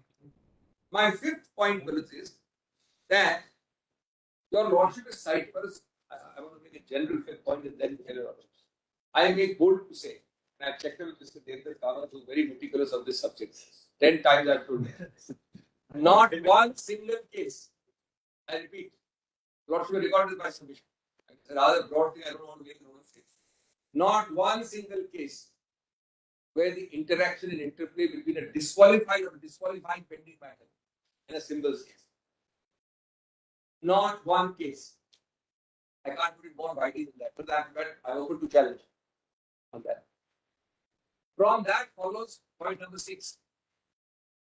One case is cited, which is Omar, etc. 1985, 4 SCC 628.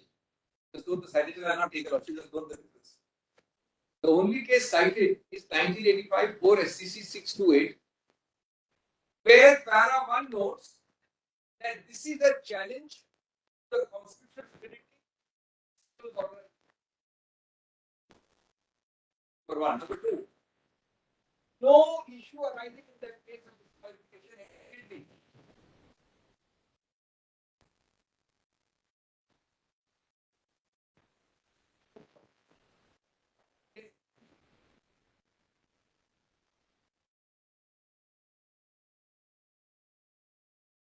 Now we have the 10th schedule.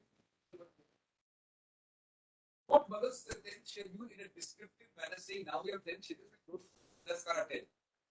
That one para becomes the springboard, erroneously and wrongly, of citing that case, suggesting that there is an interaction between the symbols jurisdiction and disqualification. Nothing whatsoever. It's a completely inapplicable and irrelevant citation for this subject.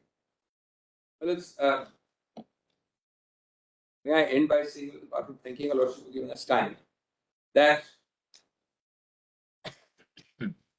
if the party, if there is, why should we kindly go back to the origin? Why did the 10th schedule use 2 broad words? Actually, this intra-house issue was the whip issue normally. Of course, it can apply beyond the house also. I'm not saying, but I'm saying that was the focus. They deliberately and consciously used a very much wider concept. That concept falls directly in this issue to be decided one way or the other by the primary persona designata, the speaker's jurisdiction. It may or may not be peripherally decided later on, but because the primary direct custodian of 10th schedule is only one person. As a matter of fact, there are problems sometimes the speaker is disqualified. Then the persona designata, then you start going hunting for a deputy speaker, which is strictly not legal. And then nobody there at all, then your lordship perhaps will interview. So therefore, your lordships will not short circuit this process. And no other procedure exists for deciding how to give a voluntary membership of party except what is here in 2.1a, which the speaker to his best secretary decides. Today, in fact, your lordship is being asked to do 2 things by the other side.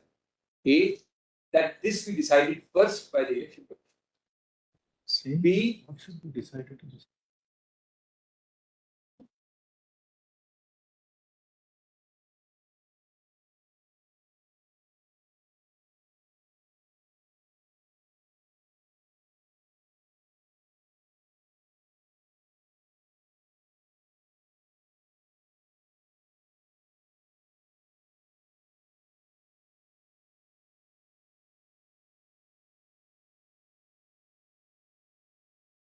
Decided first is what your lordship is told.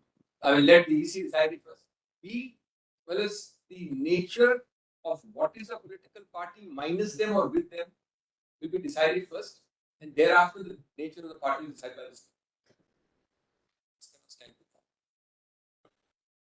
But just one submission for your lordship's kind consideration. Only on Kyoto Holo. No, it cannot be, Mr. That was Kyoto Holo. Mr. Rejoinder was cited. Just one second. One sentence. 1 second. Kyoto Holo said that while a show cause notice by a speaker is issued, no judicial review will lie till a final decision is taken. And that's why they're saying we ought not to have come at the stage when a notice was given to us on the 27th and when the order was passed. We came relying on Navam Rebia, which said the speaker cannot proceed with the matter. A constitution bench of this court had said the speaker will not initiate, continue, or proceed. So the issue was completely different, and their 32 is actually contrary to Kyoto because they are seeking this court to transfer all the jurisdiction of the speaker and decide it. And Mr. Simple presumes that we are disqualified and the EC today cannot be approached. All right. First issue. Yes.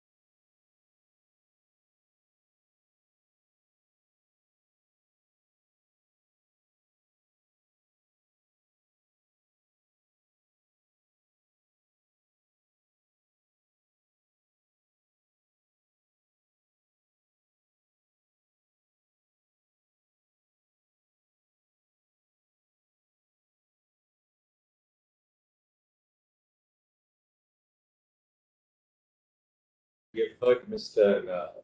Kapil Sibal and Dr. Abhishek Singhi, Learning Counsel, appearing on behalf of the petitioners in support of the application for stay proceedings before the Election Commission.